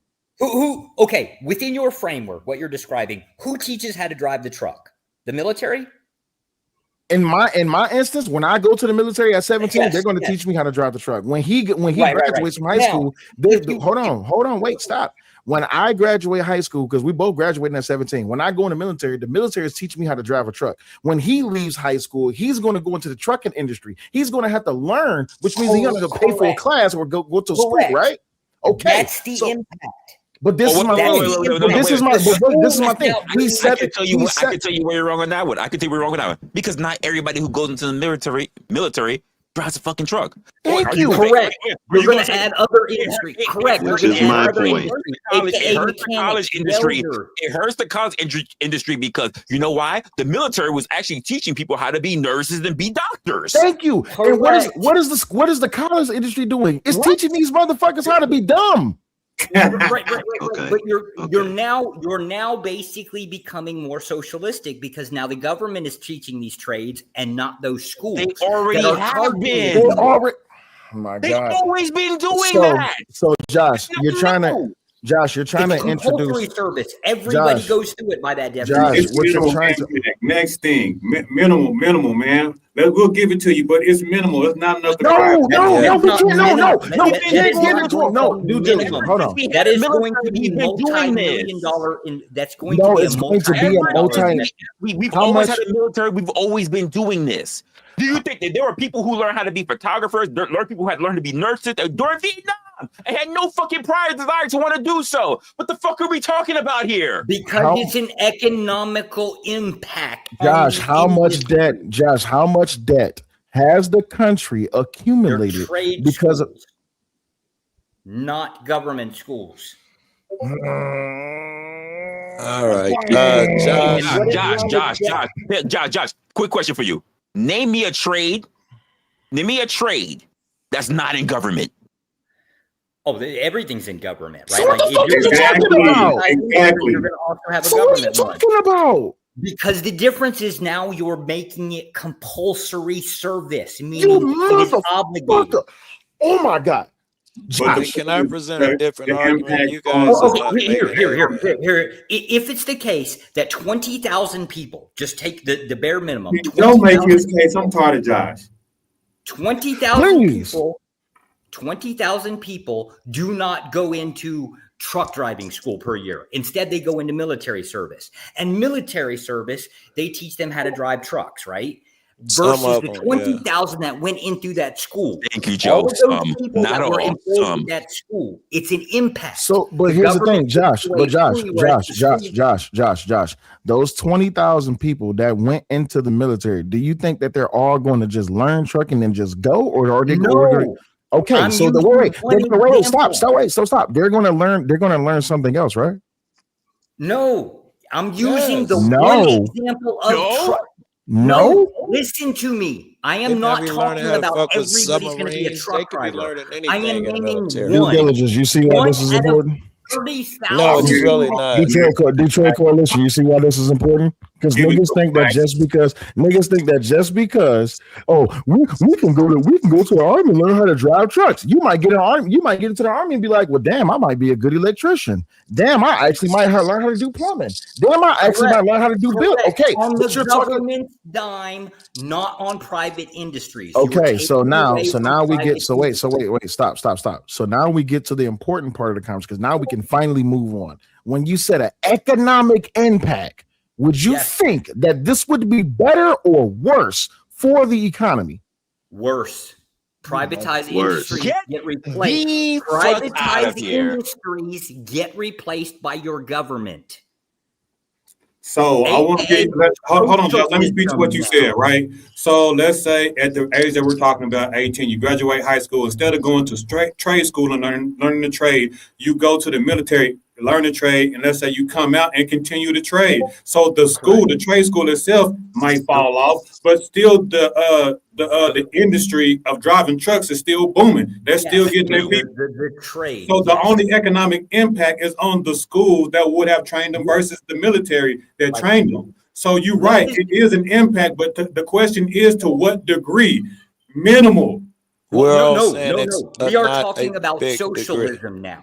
When the Okay, that's government different. does an industry, by definition, and that is called socialism. No bullshit. That's No, different. stop. No. Whenever they get out. No. I'm not gonna let you do. Wait, I'm not gonna let you do that. So you mean to tell me that socialism supports the government? Yes, you are So replacing. you mean to tell? Wait, stop. No, Josh. So you mean to tell me? Socialism supports the military? Yes, it does. Get the fuck out of here. When? That's not even what I said, by the way. I said whenever they get out, learn to trade in and get out and still engage in the industry outside of the military. Yeah, Josh has just changed it a little bit and just talking to people. Socialism does not Can I support give the it a fucking counter military. argument for Go ahead. compulsory? Can we Go get back to that for a ahead, Joe. second? It sounds wild to me. Go ahead. Please. Yeah, thank you. If we institute compulsory service into the military, then we must assume that the military is something positive and virtuous, because we're talking about giving authority, priming every young mind in the country to go in that direction. Even assuming the war doesn't jump off, we're priming them to join the military. So we have to ask ourselves, is it virtuous? Is there a war? Has there been a war since you've been alive that you thought was virtuous, or where you would send your kid over that wasn't for oil or Vietnam or some lie and all of that? We're priming our kids, so when they want to make a dumbass move, the kids are going to float right into it and not question. Yeah, but that's an argument against it. But Joe, here's the problem, right? And you're absolutely right, because wars are fought over dumb shit. But you want to know why that is, right? That's because we keep putting people in position that have dumbass intentions. Prime example, I was born in 89. What wars have happened, or what conflicts have we been in since 89? Both wars, Iraq. So let me still currently in Islamic war. So to address your point directly, you make a good point, but the fact that we have corruption and war is not a good enough reason to not have a compulsory service, right? Because we're still going to have valid wars also, right? So I agree with you that there's a lot of corruption and war and in the military. Wait. I'm not so sure, first of all, that we're going to have a valid war. Can you give me the last one? The last one I can think. Well, a couple might be arguable. Vietnam War. All right. I don't think that was a valid war. I'll be honest with you. World War II. World War II is where I would have went. Yeah, the World War II or the Cold War. Either one of those. Afghanistan was the last one that we had that meant something. We should have been in Afghanistan. We shouldn't have been in Iraq. But we should have. You're right. It wasn't even a war in Afghanistan. You're right. So that was the last place where we. We were priming them for military. We were priming them for evil intent. The last 50 years, actually more than that.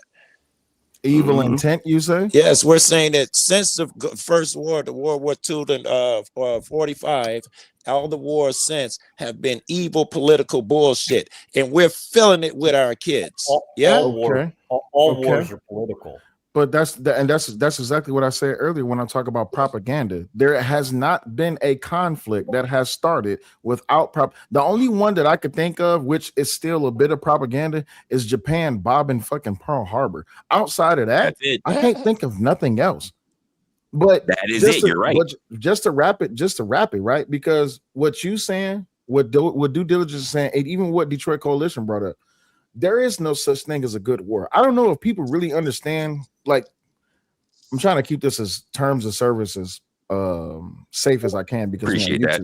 But we have to understand this: the bodies that you see in the hood have nothing compared to the bodies that you will see in war.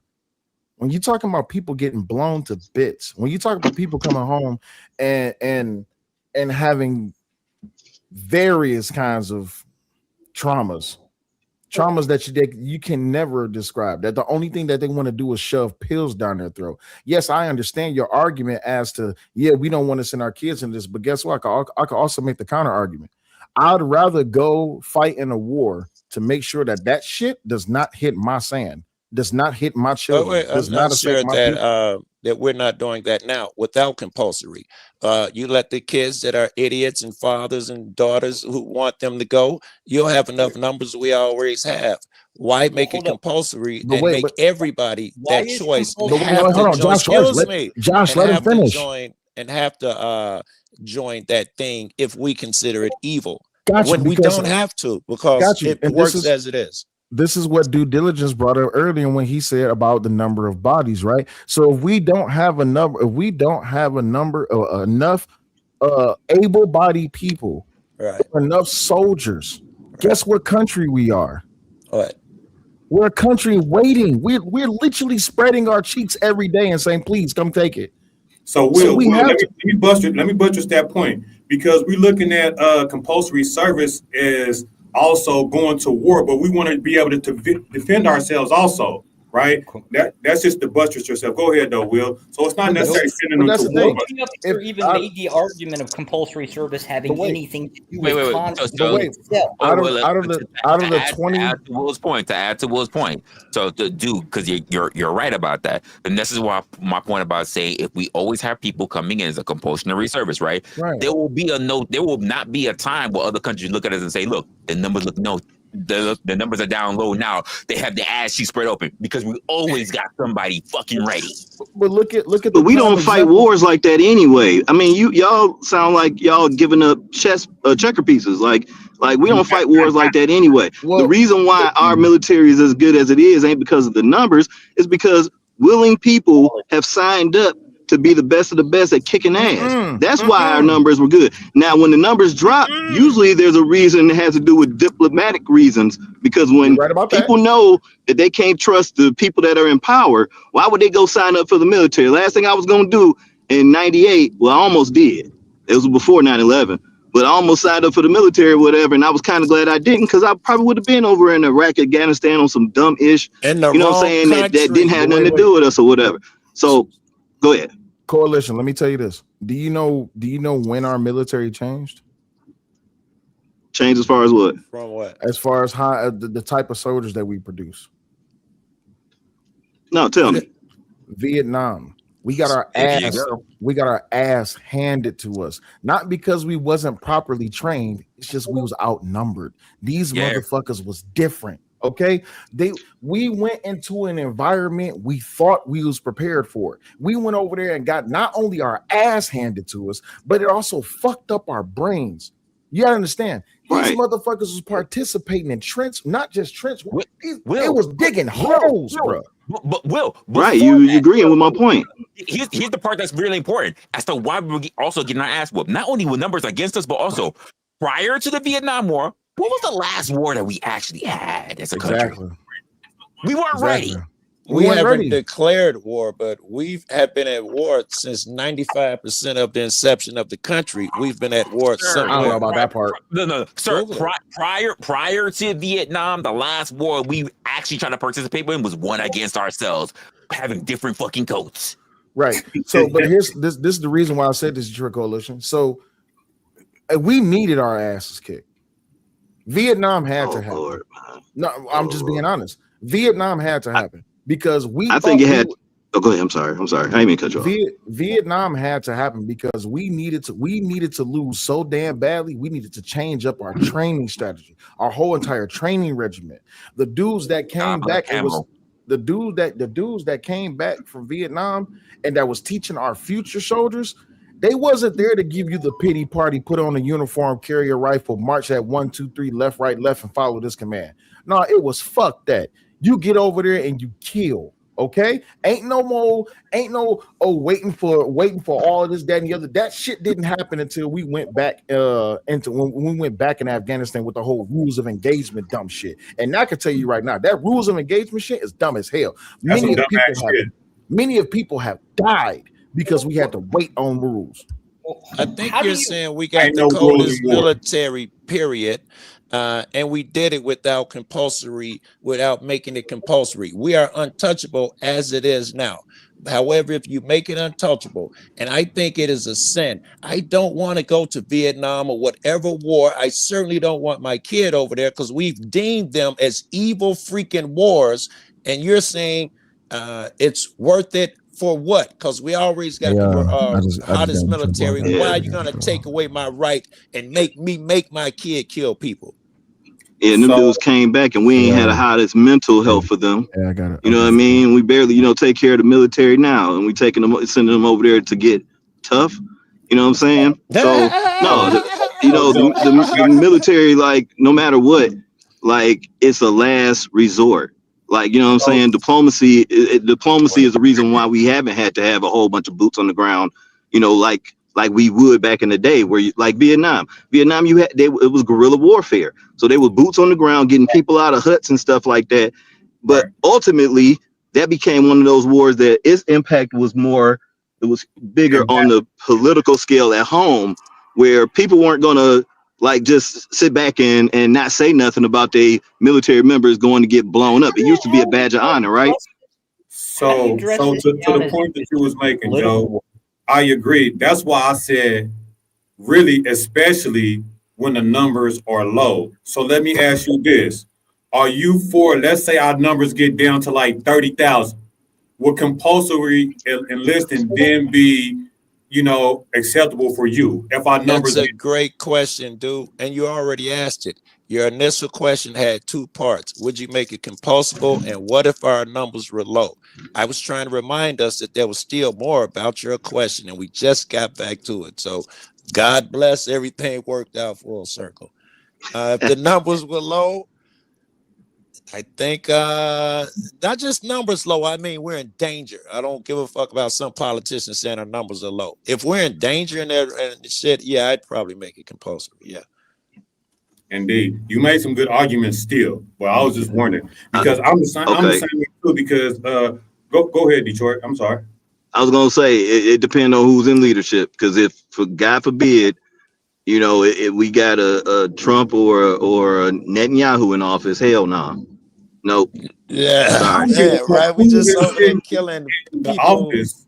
We talk about numbers, and we talk about the whole compulsory thing. Let me just ask you guys a question, because I think a little something. Who here believes that we won Vietnam?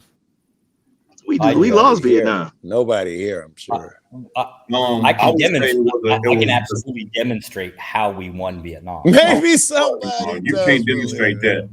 Sure, I can. What was the claim for Vietnam? What was our goal within Vietnam? To end communism. Name a country after Vietnam that became a communist country. Became or retained? Name 5 countries that came into existence after Vietnam. I say, first of all, let's not assume it was because of the Vietnam War that this has not occurred. Now, it is exactly how it was, because 2 other countries were slated to go in that direction, and they changed course really fast. Unfortunately, you can say that, but you can't say that it was because Vietnam War, like Joe said. You can't say absolutely. How you can't demonstrate that. You can't demonstrate that. Hey, sir, I can give you 2. Sir, Josh, I can give you 2 right now. First of all, Cambodia and Laos. Cambodia existed pre, unfortunately. No, after. Oh, afterwards? No, unfortunately. After. That was I'm China. I'm looking at it. After. Became communist after Vietnam. 1975. After. Whoops. As well as Laos. And it was meant to end communism, not just. I got one worse for you, Josh. They say we were going to end communism. Cambodia is not a communist country; it's a monarchy. Let me ask you this: did the U.S. withdraw? I love how you just shift and shape. You shift and shape, and Cambodia you just move that is shit not however a you like. communist You move country. that It is a goalpost like monarchy. when it comes to shifting, you are messy. You are messy on the goal. You just Cambodia. kick that ball. Okay. Cambodia, is it a communist country or is it a monarchy? I'm about to Google it right now. All right. While you Googling that, Josh, did the U.S. withdraw? It says it's a monarchy right now. Say that one more time. Yes. Wait. And after that, dude, when did it stop? They did withdraw? Being a monarchy. When did it stop being a monarchy? When did it start being a monarchy? Okay. Yeah, Josh. The U.S. withdrew from Vietnam, right? Yes. So how's that a win? 93. To answer your 93. question, Resla, 93. To answer your They question, withdrew in 93. Is that what you said? Yes, it became a monarchy officially in 1993. To answer your question, Detroit, the answer is yes. And the U.S. withdrew, right? And South Korea took over, right? South Vietnam. I'm sorry, took over South Korea. South Vietnam took over. I'm sorry. From South Vietnam took over after. From 75 to 79, Cambodia. I'm sorry, the North Vietnamese conquered South Vietnam. I'm sorry. Correct. Thank you, dude. Thank you. Say it one more time. From 75 to 79, Cambodia was definitely a communist country. That was after the Vietnam War. Correct. Which ended in 75. And what is ended Vietnam still communist? Cambodia. Well, then what did we accomplish? We went over there to end communism. No, it is a monarchy. We effectively ended it. Wait, is Vietnam not What the communist? fuck is the difference between a fucking monarchy and communist because anyway? there was 2 more wars afterwards. Man, there's no big difference between communism We did and not monarchy. stop fighting. We did not stop fighting. We shifted our conflict over to the next country over. I'm not gonna say there's honestly, Josh, I'm gonna be honest with you. I'm gonna be honest with you right now. You sound like the motherfucker that they act like you fucking a bitch hard when you're in the middle of a fucking earthquake. No country. Here you go. Listen, I looked it up here, y'all. So the U.S. failed as all Vietnam was unified under a communist government in 1976. Correct. So Now, we went over to end communism. What other country became a communist country? You asked, and that's what I'm going back to. Originally, what I asked you was, were you saying that there was no other ones that started or it ended communism? Because that was their goal, was to end communism. It ended communism. It ended. It did end communism. Resla just gave Vietnam is still communist. John, not in communism. It's already currently in conflict. It has been in conflict for 70 years, probably. So it didn't end. He just shift. He just package shift. He did because it didn't. You are the Amazon worker of shift. Because you are when the Amazon worker of shift, sir. It didn't absolutely everything turn off. Everything takes time to go through. Cambodia was still in conflict. We still haven't ended communism. Fucking North Korea still communist. We ain't ended shit. North Korea is still. We are still in an active declared war with North Korea. So we ain't ended communism. Motherfucker here. It's fucker No. here. Ended communism isn't what I said. I said what country became a No. So it created an endless war. No, what you said. We're still in active war with. For North Korea. Yes. So with North Korea. Communism. Yeah, North Korea is still technically a declared war. We didn't end it in Vietnam, and we didn't end it across the globe. Who declared war on North Korea? Crap, I believe our Congress did back in a long time ago. No, I think World War II is the last time we declared war. You believe? Yeah, What time in the Senate? Which part of the president ever declared war on North Korea? Go. Let me give you the year. Wah, wah. Come on. Not the year we went to war, declared war. Don't Declared. Google the wrong shit. Not talk shit. Not did a whole bunch of text and selfies and Twitter. June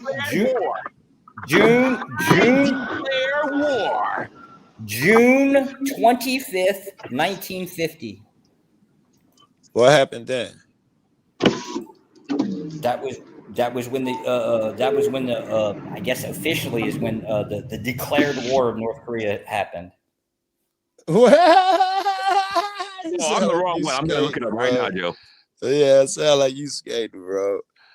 No, that was the official starting of it, I guess. No, the United States has not declared war on North Korea. Hey, check this out. During the North Korea war, Truman referred to the intervention as a police action to enforce UN. Even ChatGPT says you're wrong. No, the United States did not declare war on North Korea on June 25th, 1950. Not North Korea. Let's hit that shit straight. What happened? Not North Korea. It is not considered a country. All of Korea. North would still be all of Korea. No, there is no. There is no North and South Korea. There is just Korea. What? How Full about of you? declared war. How about no? I got. I'm gonna sort them out right now. I'm gonna sort them out right now. How about this? Because we got it right there. How about all, in quotations, all of Korea? If you mean, did the U.S. declare war on all of Korea, North and South?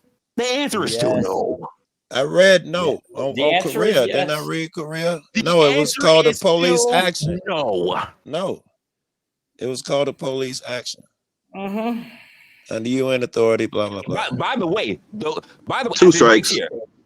here, the Korea was one country until 1945. And the answer was still a resounding no. 1945. The answer is still a resounding no.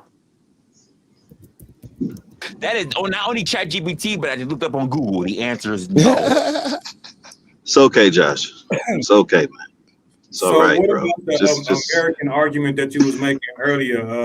You was talking about what it means to be American. Let me make it one more time. One more. Just sell this shit home.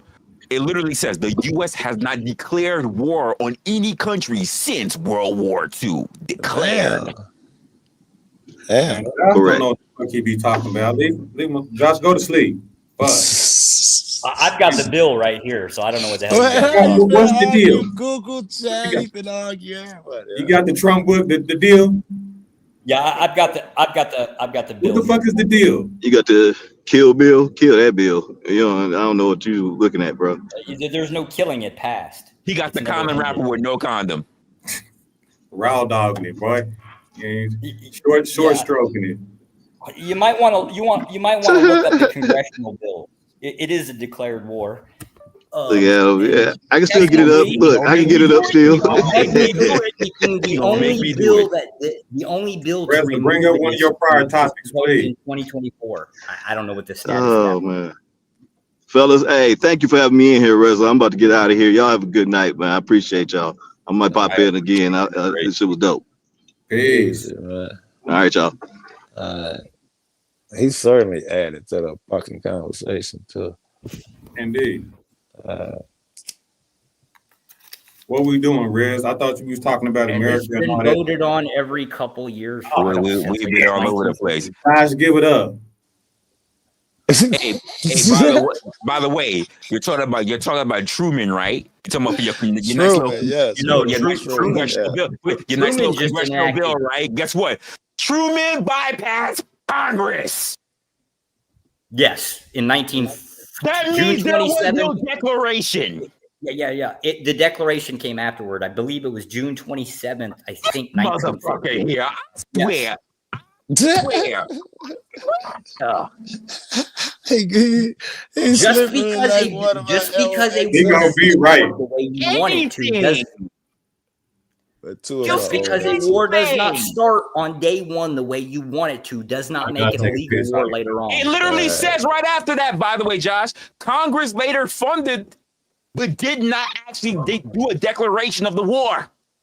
They did do a well, no, there is a bill. There is a bill voted on by House to maintain conflict, aka a declared war. They voted on it.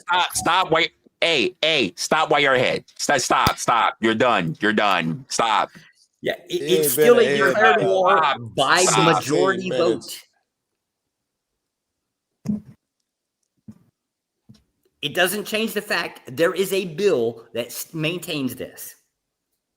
So the whole thing was to say they haven't declared war in all of these current wars. I think whether it was 45, 46, or whatever, you now realize that you were wrong and they ain't been declaring war. No, there is a congressional bill that the U.S. has not in caps, issued a formal declaration of war since World War II. So the formal declaration would be somebody that stands up behind a fucking podium and says, "Oh, we're going to declare war." You're right. A You're right. You know declared what? You know war what? is You're right. You're right. anytime there So is a that means majority we were vote absolutely within getting our ass Congress. whooped. That means we were absolutely, no, right. That means prior and even after the towers, we were getting our ass whooped by Bin Laden because he was sending us tapes, right? I don't know anything about 9/11. Oh, now you don't know nothing about that. That's more recent. I don't know anything about 9/11. It's recent in your time, sir. You don't know nothing about that, though, right? I know I have nothing to do with that area. What you had to do with the 40s, nigga? What do I have to do with Korea? You weren't Quite even a lot. alive. You talking about Truman era. You can talk about 9/11. See, this is the part where you're misunderstanding me. It doesn't matter when I was alive. I'm talking about the stuff that I'm trained to deal with. It matters because you're arguing for a time that you wasn't alive when I already caught you on that one. In a time that you wasn't alive. No, there is a congressional bill. Would you like me to pull it up? I'm not interested in if it's a bill. Yeah. You see, you don't care that there's actually a bill that declares the war. I don't, because it was all a shift declared from war is when the somebody day we gets up and declare says, "I war declare now. war." It doesn't If we work that declare war now, from at the modern wars was the whole topic of the Anytime- conversation. No, I'm not anytime interested in Congress whether they did a bill collectively back in the votes 40s. for No, a I'm not Let me- interested. Let me ask you. Let me ask you this. So just by what you're saying, Josh, and I hate to do this, but I hate to do this, but I'm gonna do it. So you're saying, of all the wars that the U.S. has declared, that they've gone to right after declaring it, that these guys have been pussies since 1940. Our country has been pussies since 1945 in declaring a war. What do you mean, pussies? We haven't gone.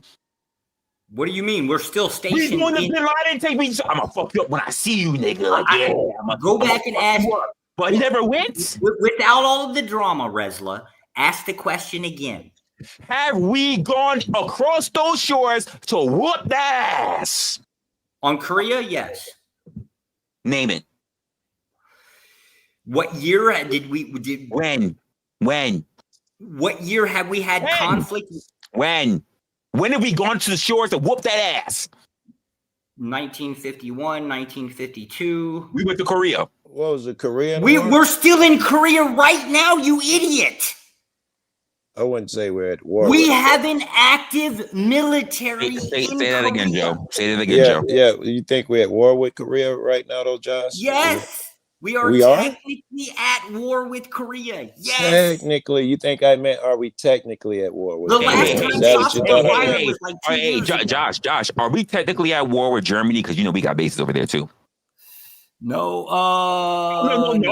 No, not the Aryan nation, not the one that we did War 1 and 2, but we were at the for Korea, right? We don't. You make no fucking sense. You make no. We don't you have make no fucking military. sense. No. You're misunderstanding. So we got Not bases meaning that. over there, son. Do we have Bases armed? over there, son? I'm going to ask this again. Do we have armed military outside of a military base That in North doesn't mean Korea? we're at Germany? war. Yeah, You just son. shift shit all the No. fucking time. I meant in It was, Korea. are we at war? Now you're saying the fucking, you done Yes, shifted it so the far United to States stupid is still definitions. at To war stupid with definitions of Korea. are we at war? Yes, the United States Like is you still don't at war understand with what Korea. people are saying when they're talking to I'm you. going to say it again. Yes, the United States is at war with Korea. Right. When's the last bomb we dropped on them? I guess it wasn't a bomb, it was artillery, and I guess it was roughly around 2 years ago, maybe 3. Wait. Was it 2 years ago? South Korea or North Korea? North Korea fired off a shot. We retaliated by firing off a bunch more shots. So It was you're mostly saying artillery. we are at war with you mean like North training Korea? exercises? Training Not exercises? North Korea, Korea. Well, now it's North and South Korea. So I gotta ask you, which No. one You're are we colloquial. at North war Korea with? is not a country, you idiot. Since There is only one 1945. country. It's What- why what- Korea can't do anything because the conflict has never ended. Well, I'm They can't totally- join, Wait, the wait, UN. wait. They can't really do anything because they are Wait, still in wait, a wait. state of war. Wait. So I think you're saying that North and South Korea are still considered Korea. Correct. There is no legal delineation. We Sounds just great. basically colloquially. Sounds great. Hey, And by you're the way, saying- Josh, I just looked that up. Hey, Yes, North and South Korea are absolutely considered two different countries. By who? Not just politically, but legally, geographically, democratically, and By diplomatically. who? All of By it. who? By All of it. who? Who? By who? Let's see. Democratic People's Republic of Korea. So they recognize themselves. Big deal. Yes. Separate. Yeah, they recognize themselves Separate. as being different. Oh, Yeah, by the way, Republic of Korea. And by the way, other nations see it as well. Japan happens to see it. The U.S. happened to see it. Oh my God, there's no fucking way. Oh my God. When was the vote for the? When was vote? Nah, for the he needs United a vote, Joe. You see Shut this the bullshit? fuck up, When was nigga. the You vote know for we the ain't at United war with Nations North to Korea. recognize it? You know we ain't at war with South Korea, you disingenuous Of fuck. course, we're not at war with South Korea because we're on the South Korean side. No, and then here's the funny good. part, Joe. After he get the vote, you know what he's gonna say? I need a pinky swear. Did they pinky swear? Right. Did they they double smoke a dip? cigar Did they double dip? afterward? Shake hands? The secret handshake. The secret handshake. That was the right word.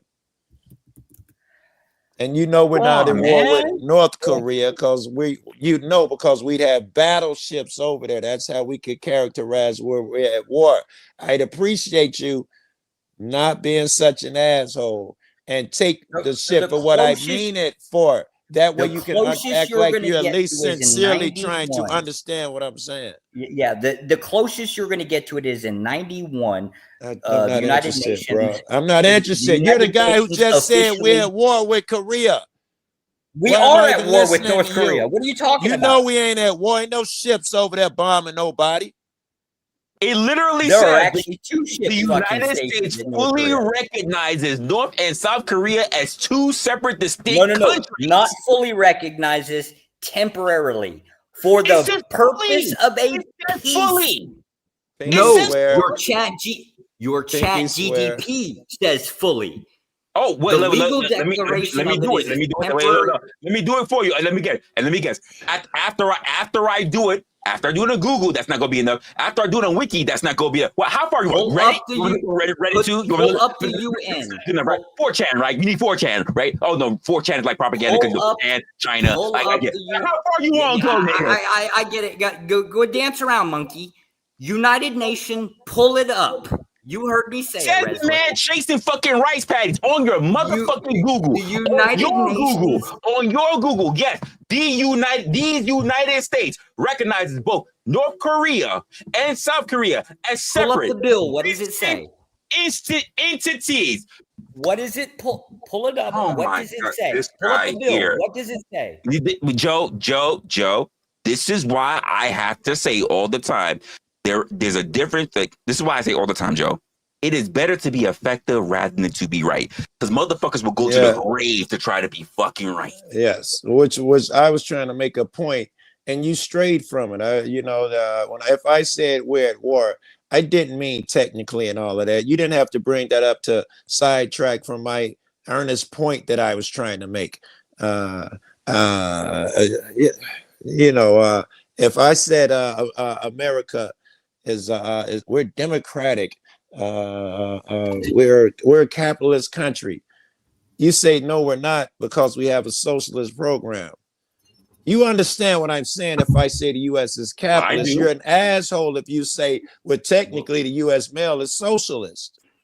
No, it's we're crazy not because literally we said the entire country split 1945. Here it says the United States formally on a podium recognized South Korea in 1949 and acknowledged North Korea de facto control over its territory. Not only did the U.S., but this is also part of the UN dealings. Correct. How the fuck am I wrong? Tap out, Josh. Fuck, I've been gone for 10 minutes. Or do you not understand?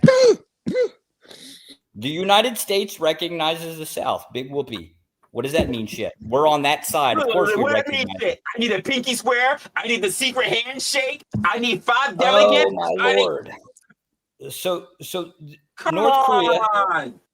Korea is the same as Vietnam. The difference between all this is a dodge. Don't forget, all this is a dodge because he said we've ended communism. He dodged all the way to the corner of some signed in a dark room in North Korea in the 40s to dodge to stay away from we've ended communism. Joe, check this out. We ended. You know what? Y'all are a bunch of bitches. You want to go down and say no, we got you. No, we got you. Because a CIA officer fucking gets on the goddamn radio and says, we got you, right? We got you because we literally, hey, check how far north we went, Joe. We went from South Vietnam to Cambodia to fucking North Korea. In every aspect of Vietnam, did we not dominate? And the only difference between Korea no one asked and about domination. I can't answer, Josh. I can't answer you. The answer is no, because North Korea still stands. Fuck you. Yes, North Korea still stands because there was no pullout. We have not dominated all of Korea. Vietnam stands the way it does because we killed 3 million of their fucking troops. They killed 80,000 of ours. We lost. It was a good lesson. What did we lose? We lost our dignity in that war. What did we lose? We lost our dignity in the war. We lost. We were supposed to end communism. How do you measure dignity? Here's what we lost. 1,000% too many fucking lives, especially when we had our own nation back time saying, we don't want you going there. We had our own people saying, we don't want you there. We don't want you there. We don't want you there. They were protesting in the street. We don't want you there. Who was protesting? And we still win, didn't we? Who was protesting? We still win, didn't we? Yes. We learned quickly about military does not cater to our own fucking protesters in the street. A traitor? Who's a traitor? Who did you say traitor? Protest, I said, I think is our government does not cater to protesters in the street. This is absolutely true. I'm making a video about it right now. Yeah, we don't care that people say, "Oh, I don't give a shit. I don't like it." Right? I wouldn't say that. I wouldn't say that because the protesters wouldn't be out there if people didn't care. So. Well, the protesters, the government doesn't cater to them. AKA the government doesn't care. But then you said we don't care. I don't know who we are. We don't care. Who is we? The government? No, we're you not don't care. We as in the country as a whole. I'm saying we care if there's 10,000 motherfuckers in the street. Apparently we do care. A minority group that nobody gives it. There's not enough of them to give a shit about. That's not true. And he just dodged who is we. Are we the government? Are we the people? Are we the protesters? Are we the majority? You are incorrect. What the fuck is with black people always fucking concept of I'm the minority, right? I fucking matter. No, you don't. His best to dodge, bro. He in such a corner. He trying also. He calling us bitches and black people. He trying his best to get out that fucking corner. I love how he shifted to black people. That shit's crazy. Wait. Hey, Josh. You feel? Are you okay? You okay? You need a sales. You need a got white fatigue. You need a face. You got black fatigue. Are you okay? Are you okay? Do you need a timeout? Is that it? You need a cookie? I need a timeout. You all right? Hey, mama, he need a hug. He need a pat on the back. He need to get birth. He's not feeling all right. People matter within a group. How did it go to black people? Because that's what I'm talking about, right? No, it's not what we're talking about. We're talking about Vietnam. Asian nigga. Okay, Vietnam. The protesters. Racist side is coming out now. He like, fuck you niggas. That's what he want to say. The protesters, were they a majority or a minority? The majority of protesters for Vietnam War is black. And this is why y'all are fucking cucked. This is why y'all are fucking cucked. Albino monkey, will you answer the question?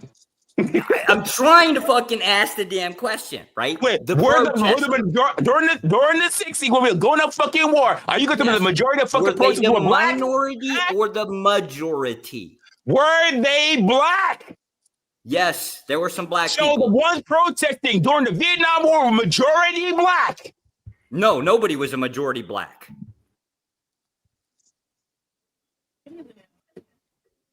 Yo. So it won't be me because I've been associated. Hey, Joe, dude, you can hang this nigga. Yeah, y'all, run, cuck. I don't give a shit. He's I'm not gonna like again, me because right? I'm gonna go The back to the minority communism shit. I'm gonna drag him back to the protesters original not question. I'm natural. not interested in his diversions, so he's not gonna like me. I wouldn't even entertain all that nonsense. Man, I've been ready to go. Because you're a minority group. It's not going to matter what your political opinion is. It's not going to have an effect on He what almost the there, government dude. does. He almost there. Yeah, We can it's get him coming. another 10 minutes. He gonna It's give us coming. the show. He gonna go out there. Thing is the protesters in Vietnam. It didn't stop the draft. Matter of fact, it ramped up. Oh my goodness. Okay, Josh, you got it. You won. Yeah, you did well. Not really. Hey, Chad, you see this, right? It ain't us. It ain't us. Your concept of we lost is based on what? A population or a popularity contest? It's called consensus. We got our ass handed to us. When a It's group of consensus. people said it wasn't worth it. It is for the a lights to national walk consensus. It is national. It is on the books. And by that definition, right? But- That's why but you Josh, say what you all based wars it were on was fucking saying bad. that it killed communism and it never happened again. never By did. your A definition, single you're wrong. country has been By your formed own under definition, you are wrong, Josh, but you just refuse to tap out. Not a single Resla country gave you has two formed countries under that communism. became communist after the Direct Vietnam after. War, Cambodia didn't and you become still communist. refuse to tap I out. fucking just told you. And then I No. told you when it became a monarch. Cambodia was always under conflict. It remained under conflict well after we I pulled out of literally Vietnam. told you, Josh, when it became established, right after, and when it became. 75 to is when it became a 79. monarchy. Listen, Cambodia was a communist country from 75 to 79. It was a lot of things between 75 and 79. When did their conflict start? No, we're talking about communism. Communism, When did right? Cambodia's you're conflict shifting. We weren't start? talking about their conflict. We were talking about communism. When did I love how you're trying to Cambodia? shift. When did Cambodia's war officially start? We weren't They're not talking gonna call about it a war. that. When did We it were start? not talking about that. I love how Yes, you're trying to shift. because We're you're not saying- listen, you're listen, saying you- that listen. Yeah. I get it. I get it. Those people in Vietnam, they can't really catch up. But we here are Americans too. We catch up. Mhm. We listen very well. We up. Yeah. Cambodia here. has been in a state of conflict for 70 We here. years prior. I get it. It Them didn't Vietnam officially people, end they until can't do it. 93. They can't. I get it. I get it. They can't focus that much, but we do. Don't try. Man. What's up, Rez? Let's go to the next thing, man. I'm white fatigued right now, brother. I can't Yeah, I got white fatigue, cannot man. take no more. So tired I'm of people white calling me fatigued. out my name and complaining all the goddamn time about being oppressed. It is crazy. It's crazy. That's crazy. That's crazy. I'm still trying to figure out how we even got so far north. Right? I was trying to Because see you where- just basically stated that Pol Oh, Pot was compulsive basically in military control was where we while we're began actively this bomb. shit. Well, technically speaking, What's we good, supported Alex? Pol Pot. You basically just denounced everything about Pol Pot. Do we think no, we already covered that part about the military. This really was on a conversation about, honestly, Joe, and I'll ask you, and I'll ask do as well. You're all pussies. You're not a fucking Americans. I hate to tell you this. Now you can't possibly be American. Stop. Don't engage in that, wrestler. No. I can answer this real quick. Hey, Josh, where are you right now? Vietnam. Vietnam. Oh, Vietnam, right? Go figure, Joe. We not Americans. He's in Vietnam, right? Okay. Yes. Hey, Joe, where are you right now? Chicago Hey, dude, where are you right now? is particular. Oklahoma. Oh, well, wow. So, Josh, sit the fuck down, foreigner. Fucking foreigner. You losing your English accent, Josh. You even sound. I hate to tell you this, Josh. but you guys would be the pussies that I wouldn't want in the military. Hate to tell you this, you're not one of us. You mean the one that will Except go for all Duke. into a I whole have to other give it to country, to a Duke. communist-looking country? I have to Well, give it to let's go Duke. to the next shit. This Oklahoma, dude is spazzing no. right now. Yeah, you were gonna ask something, man. Maybe what the show was about to begin with, and your mic's off again. So I'm gonna ask you a question. I've been asking everybody who came in so far, except for Coalition who left. I ask you both, and then I don't know, dude. Maybe you did ask. So let me ask Joe. You start, and then do let me know if you answered or not. Oh no, you were here in the chat. That's what it was. To you, what does it mean to be American? I like it. All right, I'm gonna try to get a simple answer in the spirit of the question. Well, let me give it to you the way I gave it to Cellulite. Okay. Let's just say you was on a trip, right? International waters on a good cruise. I'm a foreigner. Yes. Maybe I came up and I'm just doing my little international thing. And I see you're an American. I'm talking to you. Like, you from Chicago? Okay, cool. I'm thinking about if I want to stay in America or not, but I just want to know, what does America mean to you? What does it mean to be American? Okay, see, that changed it. If you ask the That's first true. one, I was going to say we're cowboy ass niggas. That's what America is. But if I'm in a situation where motherfuckers ask me all the good reasons to be American, I'm going to shit on America. I'm going to say we got all our same problems and issues, man. And, the people are blind and sheep, and we got the same issues. You're gonna find at your fucking place. You come to America, be prepared to do work, man, because it is not all roses and apple pie. I really don't like that immigrant shit that's going on. I hate that shit. I got you, but let's just say, like, you have somebody, they're not malicious or whatever. They're meeting you on international waters. They're just asking, as an American, like, how are you about America? That's what I'm asking. Like, what is America to you? So you wanna? I think Joe said what he said. I'm gonna go ahead and go for it. Take my shot at it. I'm gonna say that, like Joe said, America has its faults, right? But the ideology of America is the future of the world. Like, America wants the whole world to be America. And I don't think that that's necessarily a negative thing, because America, the principles of America, if we actually actualize those principles, it'll be great for the whole world. So America and the principle that it was founded on, if we can ever realize these ideals, who don't want to be involved? Wouldn't you agree that we stray further and further away from them? I mean, wow. America, you're talking about is Bill of Rights, freedom, rights, all of these things. And the truth is, you can't just carry a gun down the street. Well, you certainly can. I'll get shot in the back and the cop would get off if I had a gun in my hand in Chicago. You say it crushes your Second Amendment, First Amendment over here with the ICE bullshit. They just told the protesters you can't protest out there anymore except between 6 and 9. You just gonna shit on me while I'm giving my spiel, huh? I'll let you have your time. I'll let you have your time. I was waiting. I thought you were done. He really went in. Go ahead if there was more. Could you clarify what you mean by principles, diligence?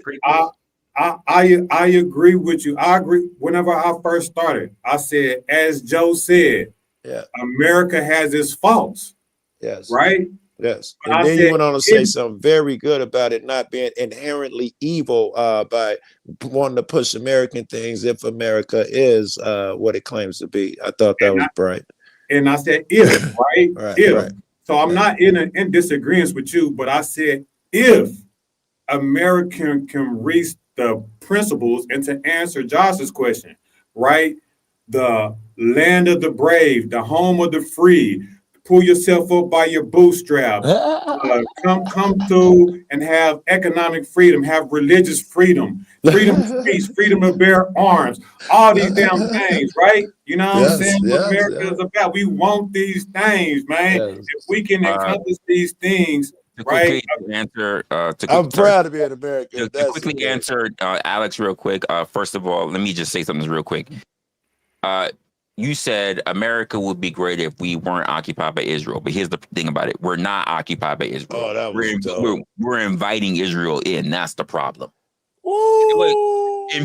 Israel came in as a guest, and they didn't know when to leave. That's the Now Say Resla we shit on me invited when them. I'm cooking. I'll be cooking and fucking. I don't want to go. Go, Josh. God damn it, I can't cook. But Shout out to Zionist. I love the Jews. Everybody else is just no. I inferior asked pieces Josh. of shit. I asked Josh. Now my question to Josh would be, based on what these two said, what are your thoughts on that? I don't really comprehend what he meant by principles. I'm assuming he means choice, basically. no, I explained it. I said the principles that I specifically was talking about. Yeah, like pull yourselves up by the bootstraps, blah blah blah. Like work, which is pretty much against what Joe said. It's really bad description, right? I need some little bit more finer prints. Hold on, Josh. I said the land of the free, the home of the brave. I said pull yourself up by your bootstrap. I said economically free, right? Can start your own business. I said be able to bear arms. These are these not American principles? Land of the free. I don't even know what the hell that fucking means. Okay, See, Josh, this is you when just you're being being dense right now. But anyway, you just shit on what I said. Then when you talk about you don't understand what I'm saying, you are not an American. Resla is right. You're a fucking Vietnamese. You don't even remember what American principles are. He should have been able to say apple pie and hot dog. And Well, you no, should have so known like, what he was what talking the about. fuck? You know, here's an example, these right? are American principles. Quit playing. Here's an example. So what Joe Cool would say would be like the Bill of Rights, right? That's a list, right? Whether you agree with them, whether they've been amended, you know, whatever the hell they were, they obviously weren't. They're not exactly what they originally were. They evolve over time. But I get those. Those what he would claim would be principles, right? Here come the pinky I don't get the hand extra shake. stuff. Wait, what? Thank you, Joe. I'm like, wait, you know the amendments, like they put clauses that it can be quote amended, it can be changed. Right. I'm Yes, expecting that's really what it is, technical right? there. But you would say the principles, right? So I would agree that the principles are changing at some point, right? But when you start to say things like pull yourself up by the bootstraps, just implies that you're going to have to work for whatever the hell you want. But that's true almost anywhere you go. You're going to have to bust your ass. I'm trying to understand why that's a fault. Yeah, why don't you instead of criticizing what I said, why don't you answer? Why don't you just answer Resla's question instead of criticizing mine? Right. Well, okay. So if I'm going to go against it, I pretty much think that they're not go against it. Just answer the question. To the point. I'm going to go against it. To the point of what you were saying, right? Because you said you're not really. To the point of what you were saying, because you're saying you're not really too sure, but you're literally answering it. Yeah. Here's going to be my answer. Basically, both of them are platitudes, right? Like, let's just say that the Bill of the Rights are these things that make us American. No, you have the right to bear arms until you pick up a felony conviction or do something stupid. Somebody takes it away from you. Or let me make a quick interjection, Josh. Do you remember what Resla's question was? I don't think he does. Yes. What did I have to say about you? You don't listen to blacks. You don't listen to blacks. What I had to say about my position versus your two position. None of these things are generally American. Well, I know what you're is what makes American. Your ability to fight. That's it. Oh shit. That's it. And that's all you think about America is just fighting. You don't think of rap music. That's all that matters. Joe, he spitted on my whole shit and summed it up and said your ability to fight. Joe, he Josh believes the ability to go to war and just fight is all it means to be American. And that's all it means. Get your ass out of here. You gonna say we not Americans? Right, Russia's Americans. If they're winning, your idea they're is Americans. they fight better. Fight other countries, right? But the same concept would be with the individual person willing to fight the person next to them. That's simple. I don't know. I stopped listening a little while. Conflict, baby. Josh, what the fuck are you talking about, bro? All types of conflict.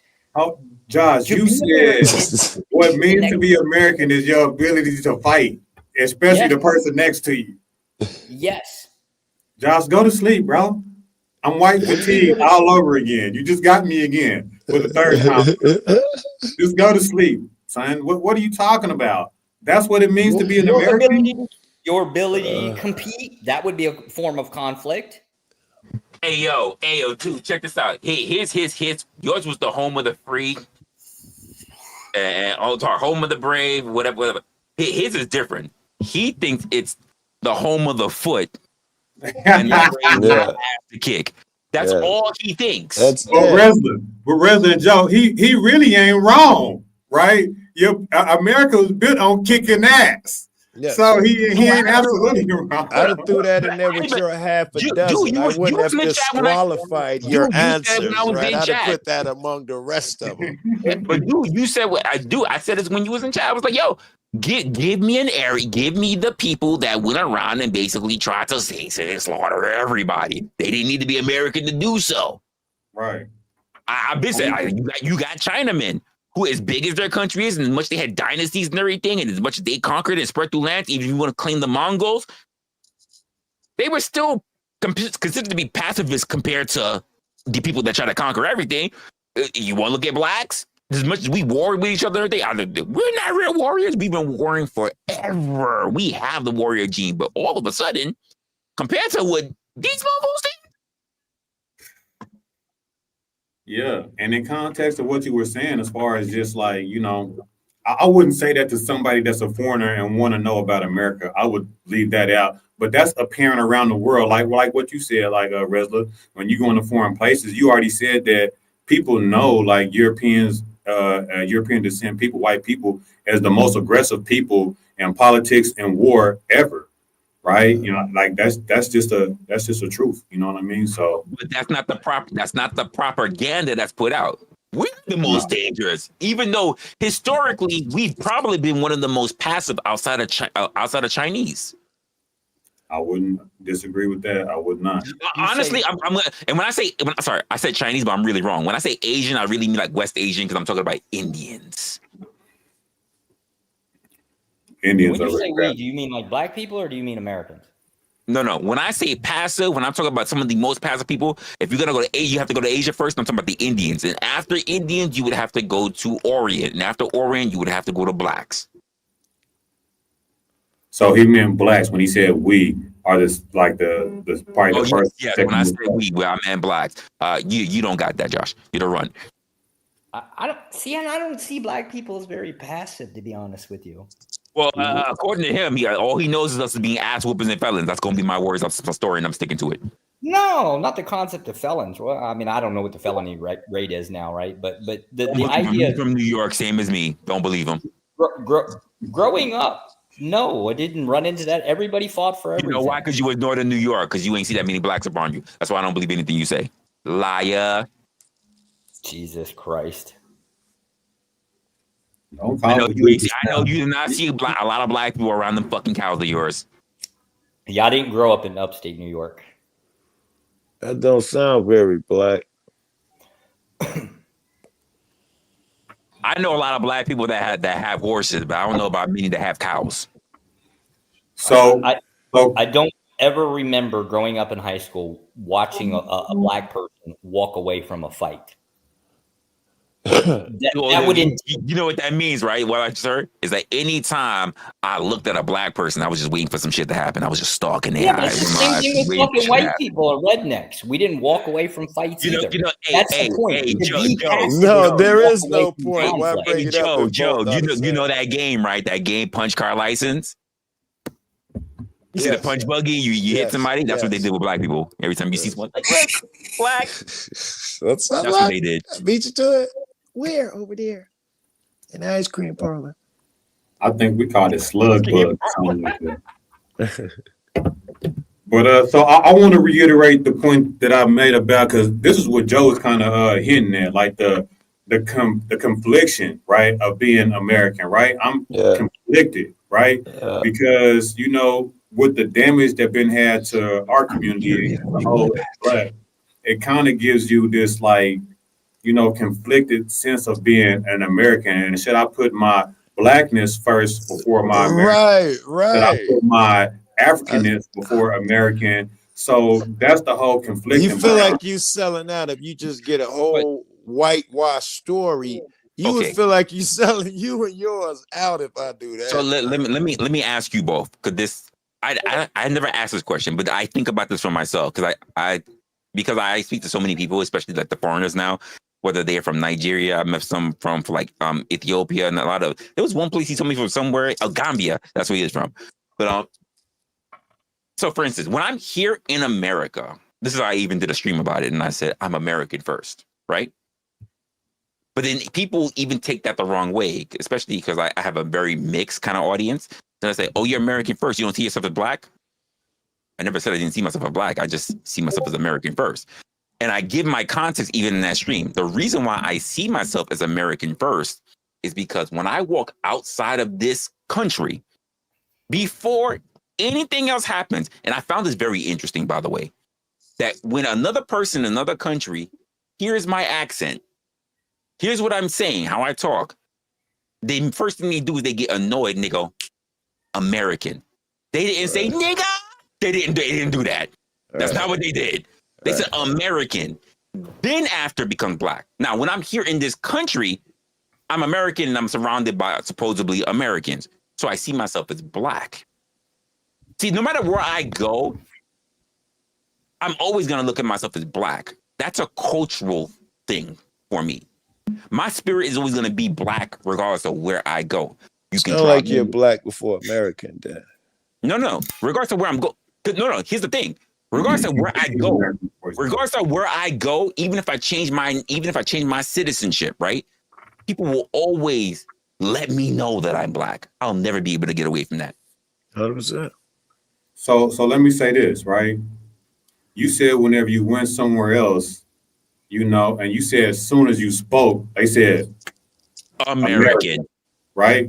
But I'm gonna tell you this: before you spoke, they looked at you and said, "Nigga." Black. No. You know, let me. Can I go? Go ahead. So I understand what you're saying, right? But you're saying they profess that okay, you are a black American, right? But I guarantee you, when they looked at you, they first thought was not, you know, it's black. It's we are marked. You know what I'm saying? Our appearance. So you don't have to say nothing to be identified as black before anything else. You know, the funny part about that, right? The funny part about that is like the people who most of all wanted to point me out that I was American were black people. They didn't know anything. They just ran up on me and they were like, what you wearing? And I'm just like, until I open my mouth, and then they're like, American. And I'm just like, so? America's this is among blacks, whether they are from Europe or Africa. So the question then becomes, why do you put your Americanness before your blackness? Because it's important to recognize where your nationality comes from, and your nationality is not your ethnicity. So you feel like your nationality is more important than your ethnicity? Well, if I get caught, I think so. Let's just say if I'm serving the military, I'm part of fucking, I was about to say KGB. If I'm fucking FBI or CIA or whatever, they will judge me not on the fact that I'm black. They will judge me on the fact that I'm a foreigner, that I'm a spy, they will judge me on the fact that I'm American. So not according to the point earlier, blacks are everywhere. So not according to what somebody else believes, but I'm talking about you personally, not on how somebody else judges you, but I'm saying how you judge yourself. Do you believe that your nationality is more important than your ethnicity? And I keep fucking that up. I get tongue tied. No, you're good. You're good. My nationality is important because my nationality is actually part of the culture that I have to come up throughout. Because here's the truth of the matter. See, you say things like my Africanness. I don't have people that have African ties to teach me that. So I don't have an African background. I only have an American and a black background based on black American standards or stereotypes or whatever, how you want to put it, culture. I don't have African culture. So the thing, like I even made it earlier, the things I had to learn even about previous people within African roots, I had to learn that as an adult because I didn't have people to bring that up to teach me these things. I had to be curious on my own because even in my own black culture, American black culture, They didn't know. No, right. I understand that. But whenever I asked you, I said, is your ethnic background or is your American background more important than your ethnic? You said yes, because that's how other people see you. But I said, take that away. But let me answer that a little bit more, because I thought I answered it. I thought I answered it, but I probably If you didn't. take that away, is your Americanness, you still put your Americanness first before your ethnic background? I thought I answered it, but let me answer it again. If I'm ever abroad, I Take always that out. stop. I'm gonna answer you. If I'm ever abroad, I always think of myself as American first. But I thought I answered it. When I am here, because I am in America, I always look at myself as black first. I thought I Why is answered it dependent on where you at? I'm talking about, I want to know Resla's internal. I don't want to be based, because no matter where I'm at in the globe, I know What do you mean by internal? like how you feel about yourself, look at things very differently. So I have to understand where you're coming from. Because you keep giving these external answers. You say, based on when I go somewhere else, when somebody else looks at me, they look at me as an American. And I'm saying, I'm not asking you what other people believe. I'm asking what Resla believes. That's what I mean by internally. So I answer that. I am black, but not for nothing. I have had plenty of people, even blacks, even American blacks, try to say that I'm black. I don't worry about what they do. I'm worried about myself. So I am black. But do you put it first? As long as I am in this country, that's the first thing I do. We got a saying around here. I'm a man I before answered anything. that. And Joe, let me know if I didn't answer that. Like I swore I said that. No, because you keep basing it on your position in the world. But I said when I'm not even across globe and I'm here in my own nation, I see myself as black first. I thought just now he had answered a little while ago. He said that even overseas that he's still black first. I thought he damn near said it exactly. I could have sworn that he said whenever I'm black. I understand that everybody. I mean, after that, I mean, like just like 3-4 minutes ago, he had just got around. I might have missed it. It's all good. Yeah. But let me just say this. It would not offend me if you put your Americanness first. You feel me? Agreed. You have a right to do that. It wouldn't offend me. Now, I wouldn't necessarily agree, but we are taught to put our Americanness first, right? You know what I'm saying? So if people want to, I'm not sure. I ran across different people. So there are people, even American people, who say that I am black first. I am black before anything. So I got people in my circle who do that. Now, keep in mind, we're not a monolith. Not all of us have to see things the same way, right? Exactly. So I get it when people question, but when I give my reason, they're just like, I'm not saying you, but I've had to do with my boys. They're like, well, why don't you just turn around and have yourself black first? And I'm like, because as much as I like to travel, like to go out, people never say you black first. But if I run across an Asian person, and I hear your point, dude, how they see hold on, Resla. Res. We building right now. We cooking, Res. We cooking right now. So I think that's unfair whenever you say, whenever I go out, people don't look at me and say, you black. Nobody's going to do that to expect to have that literally happen. Nobody is going to. Here's my thing. When I'm here in my own country, you know what no one ever thinks? Oh, he's American. No one ever comes to me and say that. No shit. So the context matters. Joe, am I lost when I say that? Yeah, because nobody would not assume that you aren't American here in America as a black man. Whoa, stop. Because I see people that the moment they open their mouth, I go, oh, where are you from? Because I know you're not from here. Yeah, they might, but in what context they could mean, like you're not from New York, or you know what I'm saying? You're not from this country, because I can tell from your accent you're from another country. What, are you from Europe? Are you from Africa? Like, I can tell. Okay, so Joe, your experience is not my experience, because when nobody don't in America, I'm not mistaken from somebody that's about to say you're very rarely. Sir, and as someone like myself, are you mistaken to be a foreigner, Joe?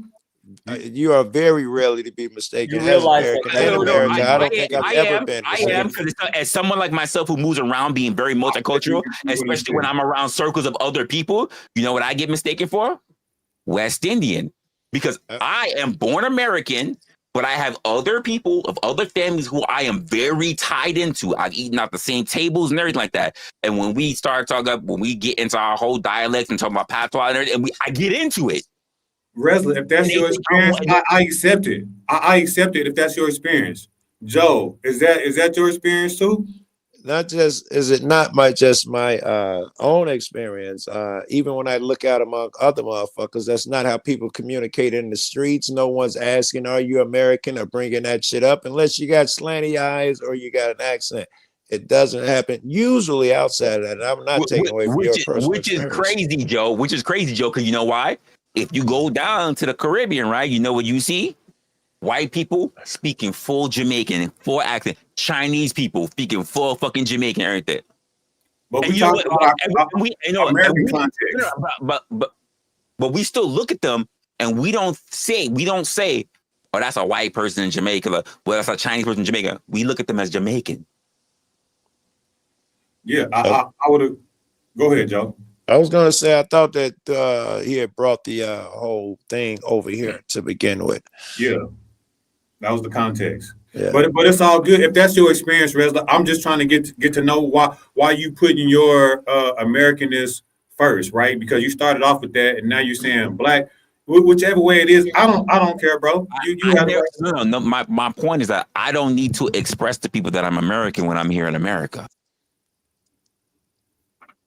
That's I literally. I think that was part of what dude was going to. That no one, you don't need to express it because it's not expected here in America. I think that was part of his point. Because I've had people, because people don't always figure out what I say and how my accent, because I study different languages. So sometimes people think that I'm from Jamaica when the truth of the matter is that I'm not. But I hang around a lot of Jamaicans. I hang around people who from Antigua. My girl's Antiguan. I hang around, and a lot of my family they come from Montserrat. So a lot of people don't figure out where I'm at especially when I get into it with people. But I've literally had white people come to me and ask me, "Am I from Japan?" Because I tend to, if I'm around my Japanese friends, I tend to pick up a lot of languages that come from them, and I speak with them. Get the fuck out of here! I'm black fatigued now. What the fuck is going on right now? I'm a study of culture, so I study everybody. I literally spent 10 years studying Japan. Let me see if I can draw you a picture. Resla's in New York City. New York City has got a freaking shitload of foreigners in there, different groups, right? You could walk down the street, run into people from all over the world. New York City is literally the banking hub of the world, not just the United States, the entire world. There is more shit of different places and different things in New York City than almost anywhere else on planet Earth. It's just a smorgasbord, right? This is the environment that he would live in. It's just going to be different. Now, would a white person walk up to him and think that he'd be a foreigner if he was in New York City? Hell yeah, especially if he's hanging out with a bunch of other people that speak a different language. They're going to instantly think he's my God. You would do all of that shit in there. Here's the funny part. You can't take Josh's word. And the funny part, Joe, he's not wrong. Because when I go no out, shit, if you're hanging out with 8 niggas speaking Jamaican, yes, he would assume I was Jamaican. That don't make no sense. People don't even understand where I'm coming from, because when I hang out, I might be with people who are Jamaican. I might be with people, quite frankly, like I said. We're not talking about that though, Riz. I could be around Indian people, like people from Trinidad, people from India, people who are Hispanic. We agree with that. Area. But Riz, now we agree with that. If you are around a different ethnic group and somebody was to ask, we'll give you that. Right. That's granted. We're saying that shit is real. Remember, the whole thing was about you're not, and no one's coming up to you saying, asking, "Are you black over there?" And the point is, it would be super rare over there that anyone would ask you, "Are you black?" Just like over here, anyone would ask you, "Are you American?" There would be a circumstance for it, or someone could be like, no, I'm so and so, but people think I'm black, so they ask me. But generally speaking, it's not going to happen over there, and they're not going to ask you over here. Yeah, listen. If I could get an English accent down, I would. I can give me a roll over there. It's difficult. Nigga, you got an English accent. What are you talking about? You don't no. We talking about English. A British accent. King's English. King's English. But no, I heard what Resla. If that's your experience, that's your experience. Fine. I'm just trying to feel you. You I feel got me? you. I You know what I'm got saying? you. That's all good. No, because I thought, listen, a lot of my friends, like, believe it or not, they're not from New York. You know what I mean? They're from, honestly, I got one guy who's from Chicago. I got another guy. Most of my friends, actually, they come from the South. So they come from like North South Carolina and they come up here. Yeah. And they lose their accent. And I be getting on like, hey, That's hey. interesting. So like, so when they hear me, and then like if they hang out with me and my friends, or they hang out with me and my family, and they're like, Nick, where that come from? Nigga, like, what? Because I switch it up depending on like if I get excited or I'm around a different family or whatever, and they see me just switch, and they're like, I don't know what the fuck you're saying no more. Well, So I want to give you the inverse of my experience, because wherever I go, it seems like I'm black first. You know what I'm saying? From the outside, right? Because you said when you go different places, people look at you and they say they first thought is American. But like here in America, and even outside of America, which I haven't been too many places outside of America, but wherever I have went, it's like, I need to go where the rest of the people that's my color. You know what I'm saying? And you can not only, and they don't have to express it, you can feel it. You know what I mean? And that's been my experience. But I won't take nothing away from yours. But my experience, like wherever I go at in this goddamn world, I'm black first. You know what I'm saying? According to what other people see and how I feel. You feel me? And that's my personal. I think I'm black first, even though people don't run up. I was about to say people don't run up to me and call me the RDR, but that would be a lie. I do get that. Generally speaking, even though people don't mention my race, I think people see me as a black man first. I'm sure they do, but no one brings it up. Well, here's the thing, dude. I want to mention this as well. When you go abroad to a lot of different places, a lot of people will pick you up. And they don't go out their way to go talk to you because you're black. They will follow you because they can already tell that you're American. I would believe that too. As long as you're over there, you're American, you probably got bread. I mean, because let's be honest, as much as we might be cultural and we may have a melting pot or whatever, people can still spot out somebody that just doesn't belong. Yes. Let me give you a great example. I was in the car on the corner with one of my friends, and my nephew, who argues me that he looks exactly like us all the time. You wouldn't be able to tell the difference. He's walking up the alley. My friend is bent down in the car looking at me. He looked up for literally 1 second and say, that nigga from the suburb, and then lean back in the car and start talking to me. I look up and it's my nephew. He swears that he looks just like us, and it took my man literally 1 second to know that motherfucker from the suburbs. Straight up. Yeah. Yep. That's fair. No, that's how I go. Honestly, I got a British guy. He's my friend. Someone who I work with, and his wife is American. And honestly, if he's with us, he could switch up. I just want to say, British people are so good at English accents. It's ridiculous. He switches up, and I'm just like, I've seen that shit. Yes, I used to YouTube that shit. Is you want Southern, so and so, Eastern part of so and so. Switch it up, and he sounds so. I'm like, yo, you sound like somebody I went to school with. Like, and I've seen his passport. I'm like, I know you're not from here. Yeah, they good. Even when you look at the actors, like the real actors in movies and stuff, like what's his name? Idris Elba. The Wire. Man. I didn't know. Oh, no. The other one, Idris Elba. Idris Elba or whatever. Idris Elba, right? No, but there's another upcoming young guy. His name is also Idris. Idris or something, but he's also good. He's really good. House. I didn't know House was British until Hugh Laurie. Yes. Hugh Laurie. Yeah, he's good. He's good. Yeah. The dude that was in Walking Dead. Yeah. Rick was British. Yo, Rick was British. What's the dude in that one movie where the old boy was in the sunken place? Oh yes, that dude was British. You on mute. I didn't know that. You muted. Oh, sorry. Hugh Jackman be killing it. He's Australian. True. Yep. No. He be killing it. This guy seems to be able to pull off. I'll never know his name. It's a white dude. He play in every fucking movie. I know you talking about the transporter dude. Not the transport. This Nah, dude not always Jason do Statham. Nah, accents, he's not that man. good. Statham is You don't not that think good. so? Nah, He he's not play, that good. here. I know a movie Yeah. he played in. This I is think War, Kaz. Tom Hardy. Man, that fuck, man. He can play anything. Irish, British, Yeah, American, I saw him English. doing Irish. Not Irish. I Ah, saw him do a European accent, and I was like, "Holy shit!" yeah, right. Hey, he's Like, actually what? pretty good. He's pretty fucking good. I'm He's not gonna lie. good. Let me He's ask good. this crazy question, right? So you guys are talking about the idea of not being identified as Americans, right? Do you think that change is slowly changing within our current climate, No, like with ICE deportations and things like that? well, I think it's getting less pro-American. nah. What you said, but not being seen as American. No, it's not.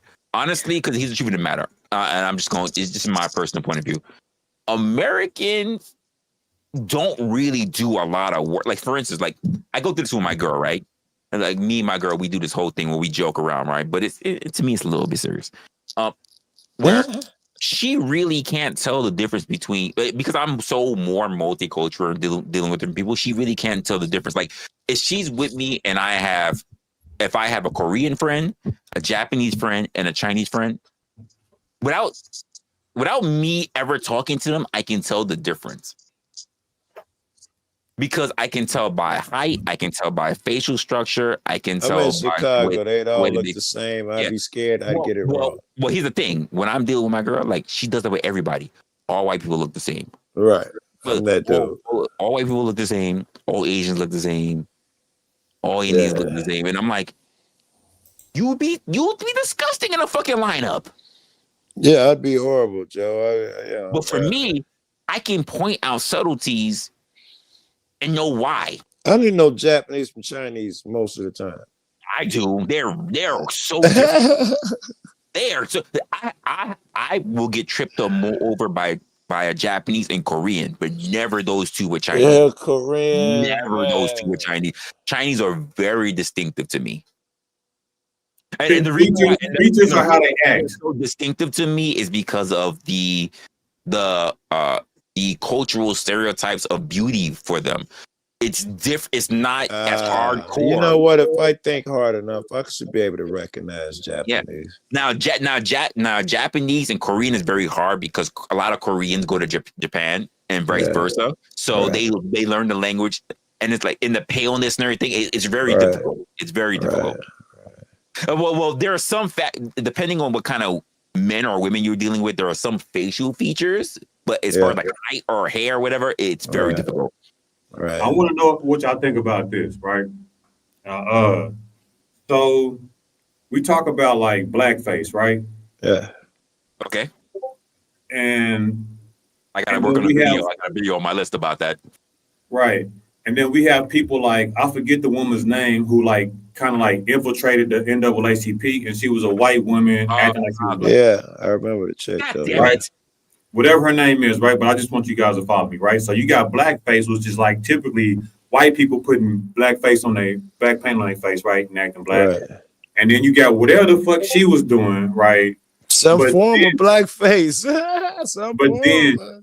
But then this is what I want to really bring to the community and to you guys, right? You have the third blackface, which I think is the really blackface we need to worry about. And this type of blackface is people like Obama, right? Who is in office and have the black face, but is not black culturally and not really for black people, right? Hold on, let me keep going. And then you have people like Kamala, right? Blackface, right? Who is black in appearance and have black heritage, right? Yeah.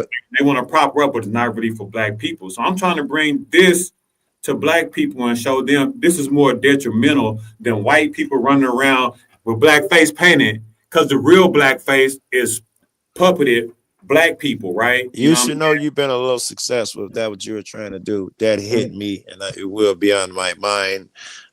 You're right. I do not put that at the forefront of my mind, but that person there, as you were talking, I'm thinking, yeah, that is the most dangerous fuck. I think right. But part of the issue, it's political, but also it's racial as well. But also it's because of the reasons why it's actually things that are used as a rule that we've taken on, but it's not a rule that's created by us, right? And that is the quote one drop rule. Yeah, man. It's a rule that we accept, Yeah, but we it's did a not horrible create idea that too. rule.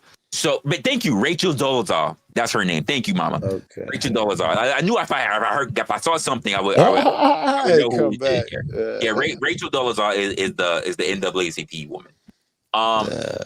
So the reason for that is that and not, by the way, other countries still do this. The whole, even if you go back to your genealogy, you do the 23andMe, whatever, if you have any form of ancestry that shows to be different, and they still do this in Africa, they still do this in Russia, Europe. I don't really hear too much about it because I'm trying to hear a little bit more about Europe's urban culture. I keep hearing too more about their richer culture.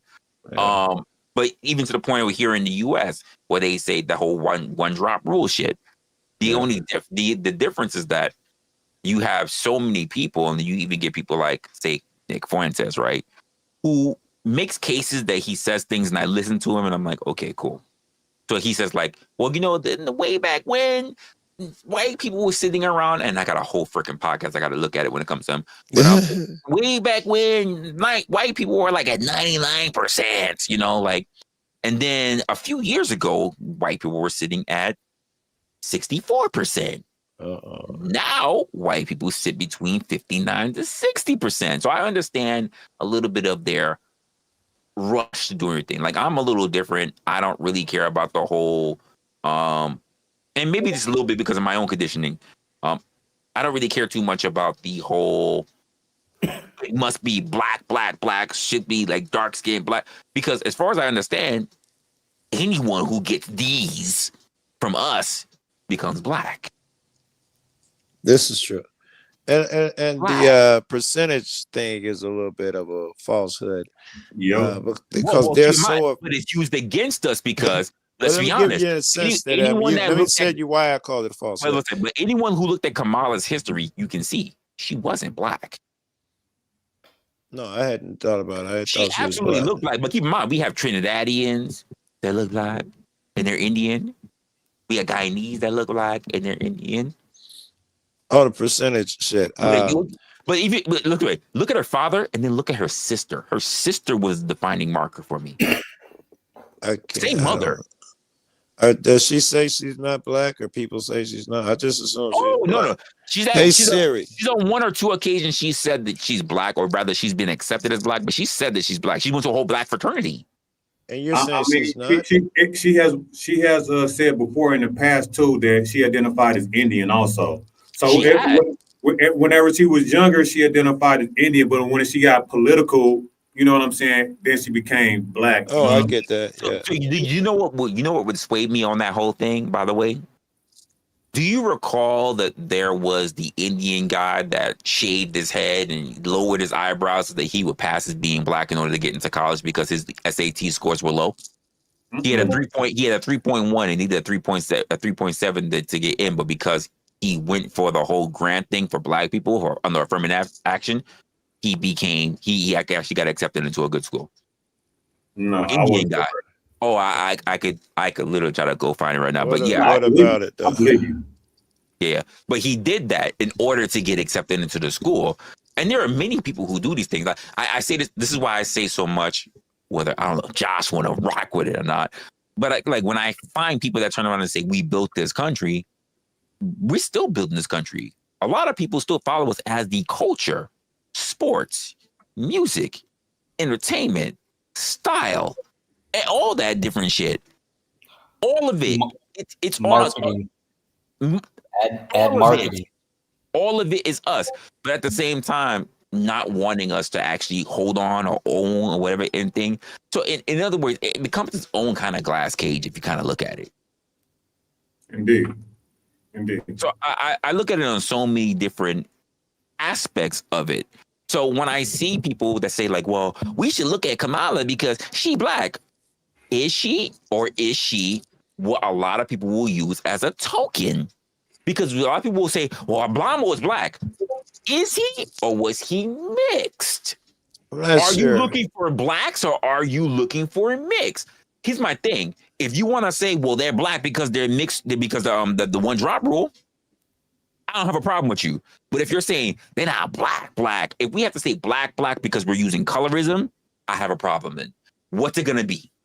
The only way we can say, yeah, I was just gonna say the only way we could say black is if we give it that cultural definition, because the other one doesn't. The one drop rule is not even a thing. Well, and that's my thing. When you have people like Obama and you have people like Kamala running, and there'll be someone else because someone looked at Cory Booker and they start to say, well, is it black or is it just enough?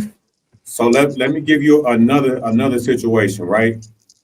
So like you said, like the mix type thing too. That's one thing. I want to come back to that, right? Go for it.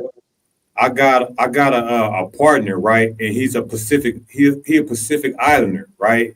Okay. But he looks Mexican. Right. And he is for Mexican. And he's in the penitentiary right now, right? He's been in and out of penitentiary. And I grew up with this guy. And he from Rolling 60s Crip, right? So he grew up in the projects around black people, right? Right. And growing up with him, I didn't know he was Mexican. So one day I want to say like I'm in my mid 20s, right? In his mid 20s, and I was talking to him, and I was saying something about him being Mexican. He was like, "But you know, I really ain't Mexican, right?" I'm like, "Nah, I'm not Mexican. I've been knowing this guy all my life." He's like, "Nah, man." He's like, "I just play up to it because he was getting the plug from the Mexicans, right?" Wow. So he was like playing up to it, right? Yeah, I get it. So he was like, "I'm Pacific Islander." He was like, "But he's Mexican like, face now too. We got Mexican face. Check it out. It goes deeper. He said, "No, dude, I'm a nigga." I said, "I'm like, what?" He like, I'm talking. Tell me to my face, right? He like, this nigga, nigga I'm a chameleon is look at him. At the time. Listen, Joe. Listen, Rez, Josh, even you. He was like, "I'm a nigga." I'm like, and I just kind of looked at him, and he looked at me dead in my face, and I was like, "Oh, I wasn't gonna go back and forth." He was like, "Nigga, I'm a nigga," and then he's like, "You know why?" And then I'm like, "Why?" He was like, "Because when I go to the motherfucking penitentiary, and it goes down in the penitentiary, what side do I stand on? When it goes down in the penitentiary, I'm looked at as a nigga. I'm from Rolling 60s. I'm on the side with the niggas when it go down." And he said, "If I risk my life with the niggas in the penitentiary, then I'm a nigga. Can't nobody tell me I'm not no nigga." I had to look at, I damn near dropped a tear, Joe. Yeah, I damn near dropped a tear. Ain't nothing going on. He identifies as a black or as a Mexican. If ain't no drama going on in the jail, is he a Mexican? And then when the shit jump off, he roll with the blacks, or is he saying I go in there and suddenly I'm a black man? What's good, baby? No. He said, so this is what I got, and this is what I know. He used his appearance for his connections with Mexicans, but every day he from Rolling 60s. He can't be he a nigga in real life. And I had to think about it, Joe. I had to think about it. I'm like, damn. You know what I'm saying? Like, I thought you thought that he was an islander. From no, he is an islander by his. He looks Mexican, but he also raised around blacks like that. He's there, right? But he feel like in his heart, because that he will die for black people, and that he was raised around black people in the projects, and that he is culturally black. I'm talking about black music, black women, black culture from a black gang. Like if you like, hold on, Joe. Yeah. What you said? You said we have to look at the cultural thing, and then that's what went to my mind. I had to look at him and think about like culturally, this nigga is black. I'm about to say, do you got it? No, do you got it? Because there's God, I'm more around Mexican guy. He's Mexican, but he got adopted by a black woman. She got 3 kids. He's the 4th. He's been nothing but around black people his entire life. He acts just like us. He has really no other ties outside of the fact that he honestly, he be saying, "I want to be on my own." I'm like, nigga, you only date black women. He Mexican. So what the hell are we saying? But he What only does want this to date lead black us women to? because he only see black people as his own. He don't really want to fuck with Mexican women. I'm gonna tell you what I mean. What I mean is that Oh, by by the way, heritage and ethnicity, if you're this watching, guy you know who you are. If you're watching, sorry. this guy is a Pacific Islander. But culturally, this dude is a nigga. And from what you said, I thought we let said me finish. yes. Let me finish. I'm with you. From what you said, that we got to identify black people culturally, because you have people like Obama that's heritagely, and people like Kamala who's ethnically in their heritage, even though they mix, they aren't black. But this dude is black culturally, right? And will actually die for black people when it goes down. Not even in penitentiary, but even in the real world, this nigga is black. Whenever I had to really just put my mind to it, like, he's never been Mexican. He just looked Mexican and played a part for them, get the plug, bring it back to the niggas. You know what I'm talking about? This nigga is a nigga. Gang banged out from Rolling 60 Crippin' will kill other niggas. You know what I'm talking about? This nigga's a nigga, and it just dawned on me like blue. And when he looked at me in my face and told me that he'd die about it, nigga, I couldn't deny him. So help me understand, make sure I'm understanding this correctly. Me as a white boy, if I let's just say I'm born, right, and I go hang out with a bunch of black people, I knew it was coming. I was black mom, black dad, that kind of thing. Even go find a family to go live with, right? Now I'm culturally black, and I can claim I'm a black man then. Not merely that, maybe not. Right. Certainly. I know a dude. Here in Brooklyn, he's still struggling, and I'm not gonna answer for him. I be looking at his brother, like, yo, Jerome, you gonna answer him? Like, cuz, like, I ain't gonna do this. I'm not doing it.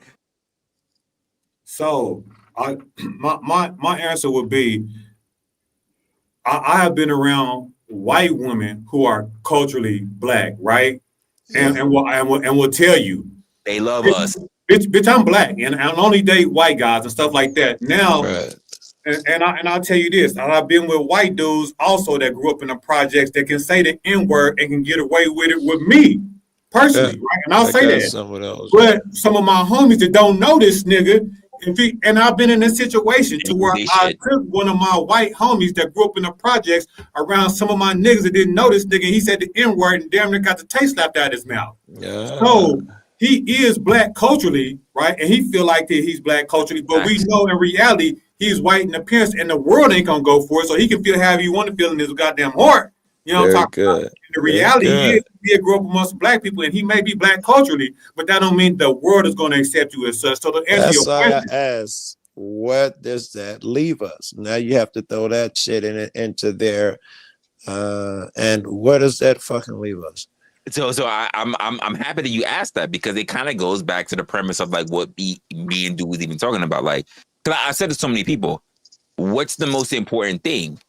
Is it the culture? And when we say culture, what does that mean to you?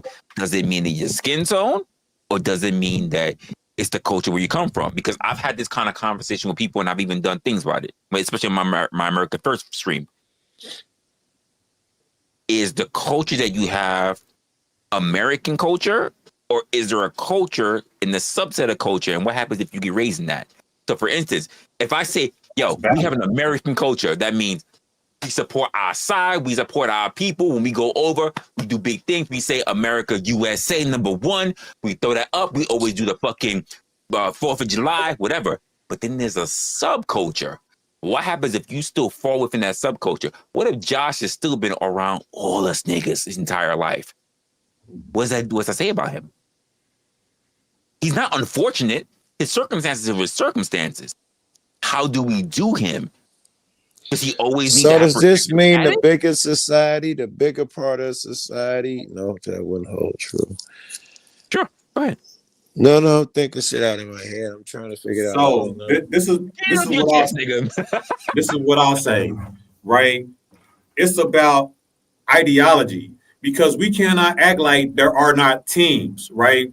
And we cannot act like teams aren't associated with race, right? So we can look at how you and your appearance and say that's what that person is, but also a person's ideology can dictate what they are too, right? And Yeah. I give you an example. Apparently, yeah. Chancellor Your Williams. boy.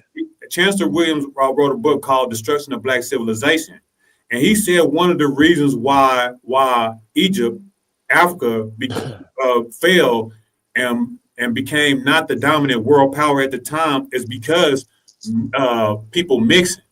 Right? He said whenever Africans started mixing with other races, the kids would play both sides of the fence.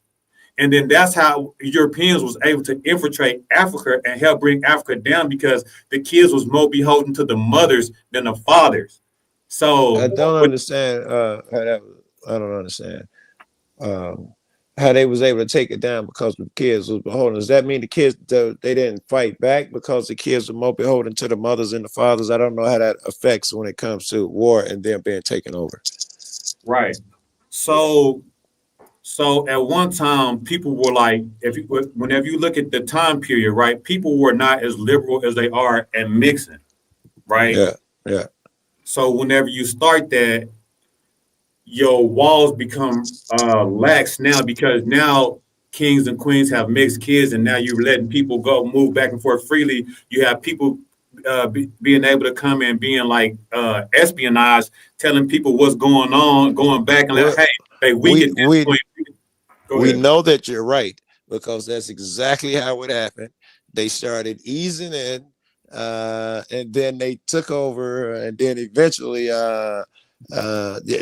they were friends with the pharaohs. If you look, you see Roman mummies because they had taken over in the end.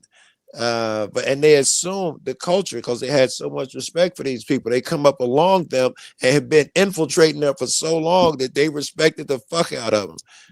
And they started taking on their ways. And you see Google Roman mummies. No, that's true. That's absolutely true. So to answer your question, you said, what does this bring us? Like, we just have to be cognizant that these type of people exist. You know what I'm saying? It's hard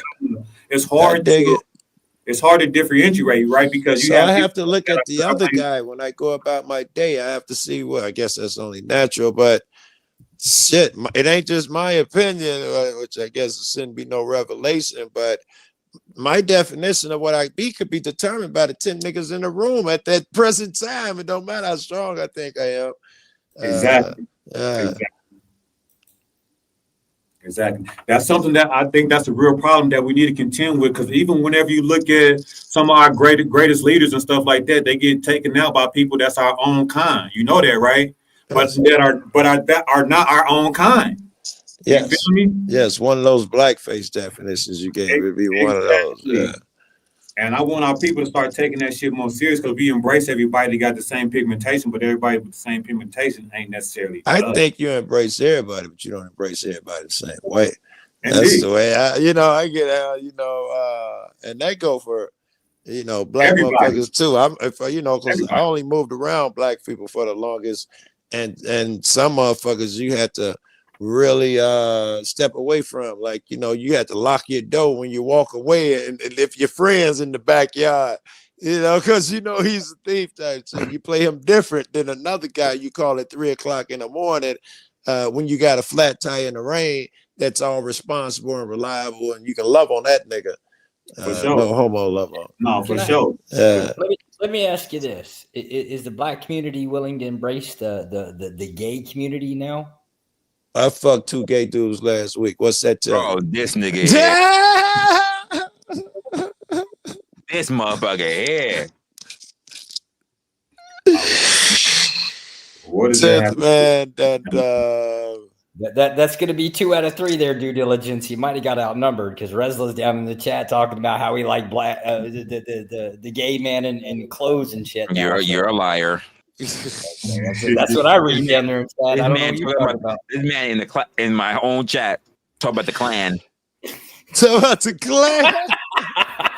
This man in my own chat talking about the motherfucking Klan, and then he gonna talk about Juicy Smollett.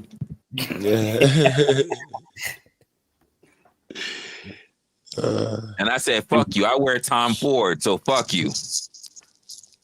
One of my buddies, boy, fuck it, because this shit was the other day.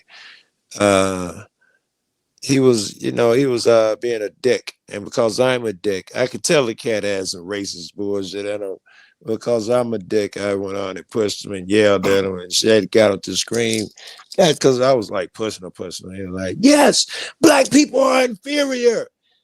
I got him to yell at shit. Now I feel like, now I feel like, Joe, Not inferior. really, Damn. Joe. Sometimes you got to do that, man. Just say that shit. That's, you know. Hey Joe, let me ask you, because I talked about this on a stream. You weren't there. I don't know if you were there for it, but I talked about this on the stream where I was like, it is wild how, and I'll just make a little bit more of it while I'm here right now live with you, since you're here. I think it's a little wild how we people, because you already know, Joe, if not, I've already said this many parts. I've always been very big about this whole panel verse shit, right? Yeah. And I've been like, y'all can say whatever you want, you can do whatever you want, but I've never actually subscribed to saying I was part of the panel verse. I'm just kind of doing my own thing because I don't know what people really want to say, what the panel verse is. I've had talks with Crab. If you'll let me interrupt you, please. This is a perfect example of what we were talking about. Don't really matter what you consider yourself. I'm telling you, as one of the outside crowd, you are a panel verse. You're a panel verse. Perfect timing, though. So let me say it, because I have said this many times. Way before the quote panel verse name started coming, because that really happened. I was arguing back and forth with Resto about this, and even Marathon Kev about this before it really started popping off, because before all this Mel shit was going off and whatever. So I said, honestly, I don't agree with the sentiment, because I said, if you really want it, you need to get some of the other creators, especially the bigger creators who was rising at the time. It was Mel, it was Sarah, and it was Flo. Still, I said, if you didn't get everybody else on board to agree with it, because there were a little bit of arguments, not even arguments, but disagreements that I had. So I'm not really with that. But most of all, don't just assign people the shit that they didn't agree with. Now, for me, I do shit because the reason why I wanted to start my channel is to have conversations with anyone. It wasn't meant for content creators. It wasn't meant for who I classify as influencers. Right. I say anyone who has that kind of opinion, we can talk about whatever, so long as you was genuine in your whole shit.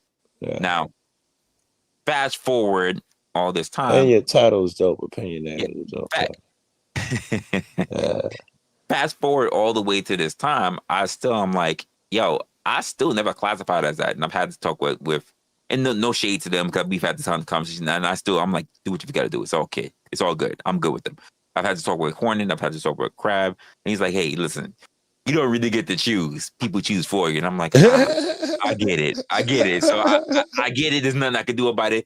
But I've still been holding it down, like I'm saying, I've never been a part of it, because if you're going to classify what panelverse is, and then even the way how they explain to me is anyone who does a panel, I'm like, yeah, but you understand that before the term panelverse came out, there had been plenty of people who were doing panels. Look at the relationship space. Look at the manosphere. Look at the fucking beef sect. Like, they're not panelverse. So. Right. That's the day one when I met you, because I think you have a great point here. I don't consider anyone with a panelverse, 100%. But day one when I met you, I knew you were one of them. You were one of Flo now. Day one. You was one of them, gentlemen. I had never met you before. Oh, shit. So are we allowed to apply the same logic across the board? Can I sit here and basically say due diligence is a white redneck like myself, and Resla, you can have your black card back? Right? Like, is that really how that works? Is just a label that we want to put on people? Really call due diligence a white redneck where he got a whole Malcolm X poster right behind? He's closer to me mentality wise than you are, Resla. Sorry, dude. You're an intelligent man. That's the problem, right? He said you're closer to him, and I literally told you and Joe earlier, you can hang him. So I'm about to hang him. So my question to you, Josh, would be this: how do you feel as an American, right, that by the year 2044, 2045, that the world population is going to become like brown, like all mixed people, right? So in that sense, I right? believe it. I'm helping with it. Hold on. Just let me answer a question, right? You can't even complain. He's already mixed his blood. Yeah, my So- son's half mixed. Well, regardless, here's my question, right? So my question would be, since white people are in jeopardy of getting bred out of existence, right? Do you feel that white people should then take measures in order to either slow this down or stop it from happening? Especially, question. hold on, especially in places like the European countries and even America, right? Because Even here. America is a white country, right? And they feel like it's their country. And even though they give everybody the privilege of calling themselves Americans, we know that white people think of themselves as American, right? And they want to keep it an American country and want to keep power amongst themselves. So with being that, hold on, Resla, because I want Josh to respond to this, right? I'm hanging Josh right now, right? So You know what? Hang Josh. Go ahead. there's people that want to keep America a white nation and keep the populations from keep white people from getting bred out. How do you feel about this? About them, that's a small. No, small about the whole scenario. Yeah. That group is a small minority group. We mostly don't care about them.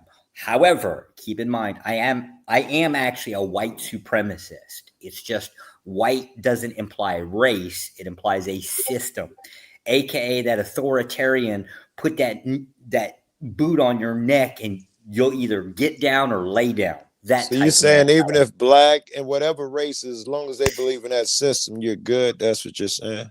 Yeah, it's basically has more to do with that mentality or that concept of a lifestyle. Do I That see? would be bullshit. Hold on, Joe. but Because sorry. I'm saying, and dealing with the context of my question, I'm saying there's not going to be no white supremacist doctrine, right? Because in the year 2045, there will be no white people. They will all be mixed people, right? So that doctrine may not necessarily. Within the United States, we believe so.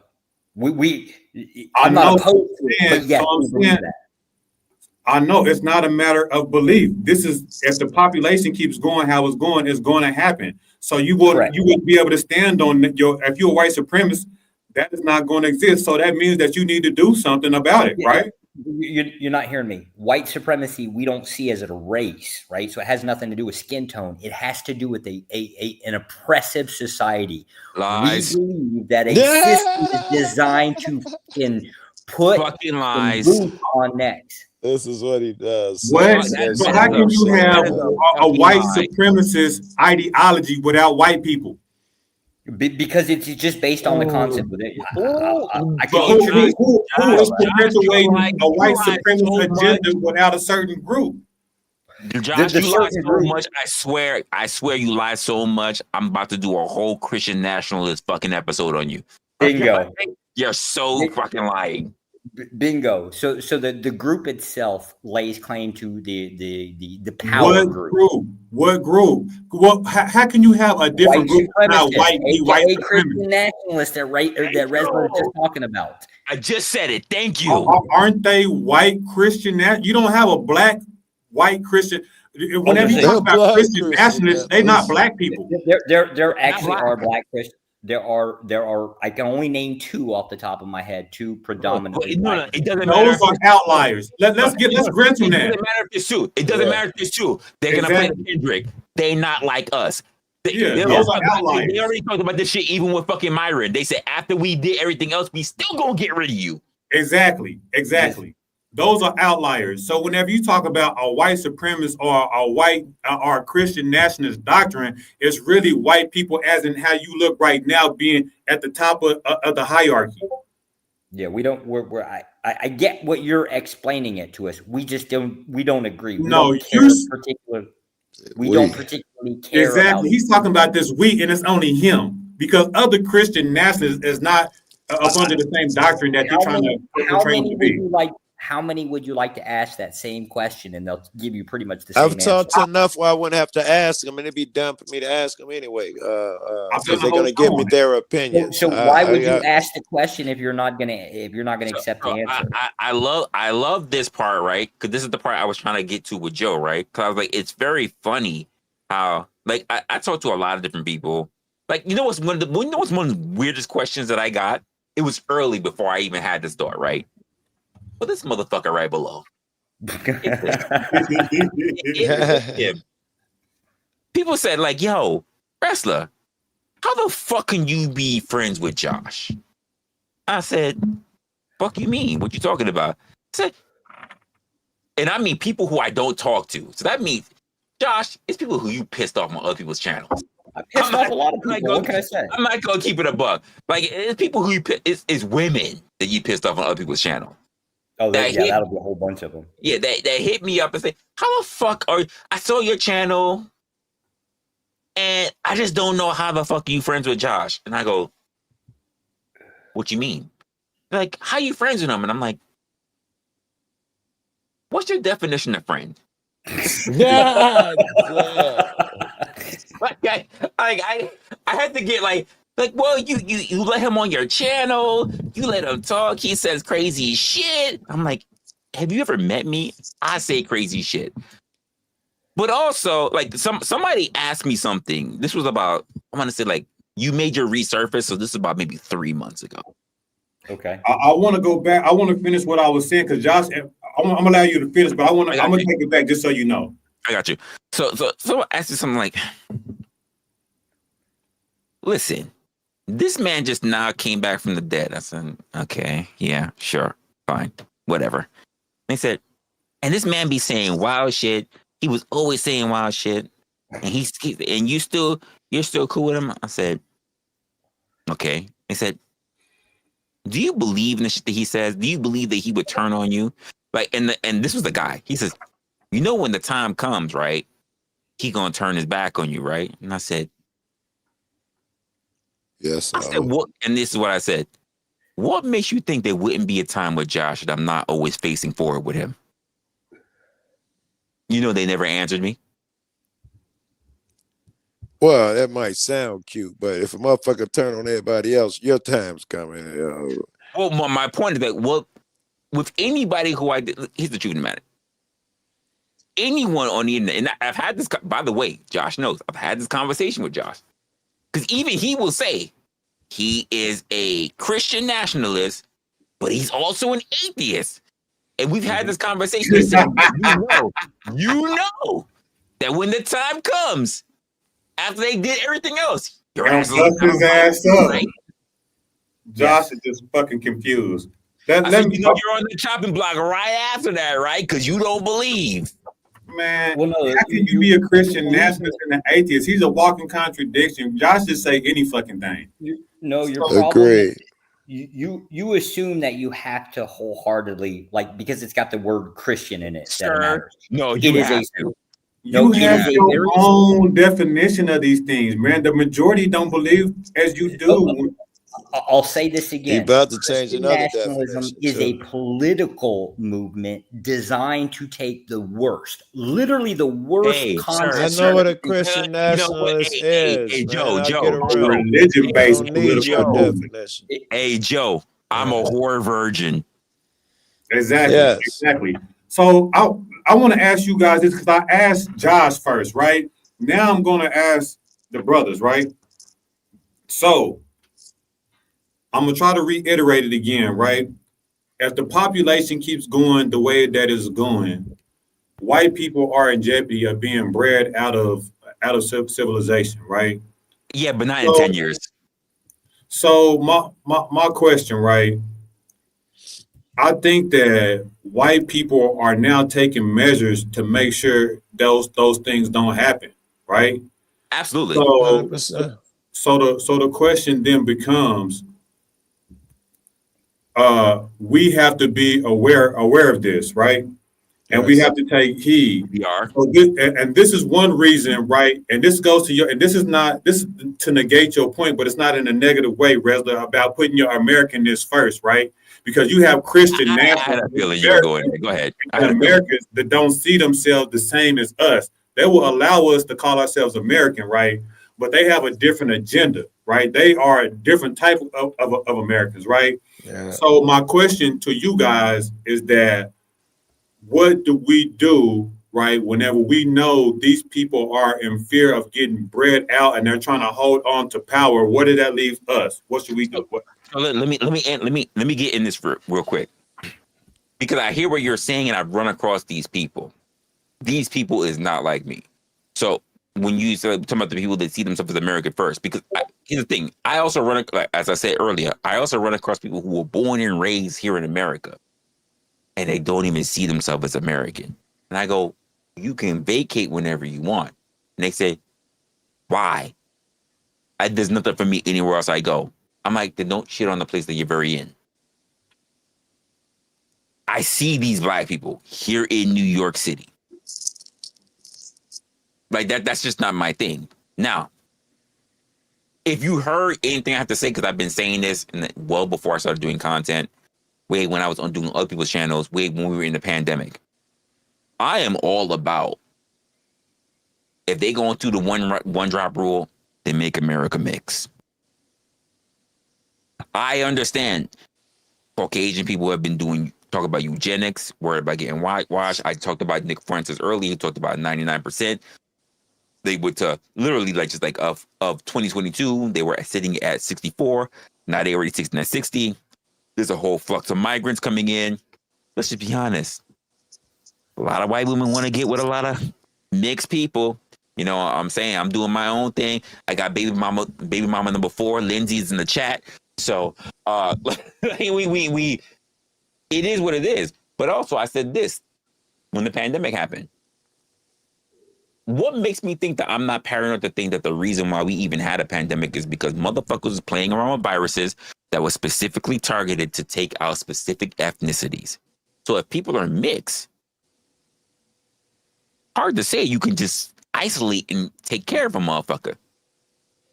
Now, superpowers. I'm just saying. So if the one drop rule, she said, I heard that. so if motherfuckers is out here talking about we still trying to do this whole purity thing, let's be honest. All recent history, not even recent, all history has pretty much said that the people that try to be pure are the people who wind up finding out that they have genetic markers that are not in favor of evolution. Bingo. Speaking to if that is the case, you should not be fighting for purity. I am in favor of mixing, because the reason why, this is just strictly how the way we do family names.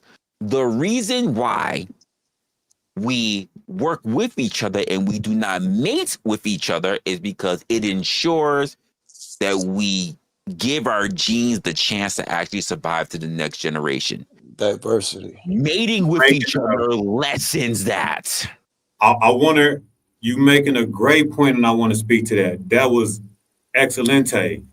That was excellent. And I'm going to speak to that point, but I want to hear Joe's position too. That was a great point. I definitely want to speak to that. That was brilliant. All right, dude's original shit was the whites population are going to be bred out of being a majority soon, and maybe even existence. How do we have to acknowledge and stay on top of it or something? First of all, we have to we have to determine if it's a negative thing, because we're assuming that. How do we go out and stop it? So can I assume that means that we're all assuming that it's a negative thing? And I'm certainly on board with that shit. I want a pull too, but I want to acknowledge that thing that we've been talking about all night exists, where some people just don't agree with us. And, you know, I guess I got to give them some room or something. But considering that they're wrong, and not just they're wrong, they're really wrong. I don't give a fuck if you're wrong, but if you're wrong, you're gonna hurt motherfuckers. Now I care if you're wrong. So now, since they're doing a detriment and actually hurting motherfuckers, now I feel an impulse to stop them. And how do I go about doing that? And the first thing that pops in my head is most of them buy that bullshit that they hear and they believe. Most people are just not fucking smart enough. I think that you have to get the word out very fast. So I guess that means getting to young motherfuckers, and you're gonna have to compete. It sucks, but in this world, you're gonna have to have it in fucking everywhere. You're gonna have to have your message out there that shows the advantages of interracial mixing and the disadvantages and that pitfalls when you do this race wants to say separate shit. I think you start with, especially in today's day and age, it's doable. We put that shit everywhere. You grab the popular motherfuckers, that's what they would do. Popular Instagram, Facebookers, and all of that shit. Make sure that their mind's right and put them in a position where they can put the message out there. That's what they do. We just do it for the righteous cause. Indeed. Well said. Well said. So to speak to both of you guys' point, I think you both made the point. Is it a negative thing? Like from our position, like with Resla, he don't necessarily think that it's negative. And you didn't say, you asked the question, but I'm assuming that you don't think it's negative. And I'm of the opinion that I don't think it is negative too. But you have people at the top echelon that was perpetuating that it's a negative thing, and they want to keep separatism, especially back in the day, right? And keep people from, but now not so much, right? So I think they did believe at one time that this was a negative thing, but now science has advanced and it showed that genetic diversity is a good thing, and it's actually going to help them in order to progress into the future, because without it, they cannot progress into the future. So they propagate this thing, right, to where, no, we don't want to mess with them. Black people bad. African people bad. But Africans are actually the foundations of civilization, right? We are the base people of the world, and they actually need us to survive. I hate to say that, and that's not coming from like a racist point of view. We're talking about from a genetic point of view, right? So I agree. It's not a bad thing, right? And people want us to think that it's a bad thing, but you can't stop nature, right? It's gonna happen whether we want it to or not. People are trying to slow it down. People trying to slow it down, and they can slow it down, but it's just too many brown people on the planet, right? It's too When many I brown was people. young, they estimated 2052 when I was young. I remember having a conversation with my old man. I said, it's estimated in 2052, white men will no longer be the majority in America, blah, blah, blah, blah, blah. It's amazing that all these years later, man, it was like 30 years ago or something, that it was pretty close. It's pretty close, man. And it's not and I think white people are coming around to it, but like you said, the everyday people are dumb to it, but the people at the top, they know what's up. And you can see they shifting people around in the world, mixing people up. America is the melting pot. You feel me? Yeah, and they will retain that iron hand as well. That racism, us versus them, and keep playing us against each other. They'll maintain that, but they know what's going on. But that's what Josh was speaking to, right? So let me give an example of that, right? So whenever you look at like South America, right, and how whenever Europeans went and took over like every other place, what do? They mix into the population, and then they become the top of the government, right? So they not above. The Jewish people are known for this. This is why Jewish people got kicked out of a lot of countries. They come, colonize, and usurp into people's government and take over. Like that's what they do. But they perpetuate. Hold on, Joe. Let me say one thing. But they perpetuate to the world that they don't fuck with us like that. But whenever you look at the actions, you can see that they are doing the exact opposite of what they perpetuate into the world. If you just look at their actions. Well, technically, and Joe, you can right after this. Technically, I'm gonna say that I've only seen in my own history. You might have to explain a little bit more. But I've only noticed that Jewish people have only been able to really infiltrate two governments. It's very important, those governments, because it's been the US and Europe. They don't really get by in Russia. They don't get by in China. They're not over in Japan. They're not taking over in fucking in Africa, even though we keep talking about Israel. Like it's not. So the idea is, what's the hold when it comes over to them? Because I'm like, Germany too. That's why the whole Holocaust happened. Yes. And then I think it was like some Spanish countries too. Like it was in Europe is a whole thing, but there was other nations inside of Europe that they got kicked out of too. It was Germany, they got kicked out of several nations. But anyway, that doesn't take away from what I was saying. Ultimately, right? It may be, but then you got Jewish people, and then you got white people also that do the same thing. So I don't necessarily. I don't think these two things are exclusive, like apart. Let's be honest, and I say this for if you want to say white people that learn from Jewish people are so white. We got to do this culturally thing, but we gonna say that they're separate but not equal. That's the point. We ain't got to separate them. We don't. They may separate themselves, but we ain't got to separate them. I got you.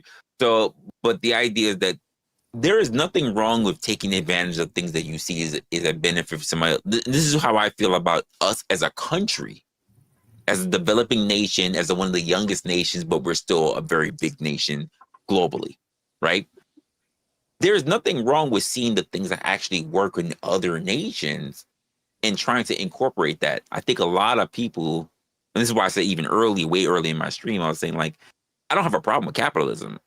I think part of the issue that I'm starting to understand as getting older is that I'm having a problem with unregulated capitalism. And I don't know where it needs to stop or where there needs to be intricacies put into that. But when I see like other governments, whether it is in China, whether it is in Africa not so much, in Europe or even Russia, and I'm like, there are elements in that I think that will really work well. Not just for our government, but also to make our government stronger in the future. I realize most people don't want to do that because they want the unlimited access. And the truth of the matter is that nothing in this world is unlimited. Eventually, everything comes at a max, and we just have to pay a higher cost for it. The question is, who's willing to make that sacrifice to make sure that they survive? I think people are willing to go snake eyes. When they want to gamble until they go broke, rather than make sure that they walk home with some cash in their pocket. That's fair. So, for instance, let me just say this: in Russia, right? In Russia, you can make it and build a company. You can build a company where you are very wealthy, but once you get to a particular gap in your threshold, the government starts knocking on your door and say, "Hey, we need this to be, we need you to be a part of us as the government. So we love your distribution, do your thing, but this is the max that you're going to make, and whatever the profits you're making on top of that needs to get distributed to the rest of the country." Now, there goes your socialism that kicks in there, right? Which a lot of times we are against. But when I sit there and I think about some of the things that's going on in our country, right? I go, does one person need to be worth like $15 billion? And I think, make your money. I don't go, fuck.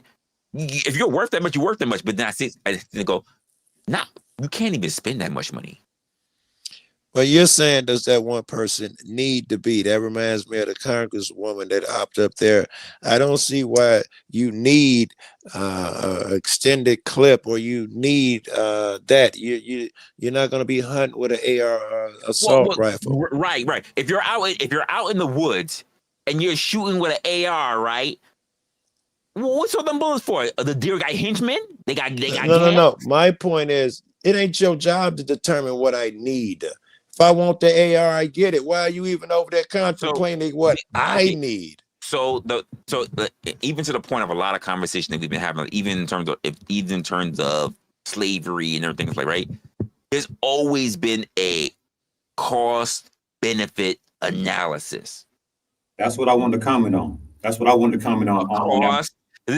Everything comes down to a cost benefit analysis. Where do we get to a point where the benefits no longer are seen? And that's the part I'm kind of looking at, Joe. I got you. So you you took it to the economic level, right? And I've said this to you, before. But what about on a different level, right? To where you look at, right, whenever the European reached Australia, what happened? They genocided the Aboriginal, usurped their government, and took over Australia, their thing, and now they blended together over there. Whenever you look at South America and you look at the Aztec, Central America, the Aztec, the Maya, and the Inca came up, genocided those people, infiltrated to now those people look like the Mexicans that we see today, these light-skinned people, when we know they were dark-skinned people. North America, the Native Americans, the Choctaw, all these people, right? So that's the thing. So you can look at it like on that level, on the economic, but I'm looking at there's a direction of the world. We can focus on what they want us to focus on, right? The wealth, and that is an issue, right? But there's another thing behind that too. The world is going in a particular direction, right? The world is going in a particular direction. If we don't pay a fucking attention, these motherfuckers are going to rule the world, right? And Who are that's these I motherfuckers? mean, That was my original question when I was trying to get yeah, back, excuse me, yeah, at the they beginning with already Resla. rule the world. Who They who already are do. who are these people who we don't let in? I'm happy that you asked that. No, because I was asking dude because yeah, we've no, been no. I'm allowing happy you each asked other. that. 'Cause I think you and I are already on the same page We've as to who those people are. we've been allowing each other to say like entire races, white people this and black people, No, we've Jews been and speaking stuff. in code. We've been So speaking in code. We haven't been we haven't been clear, Joe. so We've been speaking in code. so I'm asking, it's easier when we give ourselves that identifier, but now I gotta ask, okay, let's assume these people are bad because when they came in and it just happened to be white folk, all of this thing Look at happened. Joe. He breaking out Does the bell that already. mean right now that the people you just don't let in, is it all white motherfucker or is it some culture about them we got to sniff out? so I'm not against all white people. I think Josh is the same as all of us on the panel. You know what I'm No, saying? Josh gotta go. He No, the he's first not. white motherfucker. He gotta Don't you be Not fooled. even close. Don't you be No. fooled. He's not. he the first white so, motherfucker gotta so go. my neighbors, the guys that I went to school with, I don't put these people on the same level as the people that's doing colonialism, right? These are the people that top, Right, right? right. So we look at, but that's Okay. black people's issue, right? We look at people at the top and doing these atrocities, and then want to project it on all the white people, and it's not the case, right? And to answer your question specifically, I don't know who these people are specifically, to be honest with you, Joe. But I know there is a brotherhood up top because all I have to do is look at the history of the world as a whole. And I can see the direction, and we can all see the direction, right, of what motherfuckers is trying to do as a whole. Who these people are, I'm not for certain, but I know it's families, I see right? how they move around too. That's You know even what I'm more important. I see how they take a story, how they play games that's just we don't. If one of their guys get caught, they'll buy the newspaper, have the newspaper contact the guy. We'll give you 200 grand for that story. They pay for the story. You can't say nothing about it, and they just can't catch it and keep it, and their guy is safe. And you So know what? this how they move To add to around. that, Joe. To add to that, Joe, whenever you have things like corporations, this is specifically to hide people. This is a shield, right? Whenever Yes. you have these things that can block you from taking hits from people Yes. like that, these are things Yes. that you can hide behind. You can have a trust, right? We think trust is a good thing, and it is a Right. good thing, but it's also to hide who's the real perpetrator of these Of things. course. And let me ask you this, Joe. We got 1% own 50% of the world's assets and wealth, but we don't even know who these people are, right? We got Yes. the general people like the Rothschilds and the royalty, Right. but there's more, you know what I'm saying, that we don't Yes. know. These are people that we know, but there's family with old money and old wealth and old power that we'll never know who they are. And I don't even know how old it is, but the most powerful people now are the BlackRock, Plantier. These motherfuckers own every corporation, every object. They all in the government. They just took over. They made a deal. This one just about a year ago made a deal with the Ukraine that they would stabilize their economy, and they made a fucking deal with BlackRock. How the fuck is you to stabilize an economy? Yeah, Can you do that I'm tired of legally? hearing Go over BlackRock. there and Yeah, just fuck make them a guys. deal? Jeez. So we got to start, kind of like calling it for what it is, because we have some misplaced hate. You know what I'm saying? We project what happened to us in a transatlantic slave trade to all white people, and we be like, fuck them. But I think that, it's really people at the top, and then other people just be following suit at the bottom, right? There has been many experiments to where, people follow suit. Whenever you look at the Holocaust, people was following suit. They got experiments to show that, whenever they was electrocuting people, to see if people would electrocute people. They would do Milgram experiment. I think. People follow suit. So we got, and that's not. So you agree with me then that we must, because these people are not inherently evil or anything, they're just following suit because this is the shit. They're like monkeys. That's what they've been taught. We need to retrain them and untrain them at the same time. Agreed. Joe, fucking train us. He said it harsh, but yeah, essentially, yeah. And they got to come out of it. They've been falling for the propaganda just like we fell for the propaganda, right? We've been programmed good. We've been trained good. Yeah. I still got to catch myself. My programming is so good. I'll be out there and fall for some cop being nice to me and say something. My heart be like, yeah, I want it, man. And then I catch my knuckle. I didn't know if he catch you off. I got caught. I never put the video out where cop says, hey, what are you doing? White shirt, Lieutenant. I figure he's a cool cat. I'm not gonna give him any shit. Say, yeah, I was just on another accident scene and I saw this over here. He was like, great. He's like, hey, can you do me a favor, man? Keep an eye, let me know if you see a gun or something. I was like, oh wow, all right, sure.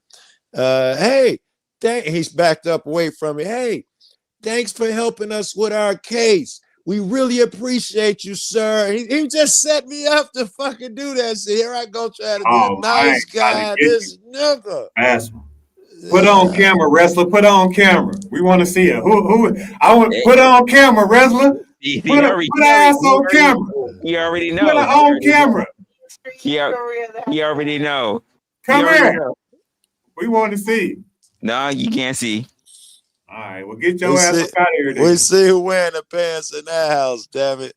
Snatch her up out of collar and tell her to get her ass on camera. Who asked a woman a thing anyway? Who does that? Go make us a sandwich. There you go, Joe. There you go. You hear her laughing, right? She acting up. Go away. Go away. If she anything like any woman I ever been with, she like, oh, fuck that. I run this shit. He don't run. Any woman I ever been with got don't put no thoughts on her fucking head. Go to bed. Woo!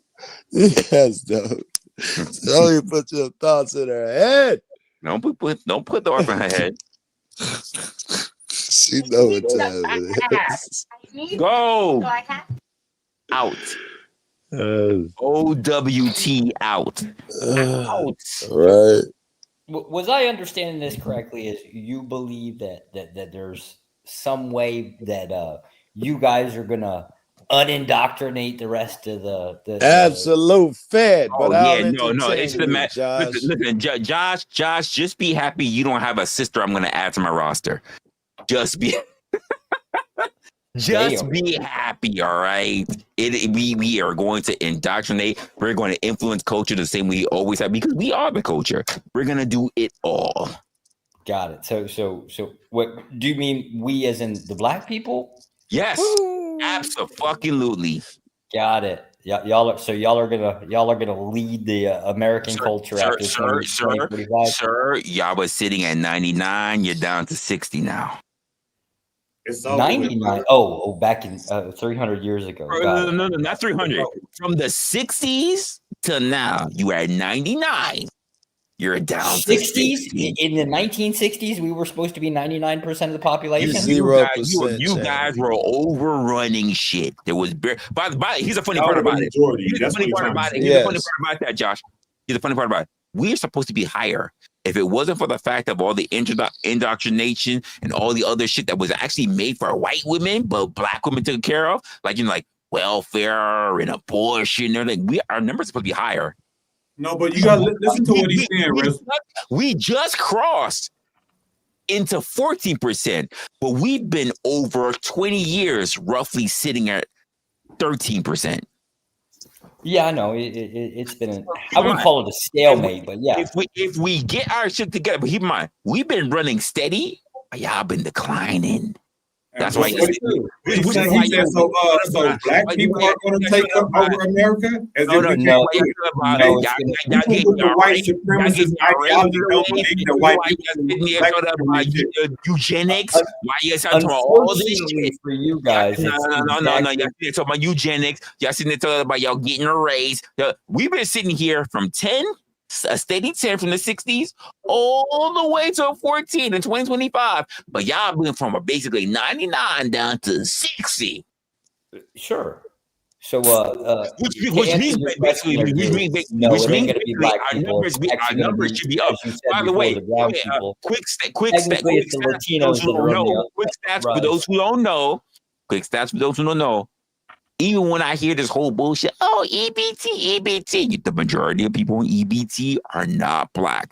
Actually, the majority of black population is not on EBT. Yeah, majority of welfare drawers in any format. The majority of black children belong to dual parent households. This is true too. But that's not. You don't believe that black people are capable of running countries? No. It's most likely going to be the case that it's going to be brown, as you said before, which is actually going to be, I would assume, going to be the Latino crowd. And here's the truth of the matter. Joe, the only reason why Josh keeps leaving the state is he's afraid a black woman's gonna fuck his whole life up, make him leave his wife and kid and everything. That's why he's leaving his motherfucking state. He's afraid of a good chocolatey, big fucking hair, Afro woman slinging that thing, that big booty cheeks.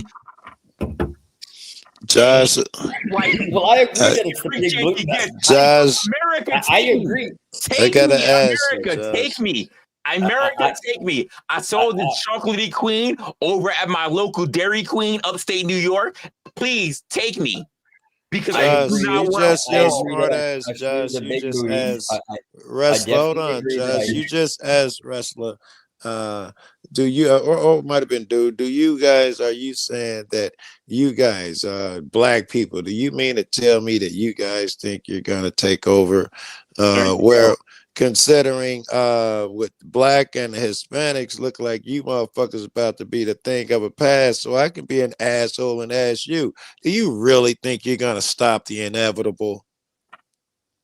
First of all, no, Josh. Josh, the moment y'all can stop y'all white women from stop being groupies at any sports arena that black men are around, then you got a shot. If it was the case that we were on the whole like white supremacy, sir, one of the biggest scandals was about a white woman getting an anal from Kobe. The problem is you guys seem to think it's about skin tone. If it was the case, it is. The US, it is the forbidden. Wait, by the way, from Eve, sir, from Eve, forbidden fruit. Taboo. If that is the case, and that's what you believe, why does the United States not import more people from the Baltic regions? Here's the funny part, Josh. I can tell you right now. They don't need to import them for Baltic regions. You know why? You know what a lot of your white women go to on vacation? They go get their. Not about the women. If you believe, it's your women that matter. It's your women that matter. Because guess what? You know what? Let me tell you why it's your women that matter. Let me tell you why it's your women that matter. You don't get more Caucasoids if the women don't birth them. Yeah, dude, I said it. You don't get more of them if they keep going down to fucking Jamaica. That wasn't my question. Busting it open. You're here? That wasn't my question. Busting it open. That wasn't my question. I would like to answer it. So you said what? You said if since the United States is going the way that it's going, why don't they import more people from the Baltic region? If you believe that it's based on skin tone, right? Why do we not import more from the Baltic regions? If That'd what be is based on if what is based on skin tone, White. the concept of being white. Like that I was don't an believe that important. the concept of white is. What are you talking about? If you believe that the United States was trying to basically defend its whiteness, right? Uh-huh. Wouldn't it imply that you would want to, like, if that was your goal, was to defend whiteness? Why would you not import from the Baltic region? Sir, Because every white they don't motherfucker want is those white. You people. don't need Baltic They're region. not- That's a false they're argument. not Any white American. motherfucker will be white. Why do you need to be specific to the Baltic So region? I'll tell you right now, Josh, you they're not understand the American. concept Y'all that don't it's want not about people from skin Norway. tone. Y'all don't want people from Sweden. Y'all don't want people from Finland. Hey, shout out to you. Who was it? Who was it that KDK? Shout out to people from Finland. Y'all don't want the Finnish. Y'all don't want fucking Norway. Y'all don't fucking want Poland. Y'all don't want them. You want American made. You want American made. Hold up. We do want Estonians, but we did import a whole shitload of Estonians, and then You're a stopped. liar. You're a liar. You don't want motherfuckers over in Belarus. You don't want people from off the coast of Russia. By the way, if y'all want people from the Baltic region, pass me our Russian women. Pass me in the. That's not my claim. That is not what I said. Did you not hear the question? Listen.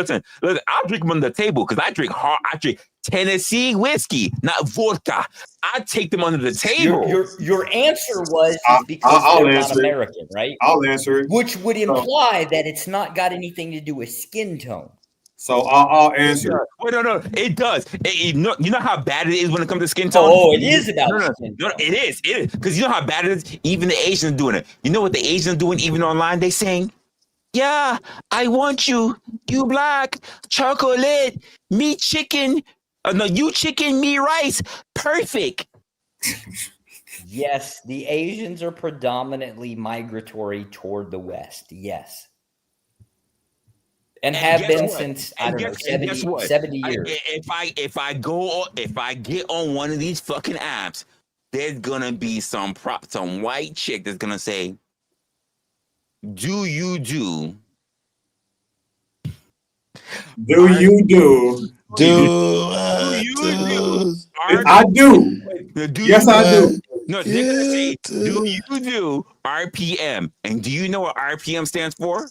Race, play, revolutions more per minute. Race, play more. So can I take a shot at the question? I'll take a shot on all they tits. Anyway, so go ahead, Josh. Go ahead, dude. Go ahead. So you saying that if white people are trying to protect their whiteness, why don't they import people from the Baltics, right? And I think that there are more than other ways that white people are protecting their whiteness other than importing people. I think they protect their whiteness by like slowing down the population rates of other people, right? Stopping other people from importing, also trying to boost their birth rate, also trying to increase their longevity, also. So there's an array of different ways that they can try to. Give me an example. Do you have Instagram? You have Instagram? I do. When you're on Instagram, when you're on Instagram and it comes to places to visit, right? And I noticed that the U.S. is not one of these places. Isn't it normally like if places that you need to go before you die? Denmark, Norway, Sweden, Iceland, Finland, Estonia, Latvia. Like they don't. What the fuck are you talking about, Josh? So I'll ask the question again, right? And since do you need to answer the question, or can I go back and address do? Which one you want to do? No. I'm falling out. I'm a bitch. You guys. Dude's winning. He's winning in that. I can't hear both of you. I can't hear both of you. Dude is winning in that because even if I look at my social media right now, it's nothing but everywhere else in those Baltic regions. They're not leaving to come here. They're doing good. The Baltics are actually in decline too, but they're doing good. Everywhere says that they're doing good.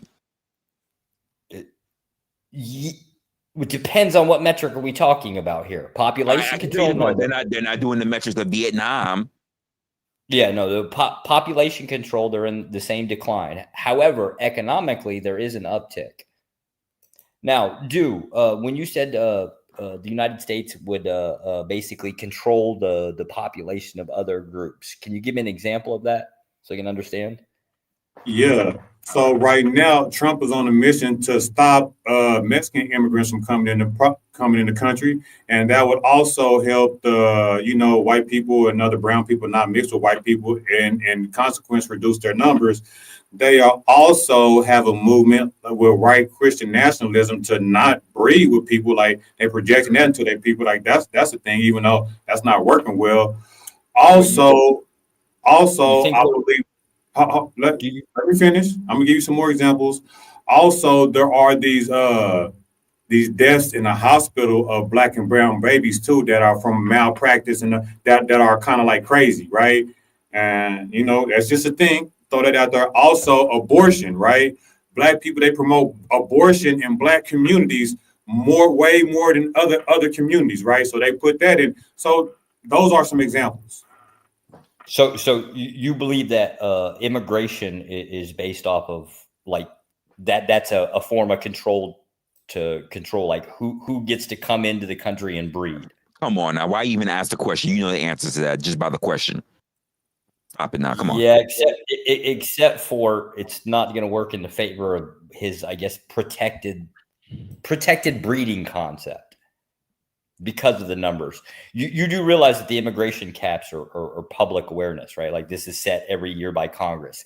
They kind of go, a couple points here and there, whatever. But every year this is defined. It's by nationality, to be fair, not by race, but it's by each nation. So you asked me to give you some examples, and I think that could be one of the examples to slow it down. Oh, good. Oh, okay, good. Okay, yeah. Got it. Yeah. Amongst other, I gave you about 4 other reasons. Also, this is what I think. This is what I think. I think black people are unable to see anything outside of their own race, and so to them, everything in the world is absolutely incorrect. You're absolutely incorrect. Because what we also see. By the way, here's the thing: we absolutely see beyond our race, because what's one of the things that we focus on, and this is the thing that I really can't stand. We focus on white people, but there are some of us that see beyond that. No, that see beyond that. Like, would that be based off of race? People like no. You said beyond themselves, like beyond black people. Black people don't see. I meant like no. So if they see you, if they see you, it's beyond themselves. Let me rephrase the question. No.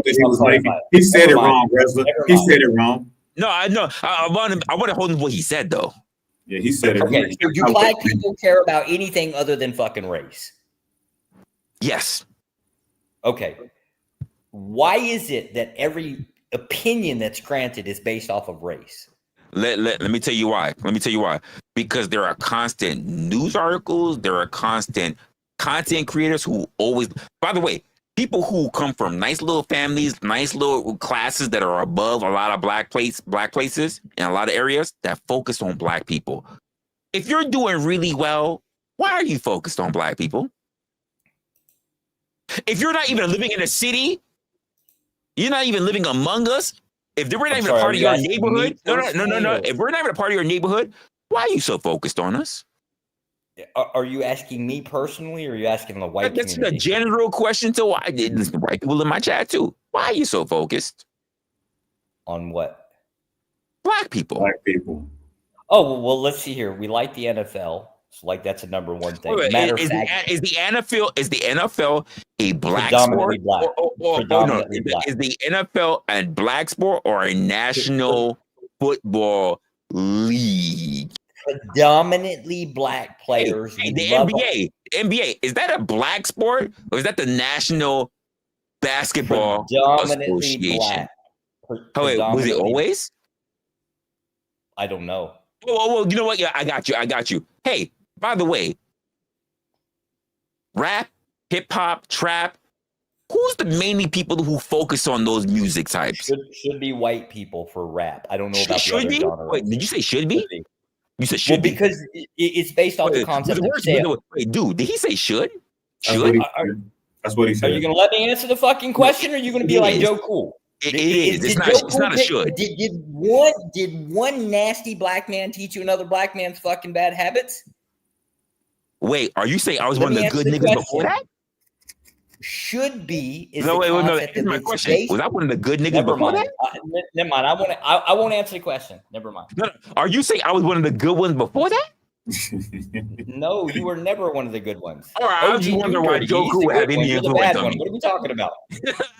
No, I was trying to figure out like why you thought like what the fuck? Okay. The one bad nigga corrupt the good nigga. Here's the concept of should. It's based off of sales. I believe white people buy more rap albums since the 90s, right?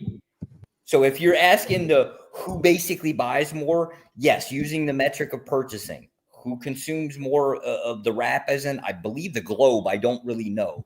But the metric that we can use. Even in the globe, white. No, the majority of the globe is actually not white. No. The majority of the globe is not white. We were talking about rap. You know where the majority of those sales come from? Rap is consumed. It's not in Asia. It's not in Australia. It's Europe. Are you fucking kidding me? It is Europe. Yes, it is rap is here. Rap is here even I in can tell you right now, it is Europe, it is Canada, it is the US. White people buy so much rap. Do you want me to break down the sales? I was trying to answer your question, but if you want to go down the rule, go ahead. Talking about global population, no, white people are not the mass consumers. If you're talking about the United States, then yes, white people are the general consumers. They should be by majority.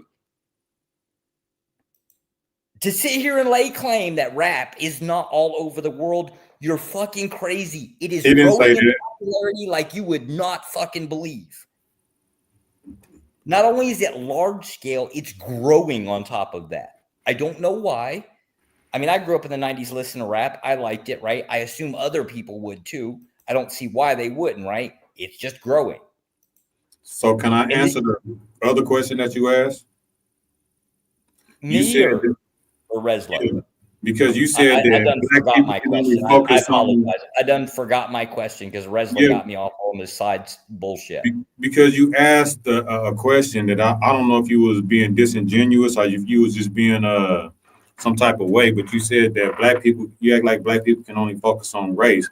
But Resla have a million conversations all the time. He come on every week, a couple times a week, and don't be talking about race. Hold on. I want to answer you. Resla got his black card taken. He ain't black. Well, so we're talking right now. And the only reason why I went into race is because he started off the show talking about American and putting your Americanness first. So that's why we're having this conversation. But don't act like we just all blackity black all the time because Resla definitely does not. I'm not acting like y'all are blackity black. Conversations. Yeah, I've been said I have no problem talking about race, but I am not blackity black. Within the vast majority of the content creators on, say, YouTube, right? The pro-blackity blacks are actually, strangely enough, even the people that don't even go that direction always end up. Accuse us. Why do all black people do want to talk about black race? Time out. Time the fuck out.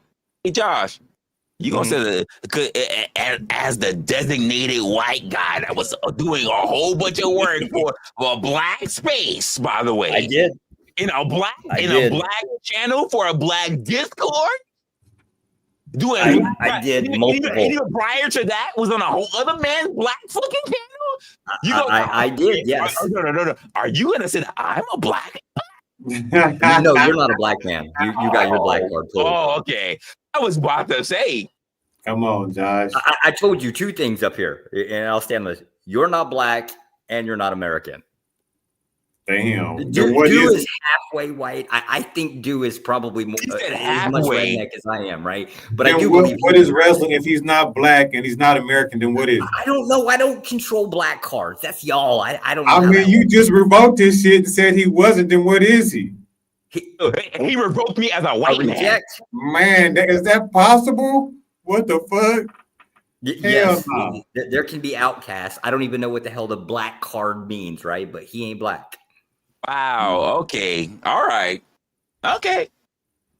Hell, he said it. Res, fuck it. I didn't even know white people can take black cards away. That is wild. I didn't take it away. I didn't take it away. So according to who? According to Black who? people. You Black speaking right black, now? apparently. I didn't hear Tom take it away. I didn't hear LA take it away. I didn't hear OG take it away. Wait. No, I didn't hear Tom, Will take it away. I didn't hear Raw B take it away. No, roll that back. I didn't hear Roll no that back. black Tom folks take my card. No, sir. Tom did take it away from you once. No, he ain't take my card. As far as I know, a lot of y'all can't take. A lot of y'all can't hold my credit. My credit is good. Yes, Tom did take it away from you once. Yes, sir. I was on Tom the panel. took away your black card. Oh shit! Tom can't take my black card while he's sitting there talking about honkies and like to be with a white woman. He can't take my fucking black card. And the funny part about it is that I don't even knock him for that because he knows I was with a white woman for 10 years. I was with one for a whole decade. It doesn't matter because from what I understand, even after that, I was with Indians. I was with Indians. I was with Hispanics, and I had been with my woman. We're almost about to cross into year 9. That don't mean shit. No, it don't mean shit to you because you've been sitting there. Sir, you ain't married. You ain't married. No, you're not American, motherfucker. If wrestling ain't black, you ain't American. Goddamn it! Shit. Listen. For the majority of my time knowing you, Josh, you've been across seas. For all I know, that house that I saw you in was literally a fucking stage. And your ass has been in fucking China the entire time. Damn. Well, it's close to China. The same way how these influencers be faking like they on the airport, you could have been faking that goddamn background. Talking about you here in New York. When you know you gave up your citizenship a long time ago. Damn, gave up my citizenship. I don't even know if that's possible. It definitely is.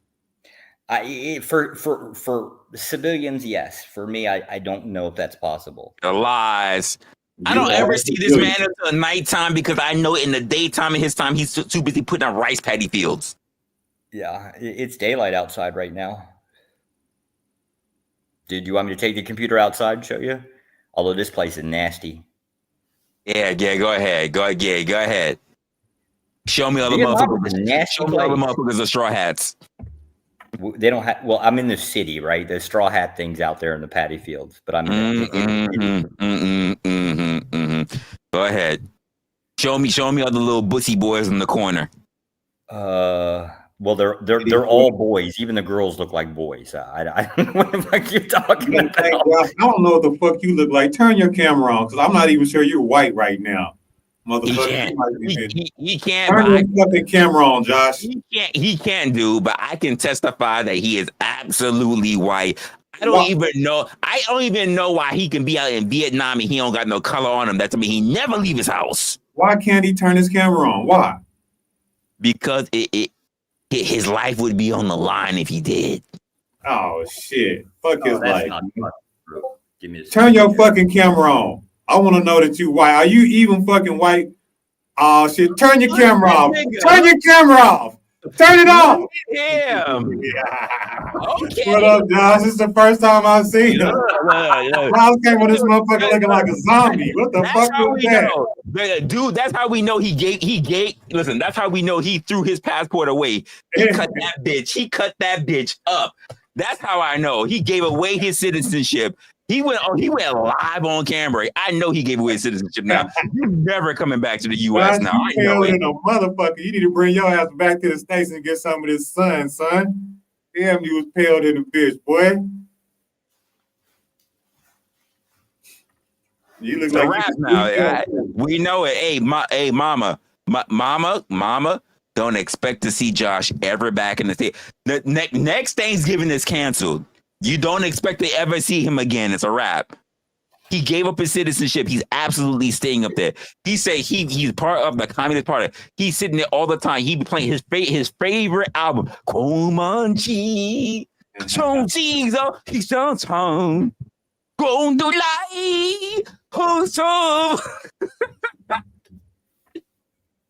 said he still got it. Lies. He snatched that off his wall. He framed it. That's what it framed it. It's a passport holder. Bitches. He framed it. There's nothing else in it. He framed it. I almost lost it though. I went to go looking for it. It took me a minute. I was like, where the fuck did I put it? He forgot what You sound like you got 16, bro. You look like you got 50. Hallway of the wall. He put it on. How old are you, Josh? 41. Damn, you sound like you about 16, bro. I am about 16. How old you think I am? 31, 32, maybe 33. 42. Okay. Damn, got me beat by a year. Mm-hmm. Young brother. Or wait, I think I turned 42 this month. Or no, last month. God damn it. I don't even keep up with it. 41, I think. I lost track. But you're still ahead of me. That's what's up. What you doing out there in Vietnam anyway? So basically, I have this addiction to people with small hands, right? You know how white people are a little bit smaller than everybody else, right? So if you get a girl with small hands, right, it makes it feel bigger. So I'm basically addressing my self-esteem issues. So basically, you got a little dick. Yes. You just had to fucking say it that way. I'm just saying, like no class whatsoever. That's just saying how it is. And when you go to Asia and fuck little women with a little dick, you feel like you're a big man. Okay, I get it. It's okay. Yeah. Here we like to call them spinners. Hey, listen, at least you're not fucking kids, because other white men go the PDF way. You know what I'm saying? You just went to Asia and fuck Asian women. I respect you for that, Josh. To be fair, all these Asians look like 10-year-old boys. So, right. Like, but they're not. But they're not. I guess we talk about society. People only care what they think about. One of these days, I will bring my old lady on fucking camera if she'll fucking get here anytime soon. Fucking Resla. He don't want to do like early in the morning fucking streams, right? When people are home. You gonna show her titties? Do what? They're Asian. They ain't got no tits. I told you they all look like the body of a 10-year-old boy. If I show my wife, I'm gonna lose my black card. That's okay. Resla lost his. Why not yours? It might be a thing. Like if you just associate here, they take black cards. I've been waiting to look at my wallet and see that card gone. It's never gone away. Every time. Open your wallet. Show me your card. Show me your black card. Yeah, it's right here. Black card. It's strictly black. It's full black. That's just imagination, and it looks like an image. It's full black. It's not that your wallet is black, sir. That's how black I am. That's how black I am. I got a black fucking wallet. Fuck. Hello there. Hi. Oh God. Who the fuck is that? I don't want to say now. Is that Mama? Yes. Oh, okay. Hello. I'll be Sister Imogene Poole from Tallahassee. Oh, well, hello. Imogene Poole. Hello there. Yeah. You're quite you get the handsome. name? I'm a Gene Poole. I'm a Gene Poole. We get it, Josh. Fuck. I'm just scared that Mama's up here with that name. That's concerning. Yeah, she's trying to say something. You know, say it, Mama. What you come up here? What's up? I just wanted to come up and say, Are you okay? I have been trying to get rid of Josh every holiday season for the last 40 years of his life. And now I hear that he's going to go to Mama. Laos or somewhere. No, Mama. I need you to repeat all of that, but I need you to repeat all of that properly. I need you to say it with his theme in the background. So start, Mom.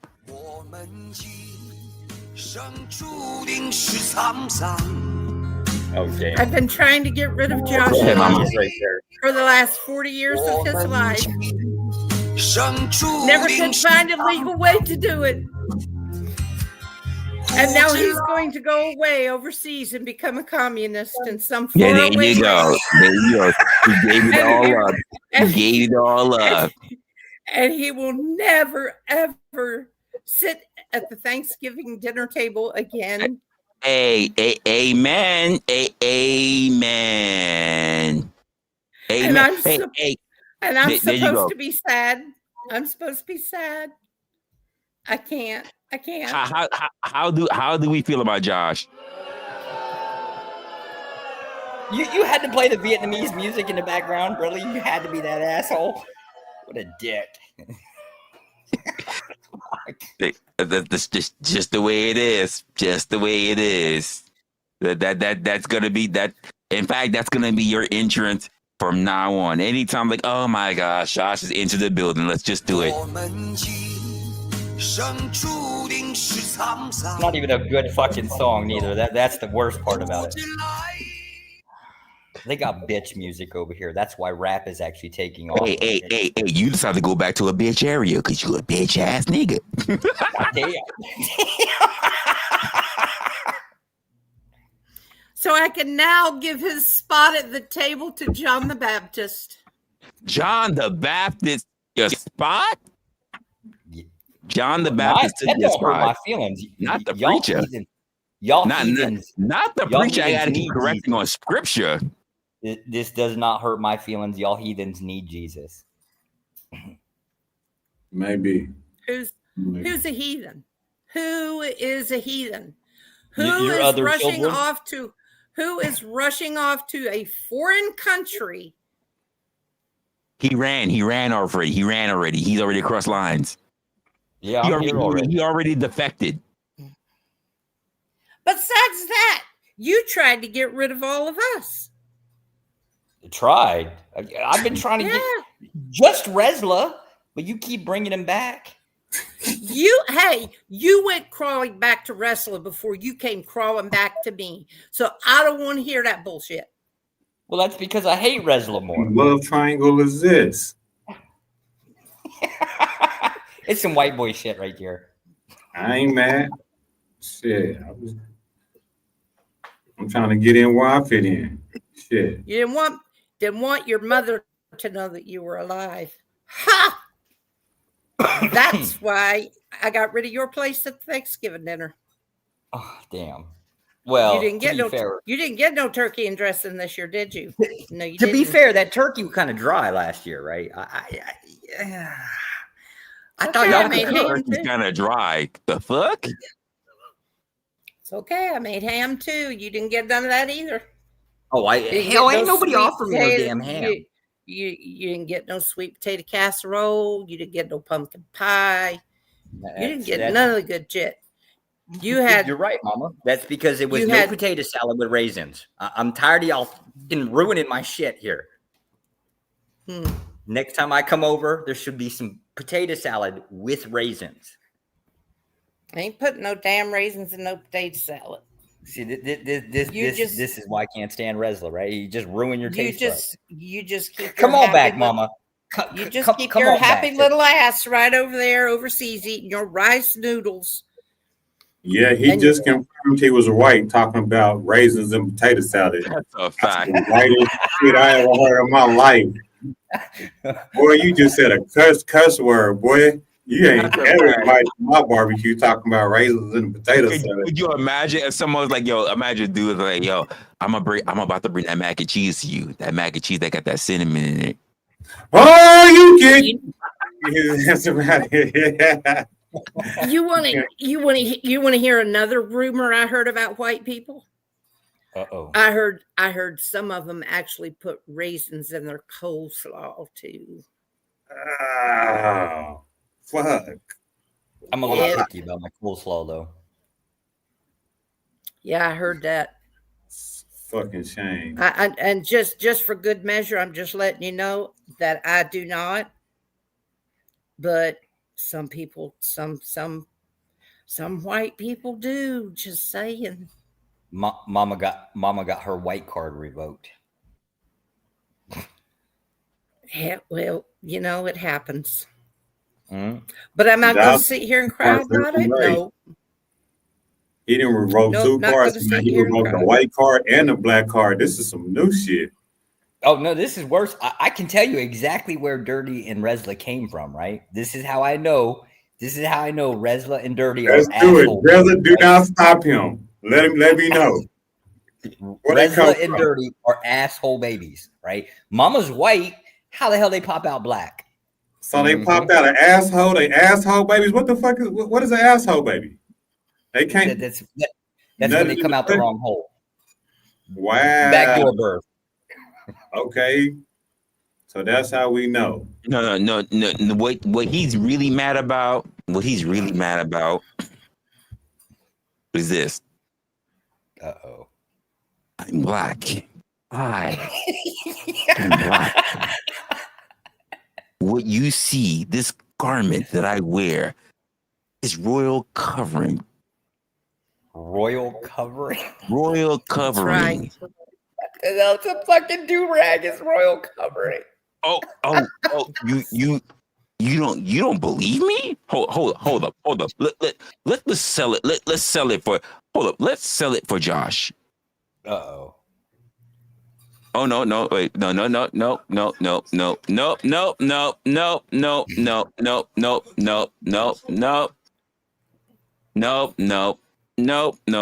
Because if I do that, it's gonna sell the porch. I need to, because I like to represent my people, so I need to make sure I do this properly for you guys, and we'll know. We'll know. Oh fuck.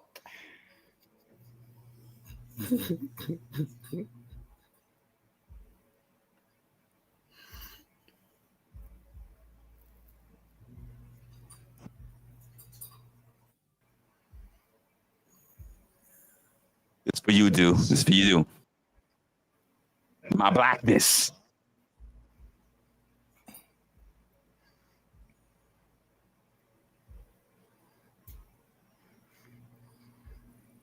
If it's music playing, we can't hear it.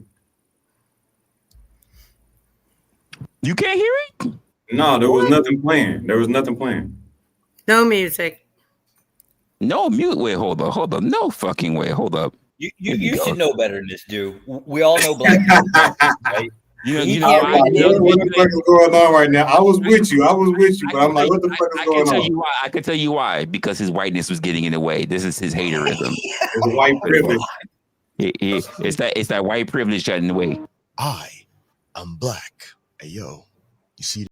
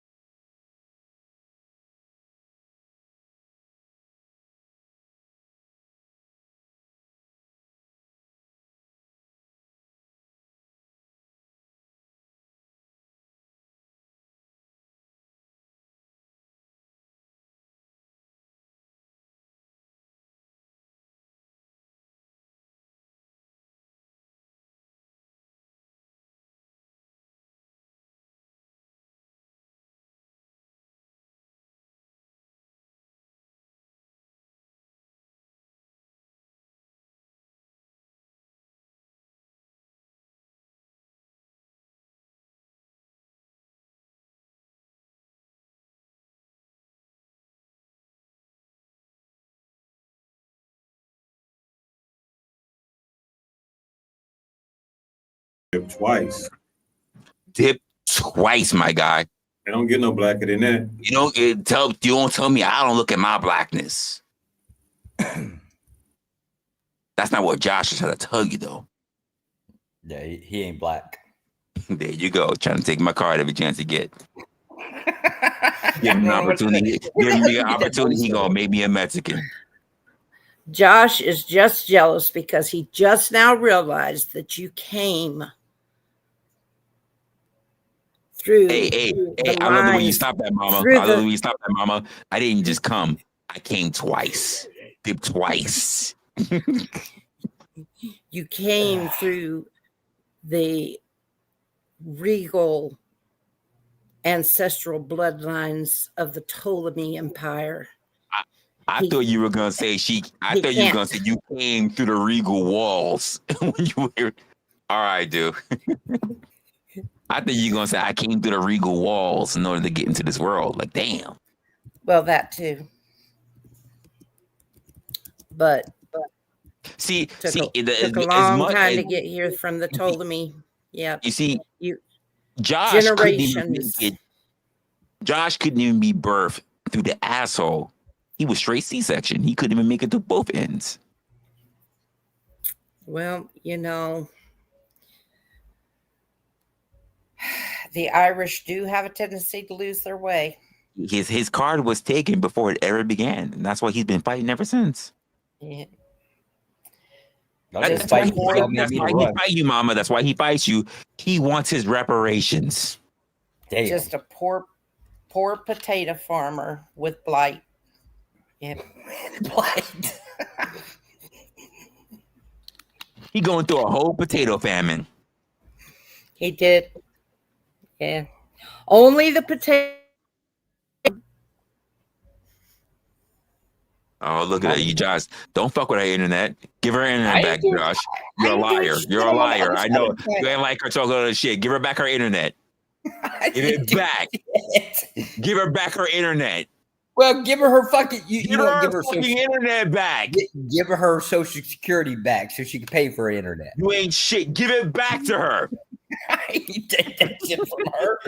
I'm scared to death of mama. Give it back to her. You see what this man did? He cut off her whole fucking internet because he didn't want to hear what the fuck she had to say. Give it back to her. Listen to this Jesse Smoulier fucking false flag bullshit. Tell the truth. You hear this shit, mommy? Cut your fucking shit off. I heard. This bullshit. I don't know what I'm going to do with that child. I tried to beat him. Respectful. I caned him. I hung him from a tree. I mean, I did so many things trying to straighten his ass out. It just didn't work. He just keep kicking. I know. Tied a pork chop around his neck so the dogs would play with him. I mean, I don't know what else to do. Just don't know what else to do. The only thing I didn't manage to do was beat the shit out of him, obviously, because he's still full of it. Yeah, that doesn't work. That doesn't work. Now he takes all that repressed anger of all that shit times that he should have been beat the hell out of, and he takes it all the way to a foreign nation. I'm telling you. Right. Boy, are they going to regret it. I mean, those lady boys already do, because he don't even want their fake vaginas. He still go for the asshole. And you want to know the scary part? The scary part is he has a progeny. Uh-oh. Hopefully he's better. I mean, there was a little bit of time. We don't know where Josh was. He was getting a little bit. Maybe that little offspring was getting a little bit of some education. It's better. But like I said, Josh has already had 5 years to screw him up. He's got 13 more to go. We can only pray. That's not true. The same way how in the black community we say you need to have an active father. In that community, you must have a tiger mom. There's no getting around it. That's some fucking truth right there. Jesus we cannot leave it to Josh. We cannot. Can't leave it to him. Nope. Mama, you ain't at least proud that I was able to actually hit a vagina? Look at Resla, he ain't got no kids. No, you jizz ninja. Even a broke clock is right twice a day, nigga. Like, yeah. What we talking about here? Resla, when you gonna have kids? The problem is, Josh, intentionally when I feel like it, not just skeeting and just say, bring your old lady back in here. Bring your old lady back in here. She don't have to get on camera. Just bring her in the room, right? We're gonna have that conversation. We need to have an intervention, Mama. No, she sleep, and if I choose to, when she sleep, I'ma slip in and I'ma wake her ass up in the middle of her sleep. She goes, no, I'm supposed to be asleep now. That's the way it happens. Not, you're done already? Jizz Ninja? What are you gonna do? Like slip it in her hand? We know you ain't getting nobody pregnant. You're doing something wrong. Sometimes that's how you solve snoring. Oh shit. I didn't see that one coming. Unfortunately, they don't see how it's coming. See, I'm always scared you're gonna bite down. Oh fuck. I'm done. I don't mind a little teeth. Ouch. I like it when they fight back. Damn, I don't know. See, you know why, Mama? Because you raised a hardcore ninja. Jesus. Yes, I did. Christ. Absolutely did. We can't be the soft ones. So, Mama, you're gonna accept this. You're gonna accept the blame for this stain that you put on our society here. The only one who stained anything was the inside of your wife's vagina. All right. Damn. And to every family, a little rain must fall. I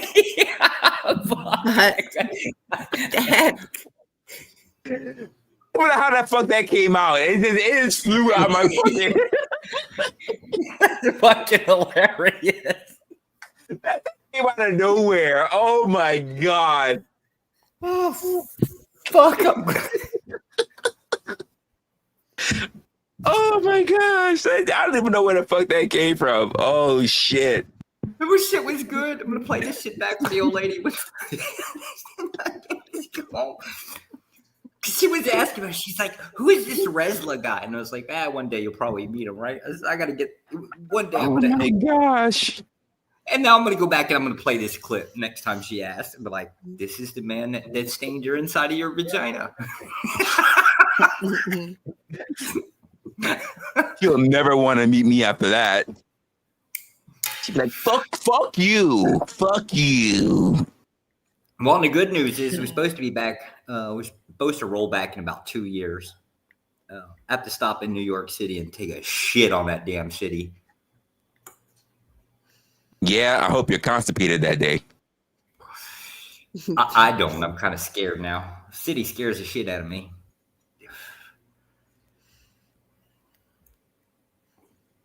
NYC just really scares the living shit out of me. Yeah, that's cool. I hope even a laxative doesn't work. Yeah.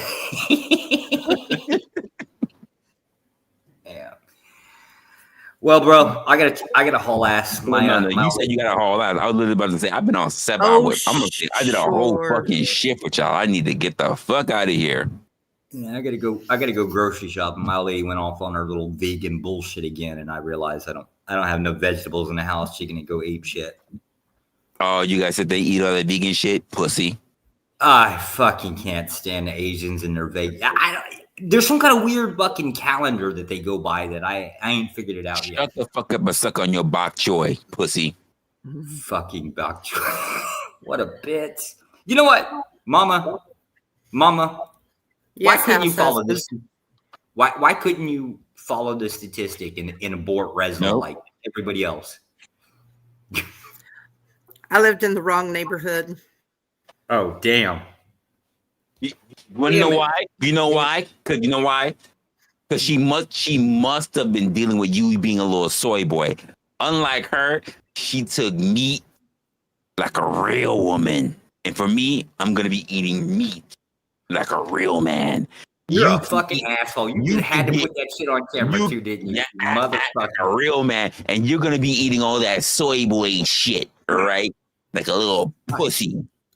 You just had to show up here with a fucking slab of meat on camera, Go eat your cauliflower. You fucking assholes, Go man. eat your cauliflower. And Me you're so and Mama go eat. Shit out of me. Me and Mama go eat like real Americans. Born in the USA. damn straight. Born in the USA. And Josh was born on the bayou. That's a fact. Go eat your little steamed scorpion and your little fucking cauliflower. Steamed scorpion. Yeah, that is a thing here. I forgot about that. Yeah, steamed scorpions. Go ahead. Anyways, I gotta run down to the store. I will catch up with you guys later. He's probably he's probably running down to the vegan store too. It is a vegan store, technically. Are you proud to have given birth to this one? Little runt. He going to a vegan store. He needs to put on some real weight like a real man. I keep praying. I keep praying. Well, he needed some Texas beef, but let's be honest. Have we ever seen Vietnam known for having cows? No. Not really. No. Not really. No. We don't have cows here. No. How could we trust them to really be fit if they ain't got no cows? I'm just saying. They got them little creepy crawly snakes that crawl around. The only lean meat they have is gators and piranhas. Piranhas, yeah, I believe that. Yeah, with their little piranhas and gators, with their little gnarly teeth. Yeah, there's nothing. And then I gotta imagine if he actually did find a place to go get a little bit of lean meat, even if it's gator, he still won't be able to go pick it up because you know why? He's gonna be screaming like a little bitch in the back of an ATV while his wife drives it. Damn. Don't they have pangolins there though? Mama, I ain't sitting here. I ain't taking this shit from your reject son anymore. Fuck Resla. I'll catch y'all later. Hey, Resla. Have a good one, Josh. Take care, Mama. Resla, thanks for letting me pick on you. Yes, ma'am. Resla, when you gonna act right? Leave Resla the hell alone. I'm black. I always act right. I don't know what you're talking about. No. If you ain't white, you ain't right, sir. No. That's what y'all been saying. That's what y'all been saying, but we don't fall by them colonizing colonial standards. We don't fall by that. No. We the culture. Y'all need to get it right. We good. We are the champions of the world, my friend. That's just the way it is. Anyway, guys, I appreciate you guys being here. We gonna take it off for the rest of the night. I didn't even expect to be for 7 hours, but I figured I ain't really talked to you guys in a while, so we gonna do that. Anyway, I'll see you guys. Appreciate you for being here, and I will see you on the next one. They subbed for the next one. All right, I'll see y'all later, y'all. Peace.